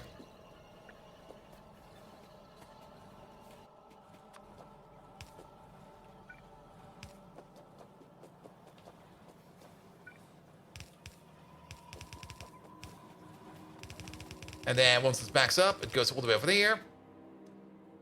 I don't really want to have a loader over here because I just don't want to be filling this thing over here with all the crit run. Just 1 is enough. And the only thing we get out of this is actually the adrenal cortex. Nothing else, nothing more. Good, good, good, good, good, good, good. So you then start butchering the cortexes out of them. Archcraft! Hi, how's progress? Well, you can see the progress right over here. We got some nice new plants. We still do need to make sure that you get the cotton guts, but the cotton guts over here will be coming in via train. So you don't need to worry about that. But we just got some initial crit run production over here into the initial crit run adrenal cortexes, which is one of the more complex parts of the Negasium. And then actually that is the most complex part of the Negasium. Everything else we have got available. And then the only part we still need to set up is the nanocrystalline cellulose over here, for which we need a nanomaterial machine. I'm kind of thinking if we could maybe set it up in a way that we can make this for other things as well. Because we do need the nanocrystalline cellulose also for things like the NAND matrix. It's part of silicon processing and basically part of nuclear power. We can turn it into biomass. All right. It's going to be part of the capacitor course at some point in time. The empty neuromorphic chips, the heavy metal ATPs, more Negasium and Zeismite. It's part of the antelope. The fucking antelope. And that's basically it. It does make a lot of sense to maybe make a somewhat proper build out of this. And we need two things for that. Cellulose and filtration media. Pressurized steam and boric acid we more or less have available over here. We could make it right over here. Then we don't need to press it in over there. We got this space over here. We can easily get the steam from over there and just put it into like an intermittent tank. We have the borics over here, which we can just turn into boric acid either over there or in here if you want to. Yeah, let's do that. And Professor Spieler, you gone now? Off to sleep? Wish me luck for your German exam tomorrow. Is that your final exam? I do hope it's your final exam. But Professor Spieler, congrats on hopefully getting your education done soon. And it will only get worse after that. Nah, mate, you're gonna be fine. You're gonna be fine. Great success for tomorrow. Or how did it go again? Break a leg and explode and think of Megatron or something like that. All the good things. Alright, alright, alright.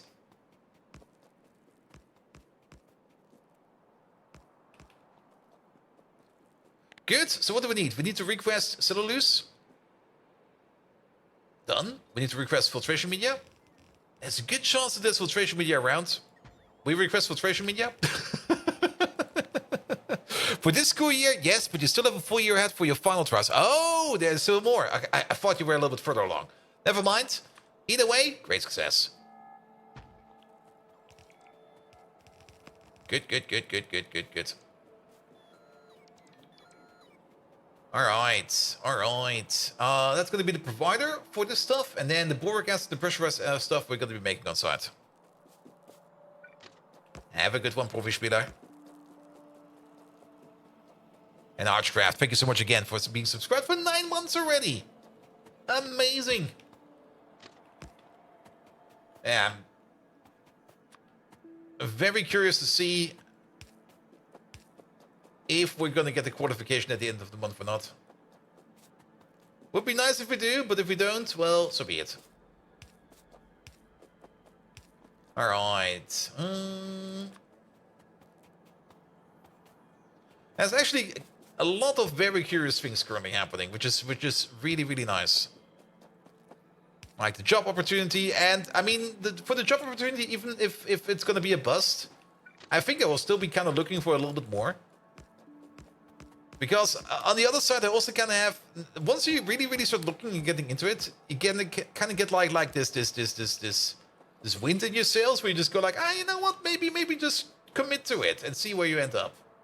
But then again, we will see. Here we go.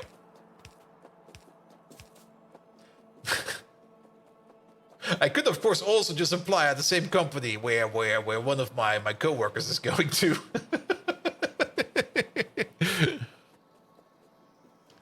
Now you have bored in your mind's eye saying that? Well, it could be worse. Bored could be in your house right now. and saying it straight to your face. There we go. Alright. So this will be the stations. This is where we're going to be making the stuff. I guess the boric acid we're going to be making over here. Boric acid is basically just deeper rain cooked in water. We used to have some over here. Do we still got like a boric acid making machine around here somewhere? There must be one around, right? I just could look up the recipes, but I just don't want to. I want to copy-paste something that exists. And for that, I need to remember where we were using some boric acid. Boric acid. Not over there, not over here. Not over there. Maybe over here? Definitely not over there. I swear the last 4 Factorio streams will just be finishing Py3. You're absolutely correct about that. Because we are getting way too distracted every damn time. And we start focusing on other things. And it's only like a couple crafts away, but then power, then squirrel, then talking about random other bullshit, then getting dissed by Megatron over and over again, talking too much to Megatron, and just not focusing it down. Also, Pizzator, thank you so much for the Prime sub. And look at that, there's the boric acid. Well, that's where we make the boric. We can't bring the deeper rain via train, but I don't want to. I'm just a little bit curious to see why the alert is not going off. There should be an alert. Nevertheless, Pizzator, thank you so much for your Prime sub. Alright. Let's look it up then. Boric acid. We don't really need a lot of boric acid. We need like 10 boric acid per second. Well, we're probably going to be running at crafting speed 24 or 30. So worst case scenario, we need 300 boric acid per second. One of these makes 250. If we supply you with some deeper rain. Deeper rain requires us to fuck around with hydrogen. We're ordering in the deeper rain via a train.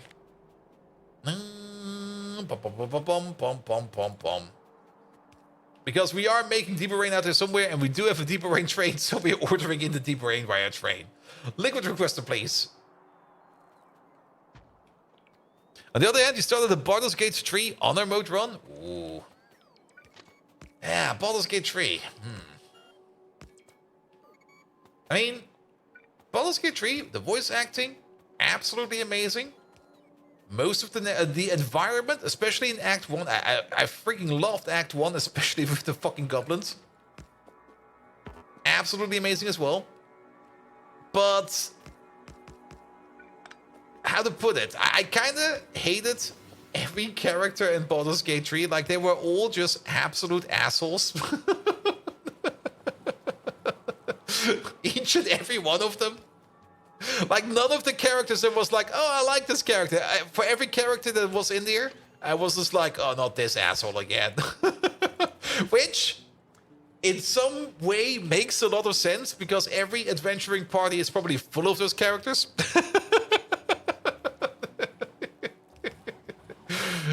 Because that is usually how things are. But yeah, most of the time I was just like, can we get the goblins back? The goblins were way more fun than any of my companions. And I'm still kind of pissed off that there was like no max level illusion spell in the game. Like when I finally got like to the max level, or level 6 I think was the highest you can get, not really max level. And there was no illusion spell, I was just like, oh, what the hell, man? Come on. just add something to it. But like not having anything on level 6 was just like, nah. Why do I even specialize this? I've got now an open slot with nothing. Alright. That's where the deeper rain will be coming in. We can definitely put you like right over there. This will be fine. You make some deeper rain. We just need like a little bit of water. Can we? Yeah, we can place you over there.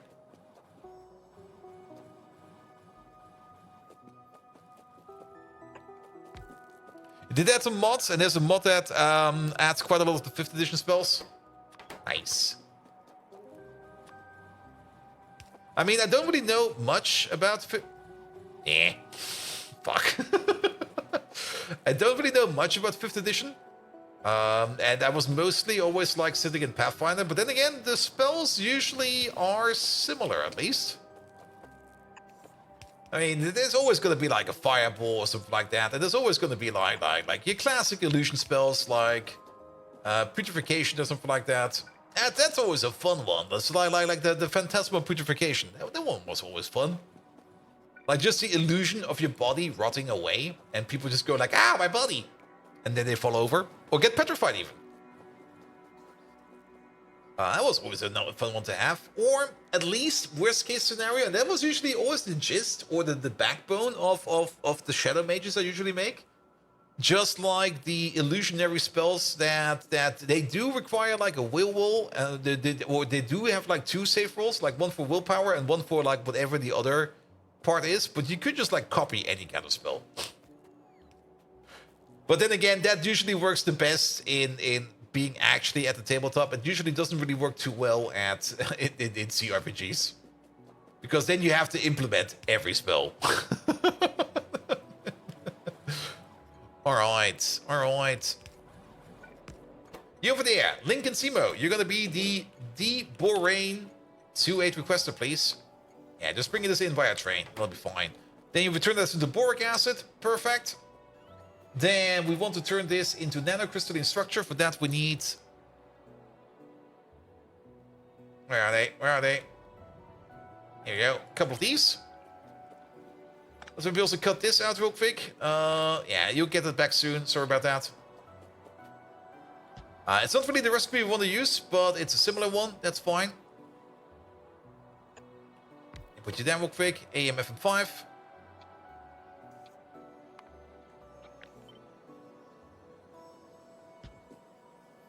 There we go. Pick them all up. And I guess we're just going to place like... Can we place them like right over here? Will this work? What do we need for inputs? Not that much, and it's mostly cellulose at the rate of 1 per second. Yeah, it will be fine over here. Like here over there. And here over there. There's some random landmines still around. Where did you come from? So, you over there. And you over there. Good. Alright, then we switch out the recipe over here. This one over there is going to be the provider, so everything goes into there. This over here is going to be the cellulose requester. We're going to have like 2 outputs over here, and we're going to have 2 outputs all the way over there, which then go all the way over here. I guess we split it beforehand. And just for symmetry, we do that over here as well. Nope. Megatron loves heavy metal music festivals. It's been a while since I went on one myself. I kind of miss it a bit. Because the best part about heavy metal music festivals is always like, you wake up, just go like, where the fuck am I? Then you open a can of beer, and then you don't really care anymore.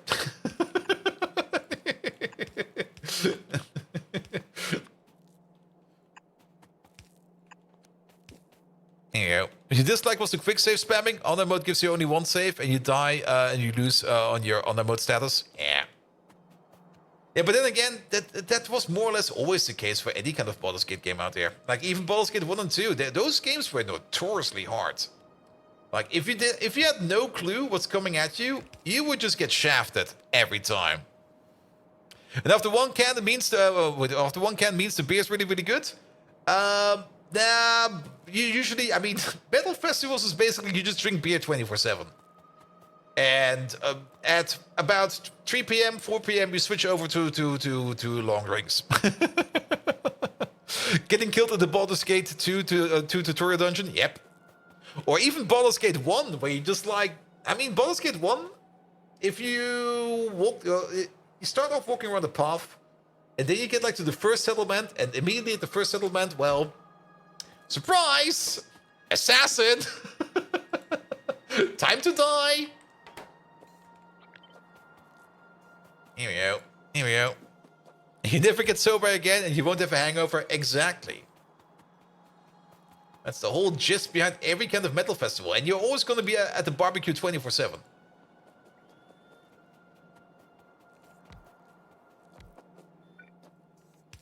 And if you think it gets any better in Baldur's Gate, no. Like, first town, first settlement, surprise assassin. Second town, or the second settlement you meet, or any settlement you meet. Hey, surprise, assassin again. Did you forget about me? I'm back. Stab.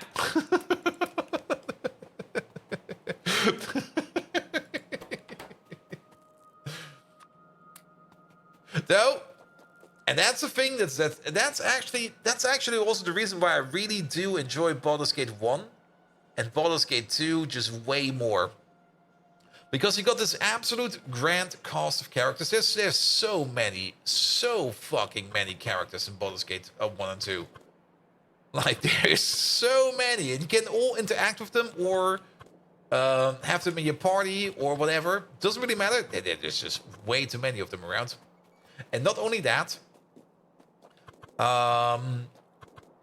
you can also pass over your save game from Baldur's Gate 1 to Baldur's Gate 2. And that's a mechanic that is, in my opinion, that just makes it so much better. Like the old mechanic of like just passing your save file around and actually getting something out of it.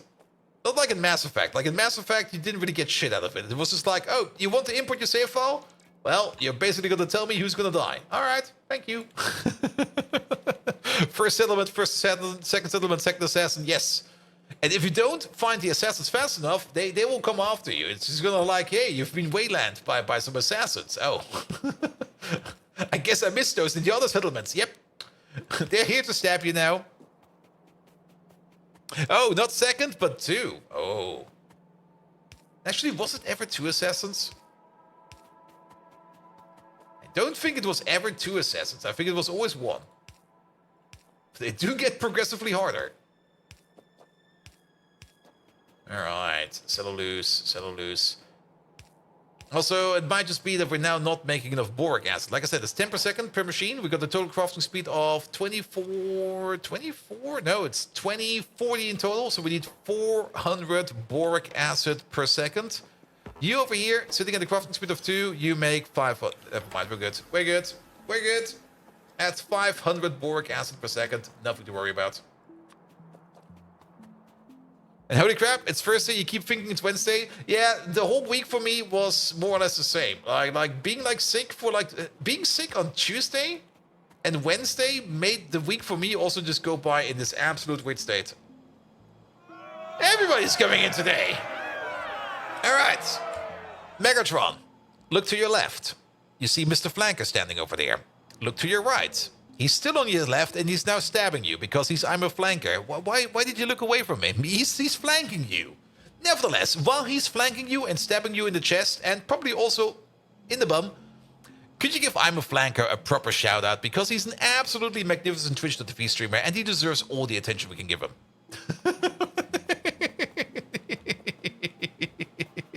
I'm a Flanker. Thank you so much for your lovely rate. And I'm not quite sure if you did some ready or not on Tuesday, but on Tuesday I was entirely out, man. Like I'm not quite sure what I had. The only thing I know, I had like some kind of fever, and that was more or less my entire Tuesday. Nothing too serious. I mean, I'm still here, as you can see. I have not passed away yet. Will probably never happen. But yeah, it was a bit of a weird fever. So. I'm a Flanker, the crater-brained slacker, known for his nonchalant stabs at my mighty steel casings as if he's tenderizing meat. I had more meaningful engagements with nondescript Autobot foot soldiers. But a shout-out he requests, a shout-out he shall have. Bow down to I'm a Flanker, pitiful allies. Watch as he stumbles upon the battlefield like a molted Furby, delivering untimely flanks with the tactical prowess of a misguided remote control car. His Twitch streams, you say? Like a crash on the side of a road, they're impossible not to watch. Just when you think it can't get any worse, something explodes. Truly spectacular. But watch your back, I'm a Flanker. The might of Megatron is unperturbed. And quicker than you can say, Decepticons, roll out! Your minor annoyance will be squashed! Now lead us to glory. Or at least some semblance of a challenge. For Flanker's amusement, I suppose. Decepticons, onward! And there you have it. Good, good, good, good, good, good, good. You expect to live forever? Maybe. I don't know. I mean, you never know. It might happen. It could just happen. You just sit there and you go like, all right, time to move on. And then, Dev is busy. He's doing something else. He's probably like watching too much anime again. Guys, if you don't know who I'm a Flank is, do check him out for yourself. He's an absolutely amazing content creator. Does a whole bunch of community games. Also, I think he's doing quite a bit of Crusader Kings 3 lately, because I always see my Steam notification going off that he's doing yet again something crazy in Crusader Kings 3. So do check him out, and make sure to leave him a follow, because he's amazing. And then just check him out. That's the only thing I have. Just check him out. Alright, alright. So it's more like bold stream with regards to the exploding bits. Yep, yep, yep. Don't look away from Flanker or he just headshots you like bold and ready or not. Yep. I really want to get back, or not really get back into play again a little bit more ready or not. But then again, let's see. Next week there's going to be some special stream. And not only that, we're also going to be doing GTFO again soon. Because there's going to be a very special GTFO opportunity. And GTFO is an absolutely amazing game, which we should be playing more often, but I need my weekends, man. But maybe I can shuffle out some time, because we do need to prepare for that special stream, because we need to be ready to play GTFO again. And also, I kind of have the feeling that I will be stuck with a very hard mission, but more details about that soon once I do know I can go for it. On GTFO again, when? Well, there's gonna be a training round, which we should probably also stream, because it's been a while. And then there's definitely going to be a special stream, but that's going to be like a very, very sneaky late night at an undisclosed time stream, because, well, yeah, like I said, I don't really can't put too much info about it yet, because nothing is set in stone yet. At least I think that's how it is. I'm actually still waiting on a response for that, but I guess the person responsible was not in today. Which is fine, which is fine. Alright, the only thing we're missing over here is some filtration media.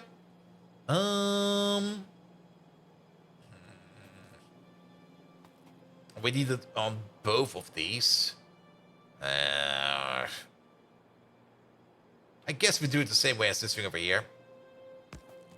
Like you over there, you over there. It feels a bit odd and stupid to do it like... Nah, that's really odd and stupid. To do it like this, but I guess we're gonna do it like this. So you over there. And then you all the way over there, copy paste you over.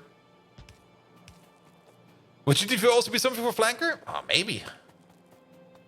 I'm a Flanker. Have you ever played GTFO? Did you ever thought about getting into it? Or do you trust that your co-players will always be headshotting you and you've already given up on it at the beginning?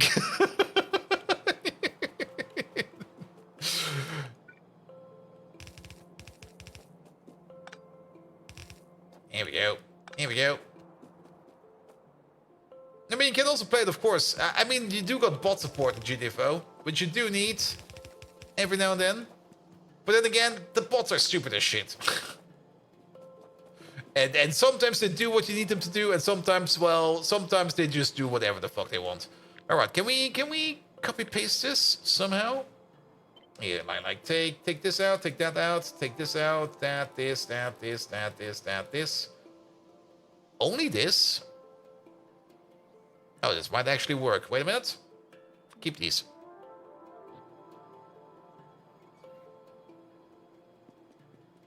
And then... And it will work most of it. There are a couple of parts we need to take care of, like this. That.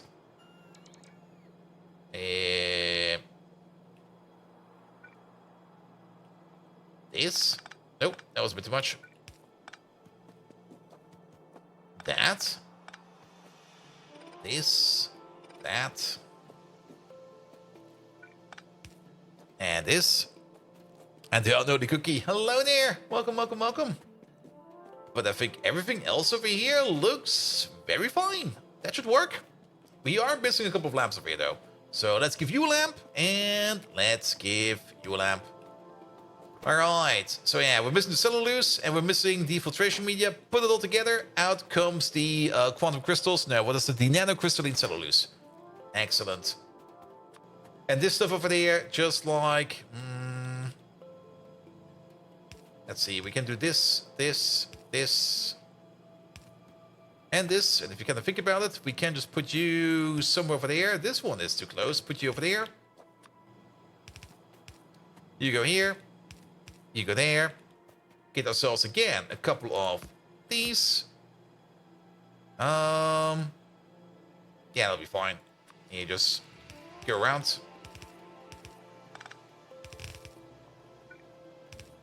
In.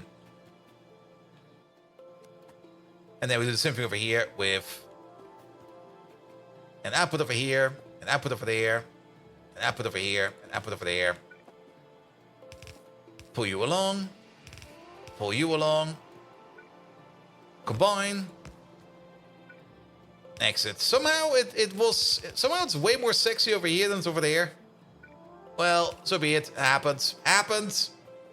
Alright, there's also still some inputs missing over here, but I guess bots are bringing it over. So you over there, Alexander Vallis. No, you are going to be cellulose 2.8 requester. Bring this stuff in, please. And you over there, you are going to be filtration media. 2.8 requester, please. And filtration media, we do have like 8 requesters, now 9, and only 1 provider. But trust me, that's going to be fine. Because filtration media is something that we do make quite a bit of. Like, we're doing the very good recipe over here for filtration media, and ever since then, we don't have any more issues over here with filtration media. Good. All in all, this over here is going to be making ourselves the blowtorch. No, the provider, please, of 2.8 anything. That'll be fine. And let's make sure that we put in over here the there it is, the nanocrystalline thingamabob. Good, that will be going in over there. Now, we need to get this stuff all the way over there. We could do that with bots. By the way, how's the critical loop over here? Oh, look at that. We already got a couple over there. Output full. And these are still running. Yes, these are still running. So the whole loop over here is perfectly fine. So it'll be fine. So, Bolt, you like Factorio, so you like things being neat and also probably use the calculator a bit, making things somewhat optimal, and I want to mess up your day. What? Have you watched me play Factorio at all? Things that are neat, optimally calculated, or even remotely using a calculator power gate? Yeah. I do kind of want to focus on Pi Science 3 right now, and I don't want to fuck around with a power gate. We're gonna be fine. Perfect description for the normal Factorio player. Total miss for Bolt. Yep. I mean, the only one who's gaining anything from things looking neat is whoever is working on it. But to be perfectly honest, things don't need to be neat. Things need to be working. You can always make it neat afterwards. That's usually part of the process. I mean, even if you're working with, if you're working like in the computer science industry, and you have like, and you're doing like an agile model, usually it starts off with something like a minimal viable prototype, and that thing is going to be butt ugly. Like the implementation of the minimal viable prototype is always going to be something like, yeah, we basically banked on this thing as long as we could until it worked. This is how it could look like. And then you go like, ah, that's nice, it works already. Can I buy that? And you go like, no. You cannot buy this thing. This abomination is not for sale. You can already look at it. You can already use it. You can already feel how it's going to be in the future. But this abomination is ours. We're not selling it. However, we are selling the time that you can put in so that we can make this abomination into a true abhorrent abomination, and then we will sell it. But if you open up the Windows calculator and you look at where 8 and 9 buttons intersect and the buttons above, you can see a little signal are off by 1 pixel. I know about that one. There's one issue. I don't have the Windows calculator. It doesn't exist in my operating system. And the MVP will be butt ugly and none of its issues will be fixed once it's sellable. Yep. But that's the part we don't tell them. All right. Yeah, that's working. I don't use Windows? No. I haven't used the Windows system in at least 10 years. Or at least I hadn't had the Windows system installed on one of my personal PCs or work PCs. I do occasionally use a Windows PC, mostly because, well, you can't always get what you demand. Sadly. But every system I do manage and maintain myself, that's all Linux boxes, each and every one of them.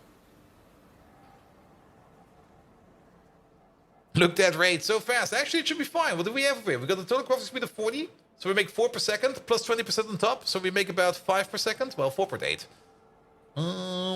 So that's that part. All right, 4.8 per second. I'm a little bit concerned about the bio-ore over here. We definitely made bio-ore, and I would have thought that... Oh, we're back up on Monday sludge. That's fine, that's fine. We got a solution for that. And yeah, the voiding policy is more or less entirely out the window. I do like recycling. I still want to do recycling as much as we can, but it also costs UPS. So there we go. Alright. So we're making Critrin over there, Critrin Juno Cortex over there, and then the Gasium is going to be the final part. We do need blood. I think we got blood over here, don't we? Wait a minute. Do we need blood? We need artificial... We need arthropod blood over here for part of these builds. Chemical science over here does not require blood.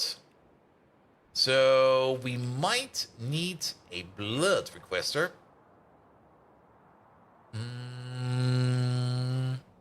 Alright.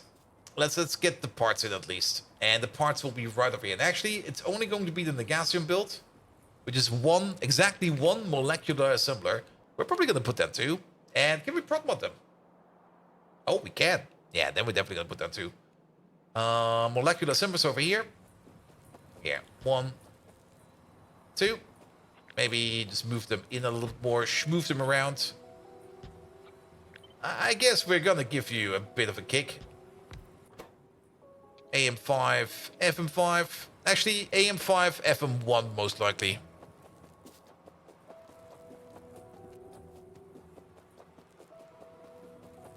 That's the main thing. You really struggled when you tried this mod pack. You just keep weird for just voiding so much stuff, gas and fluid. Yeah, you should not really do that if you can prevent it. I do understand that sometimes it's just easier to void stuff, to not worry about it.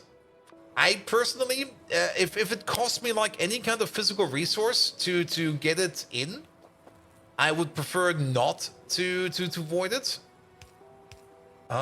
Because then you would be literally wasting resources. But then again,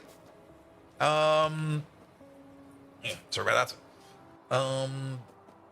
Just because of something only costs power to make does not mean we're wasting does not mean we're not wasting resources. But the amount of resources you usually waste is some kind of very minimal subset. But yeah, I would always like to recycle things because recycling is actually a lot of fun. I like getting more stuff about you, getting more stuff out of your stuff is always great. It's always enjoyable. All right, the Negasium, bum, bum, bum, bum. Here we go. And we only get the 10% bonus over here, but that is fine. Then copy, paste you over. Let's start ordering up a little bit more over here, like 200 of these.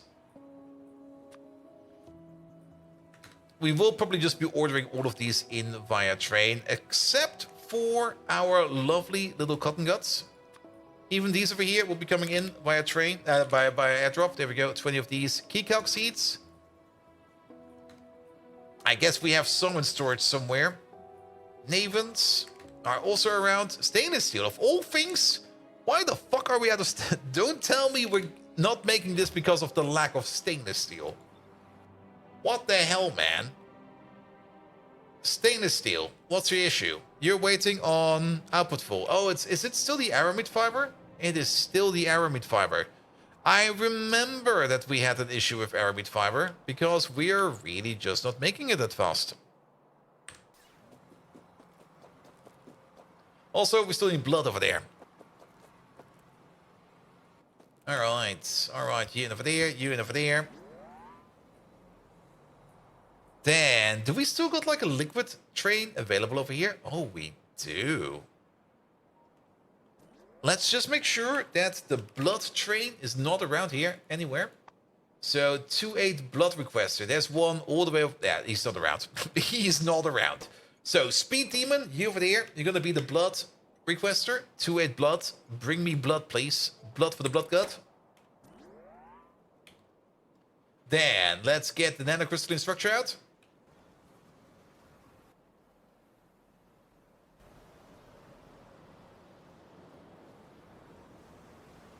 And when you got the trains, you get to central locations, and you could send some of the stuff to turn into useful stuff again.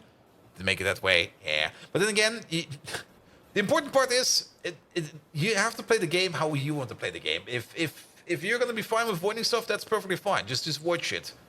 And me trying not to avoid stuff is definitely making things more complicated, and is definitely also causing our game to progress slower. And that's just how that goes. I mean, there's nothing much to say about that. And Maniac, thank you so much for being here today. Have an amazing night. Until next time. Alright, that's where the nanocrystalline cellulose is coming from. Some random bots can pick up that, please. Then we connect with the blood pipe so that we can make the negasium over here. Only thing that's missing is the little gerbils. The gerbils at this moment in time are only being processed over there with this gerbil processor. We're definitely not importing any of the gerbils over here. I wasn't a fan of avoiding things though, but you struggled making good setups and had to make belt offshots to deal with the leftovers. Yeah, it also does take a bit of experience in Pi to know what are good recipes for avoiding stuff, or what are good things to sink stuff into. And to be perfectly honest, there's not always a good solution for any liquid out there. For example, for most of the liquids that have like a burn value, there's still not really any good universal sink to burn it into. For example, if you have bio oil, for example, or crucilic acid, not crucilic acid, actually light oil and heavy oil is probably the best example.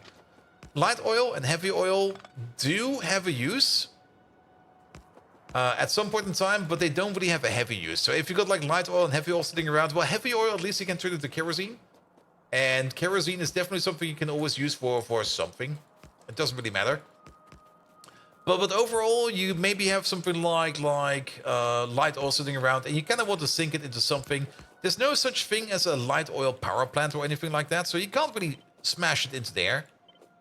And there's no such thing as... Oh, that's why. Need to be over there.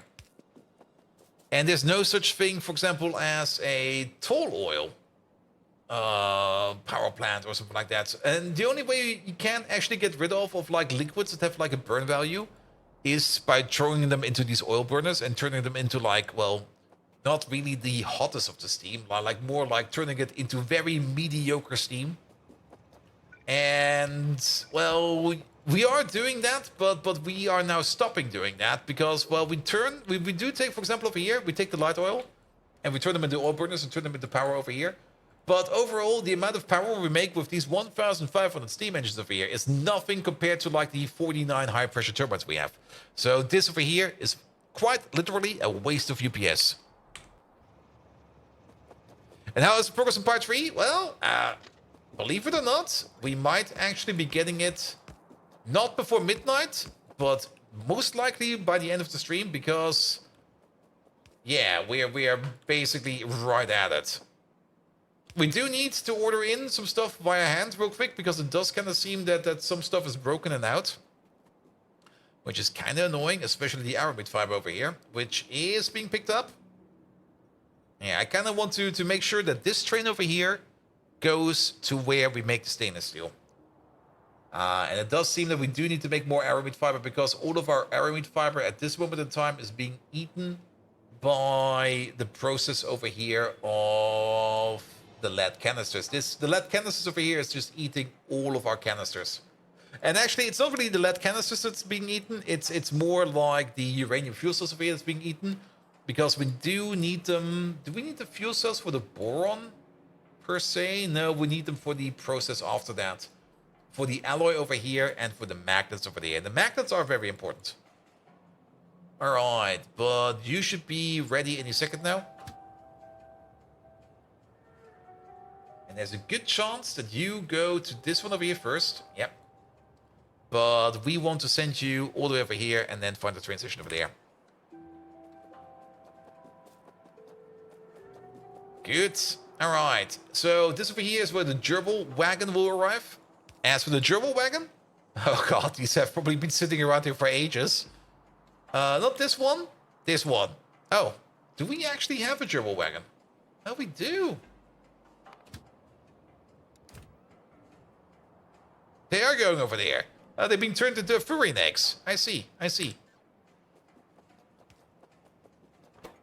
Alright, you over there. Not gerbils. This is going to be the Cotton Gut 2.8 requester. But we do need to open up the Cotton Gut 2.8 requester over here. And we're just going to order up a couple. Like, just remove the train limit over there. Train should come over right away. And then we're just going to manually send them over here. You think that's a different one? I think not. I'm pretty sure this is the correct one. I mean, there are two different cotton guts. You are very correct about that. But we do need the actual cotton guts over here. And not the cotton gut studs. The cotton gut studs are the ones that are the modules. And the actual cotton guts are the ones that go into there. Oh, shit. Isn't there a combustion engine power plant? Or was it a different mod? That's definitely a different mod. The combustion engine power plant, I think, is from Bob Mods. If I remember it correctly. And K2 has a gas power plant? Yep. K2 has a gasoline power plant. That weird thing that does things. It was already weird in K2. Yeah, just putting gasoline and it's making power.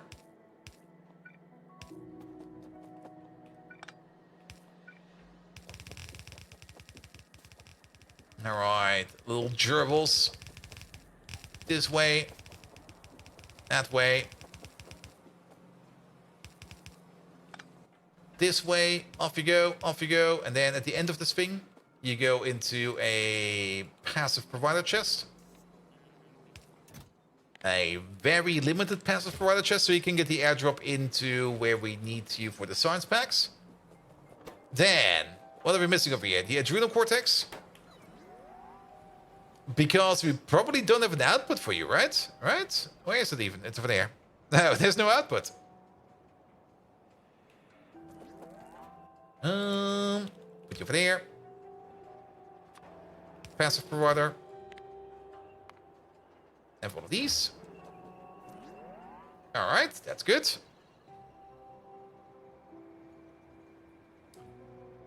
Alright, so you'll be getting the adrenal cortex over here soon. And then the only thing that's missing over here is the blood and the stainless steel. And of course, maybe the output over here. As for the output, 1, 2, 3.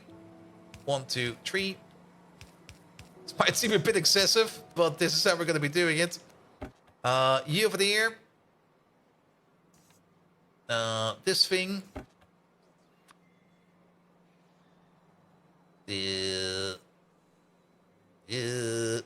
That thing. This thing. Copy, paste, copy, paste, copy, paste. Passive providers. Just connect the blood, and we're good to go.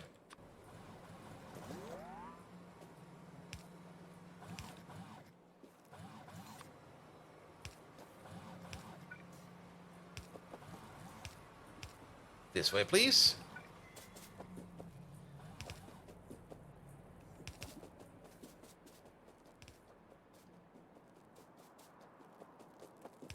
And we might also need to find ourselves some stainless steel, which we can steal for a second. But that's fine.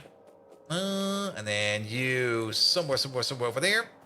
Here is the blood. We also do need power connection over there. And the power connection over there, so that we can push you out over there. Up you go. Perfect placement. That's going to be the blood. And then the gerbils. Oi, you.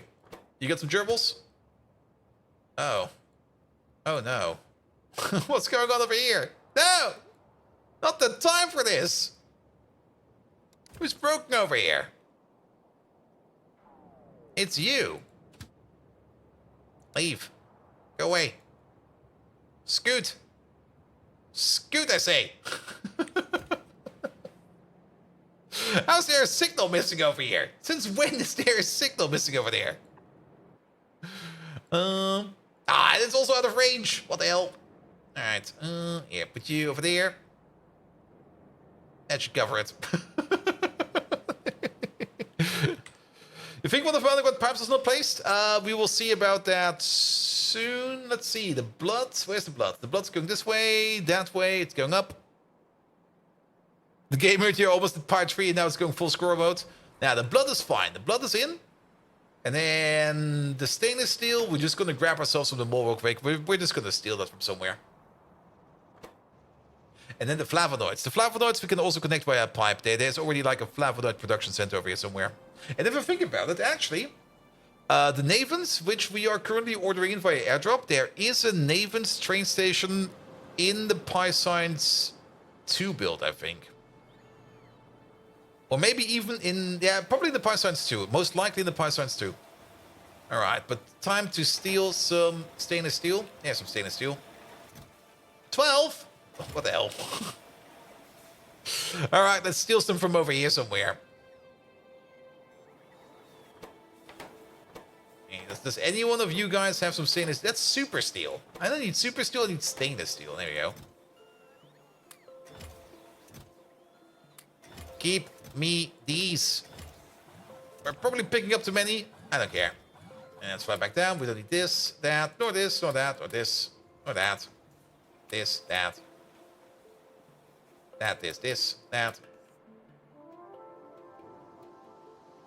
Yeah, the flavonoids. The flavonoids are part, I think, of Py 2, and that also kind of makes sense that they're probably also in Py 3. There we go. This is where we make the flavonoids. And there's like 3,000 flavonoids in here. We don't really need flavonoids that often. But nevertheless, upgrade. Can we put prot mods in there? We can put prot mods in there. So, be a bit more productive. Yeah, that was probably not the best choice. There you go. You over there, AM-FM5. Make sure that you are running a little bit faster.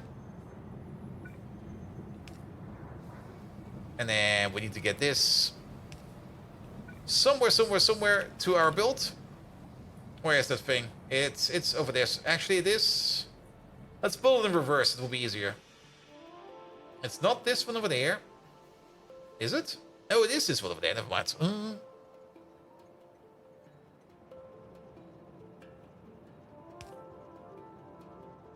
Oh, what the hell? Rotate. Gyrate, please.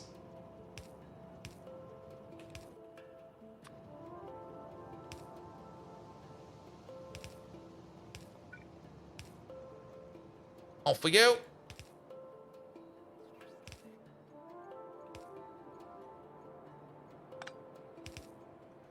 All right, where is that pipe? It's over there. I see it.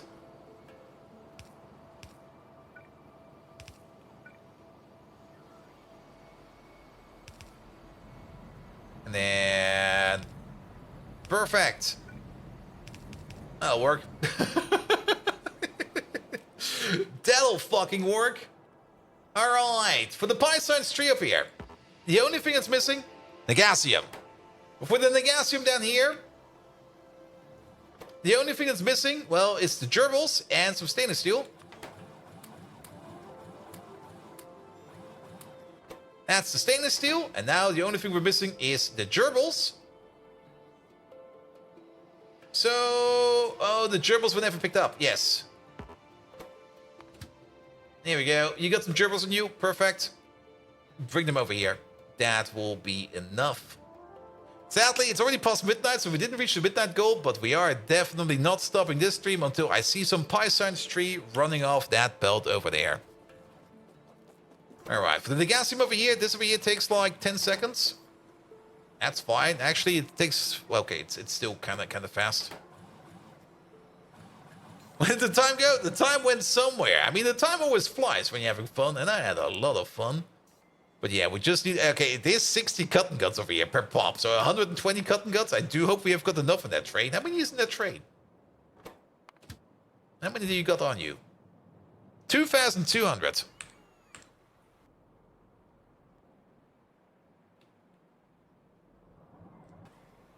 Which belt? This belt. So you need to put in 60 every 6 per second. All right. So 12 per second in total. I hope this one is fast enough. And yes, the Navens. Oh no, it's Yadels that we have over here, not Navens. I thought we had Navens over here, but it's Yadels. Never mind. I don't think we got Navens over here. But that's fine. That's fine.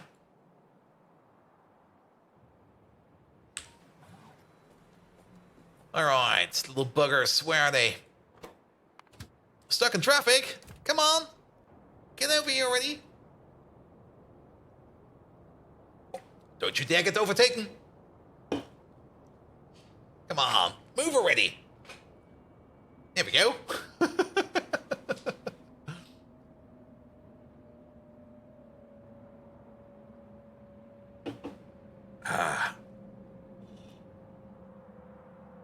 Alright. Yeah, this part over here also needs to be turned into better two-way track.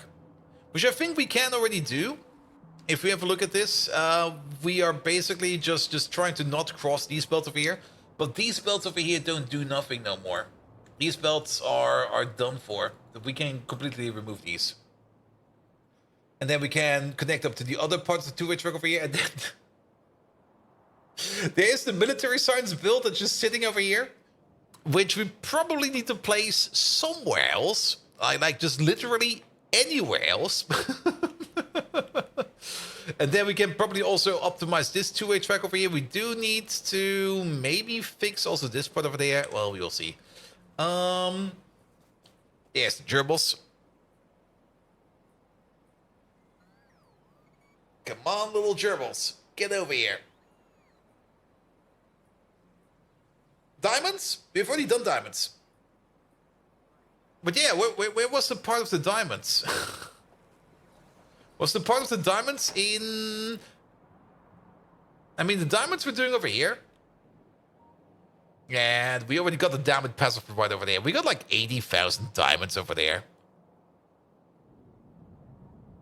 There we go. That's our diamond build. And I'm actually also very happy with our diamond build over here. That we came to the conclusion that it probably makes the most sense over here to do some of the kimberlite processing before we send it over. Also, is this not beaconized? This is not even beaconized. What the hell, man? But like we mine our kimberlite over here and we do some pre-processing over here so that we get all the way up to kimberlite grade 3. Here we go. No, it's still lifting up, filling up. Still going, still going. Here we go.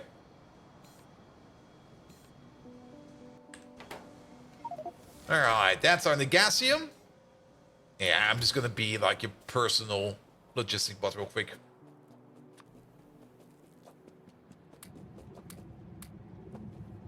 There we go. There we go.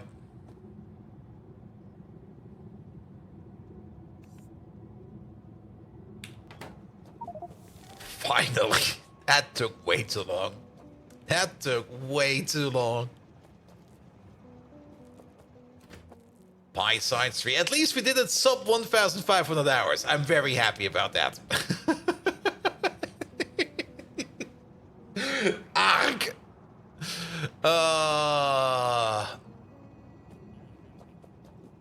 1,500 hours. So, what's next? We don't even have the next science pack. The next science pack is going to be... Is the next science pack already production science? Let's have a gander. Let's have a gander. Yeah, next one's going to be production science. So what do we need for production science? Coated containers, which is something... That's also one of the reasons why I kind of wanted to wait on nuclear power for a bit. Because coated containers is also part of production science. So at the latest, at this stage over here, we do need to automate the coated container production, or at least have it up to a rate that we can use it for science. So that's going to be good. Super steel, we already did that. Special small parts, we're not doing that yet, but special small parts is not too complicated. Alien enzymes. Oh boy, that's all of this shit. It's basically, we're gonna get access to a whole bunch of new creatures, process them. Control units. Blue circuits, all right. Nuclear samples, we're already doing that. And then the gadolinium metal, which is made out of cobalt extract and gadolinium oxide. Gadolinium oxide comes from glassware, impure gadolinium, and aromatics. Impure gadolinium comes from crystallized, comes from ammonium chloride with gadolinium stripped solution. That comes from gadolinium crystal and acid strip solution. The crystals come from coke and gadolinium oxalate, or comes from zemic processing, or comes from zemic processing, or comes from zemic processing, so we can turn some zemics over there into the stuff as well.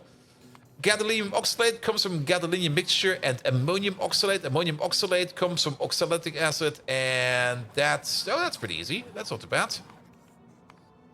Gadolinium mixture over here is rare earth pulp stage 3. Comes out of rare earth pulp stage 2. No, rare earth precipitate stage 2. Comes out of rare earth pulp stage 2. Comes out of the precipitate stage 1. Comes out of the pulp stage 1. Comes out of rare earth dust. Comes out of rare earth powder. Comes out of rare earth ore. Oh boy. Oh boy. Oh boy. And you were supposed to be done with this some 300 hours ago? Yeah, but we got sidetracked, I think. Let's have a look. Pi 1. Where was Pi? Pi Science 1 was done 42 hours in. Pi Science 3 over there. Where's Pi Science 2? There we go. Pi Science 2 was done 500 hours and 450 hours. It took us like 1,000 hours.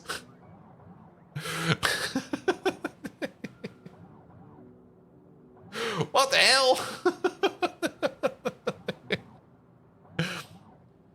And we're technically not completely done yet. We could still do helium processing over here and the advanced castings and the glass core. The glass core build is down. We just never got to it. And then production science over here is all of this.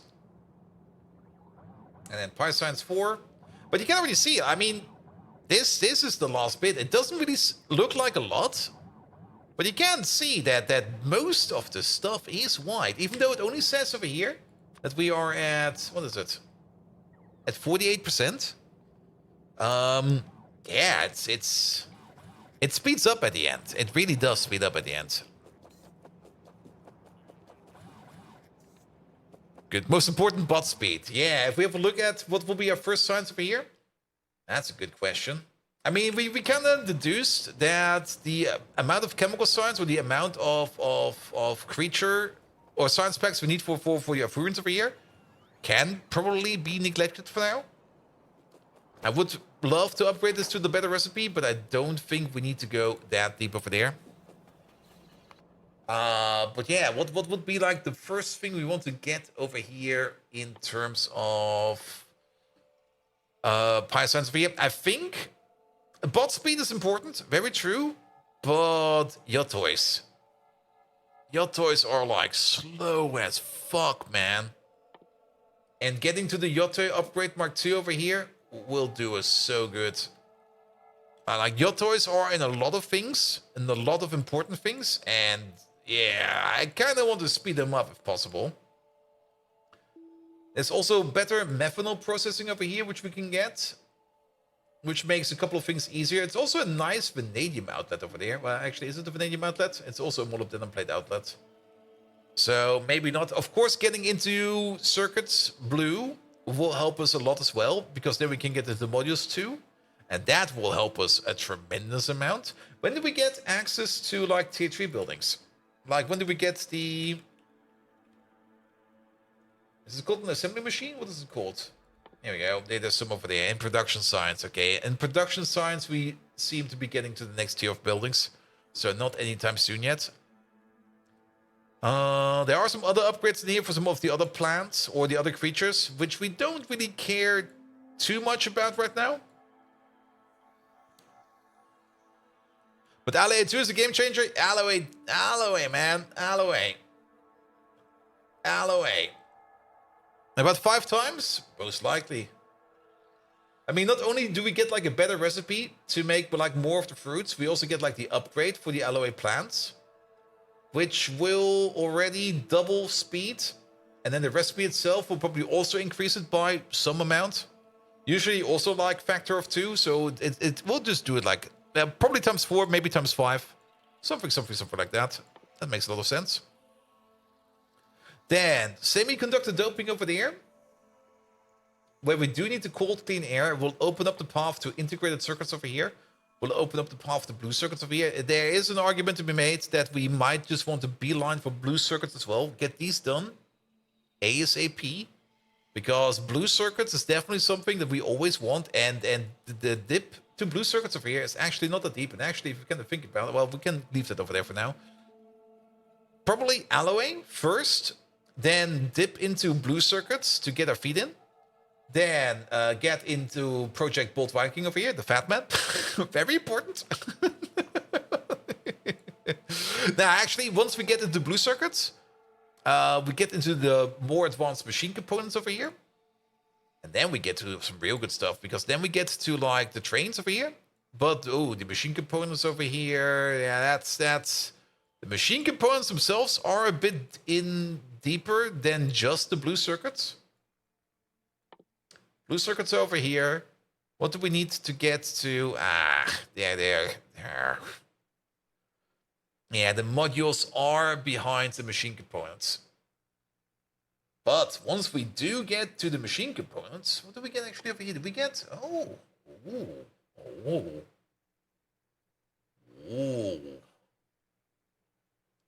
We do get power plants Mark III already?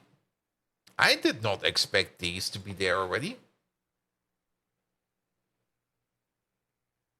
Yeah, maybe getting into circuits, into modules, into the more advanced power plants. But there are some things hidden in here, like the erbium processing is in here. Low density structures is in here. Bio batteries is in here, which we probably all need for this entire process. Not all of them, not too bad to do. We do need to research solar power. I was kind of hoping I could skip that.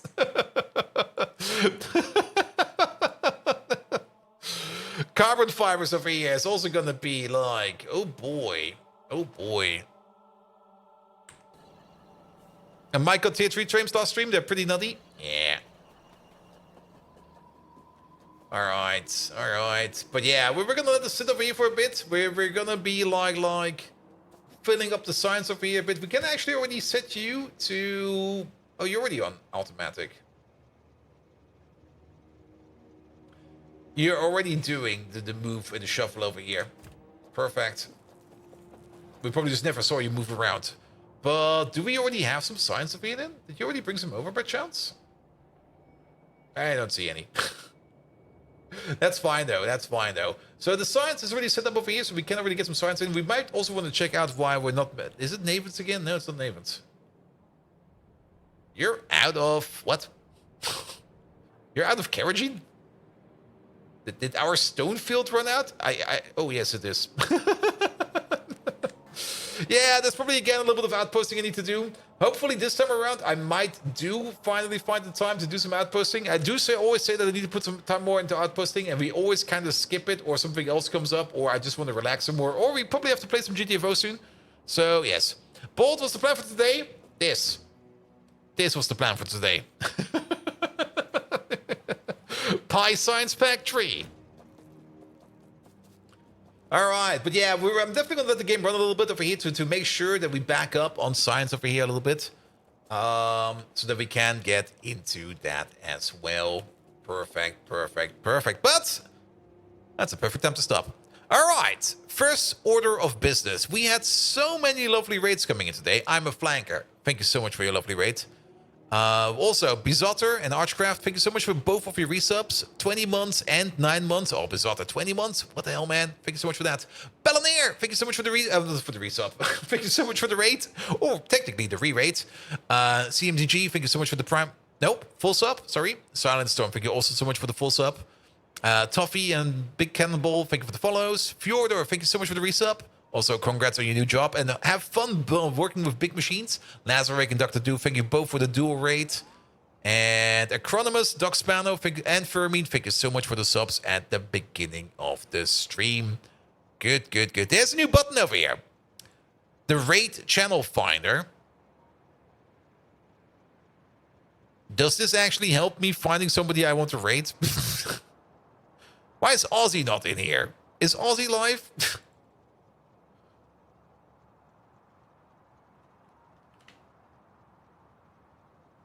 Ozzy is live and he's not showing up in my raid channel finder.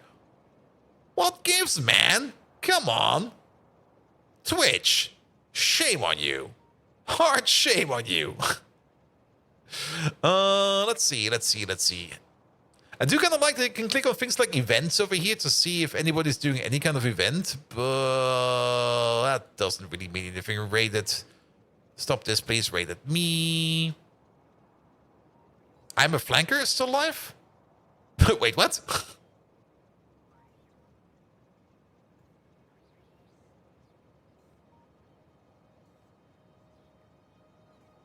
No, he's not. You know what? It's a silly tool. Let's raid Aussie Nuts. There we go. Flanker is always live. Flanker is always live. That's very true. But he still shows up as live on my raid tool, but he's definitely offline. We're going over to Aussie Nuts because Aussie Nuts is absolutely amazing. Thank you so much again for the day. Sorry about being off the last 2 days. Well, can't really do much about getting sick. Well, that's usually how that goes. But I'm better now.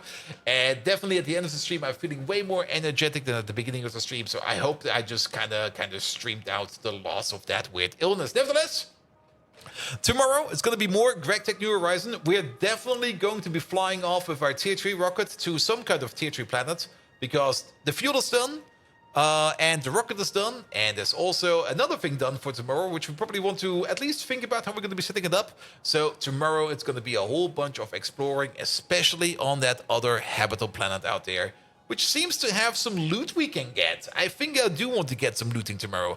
Nevertheless, have an amazing rest of the evening. Have fun with Aussie Nuts. If not, see you tomorrow. If not, well, see you again soon. Good night.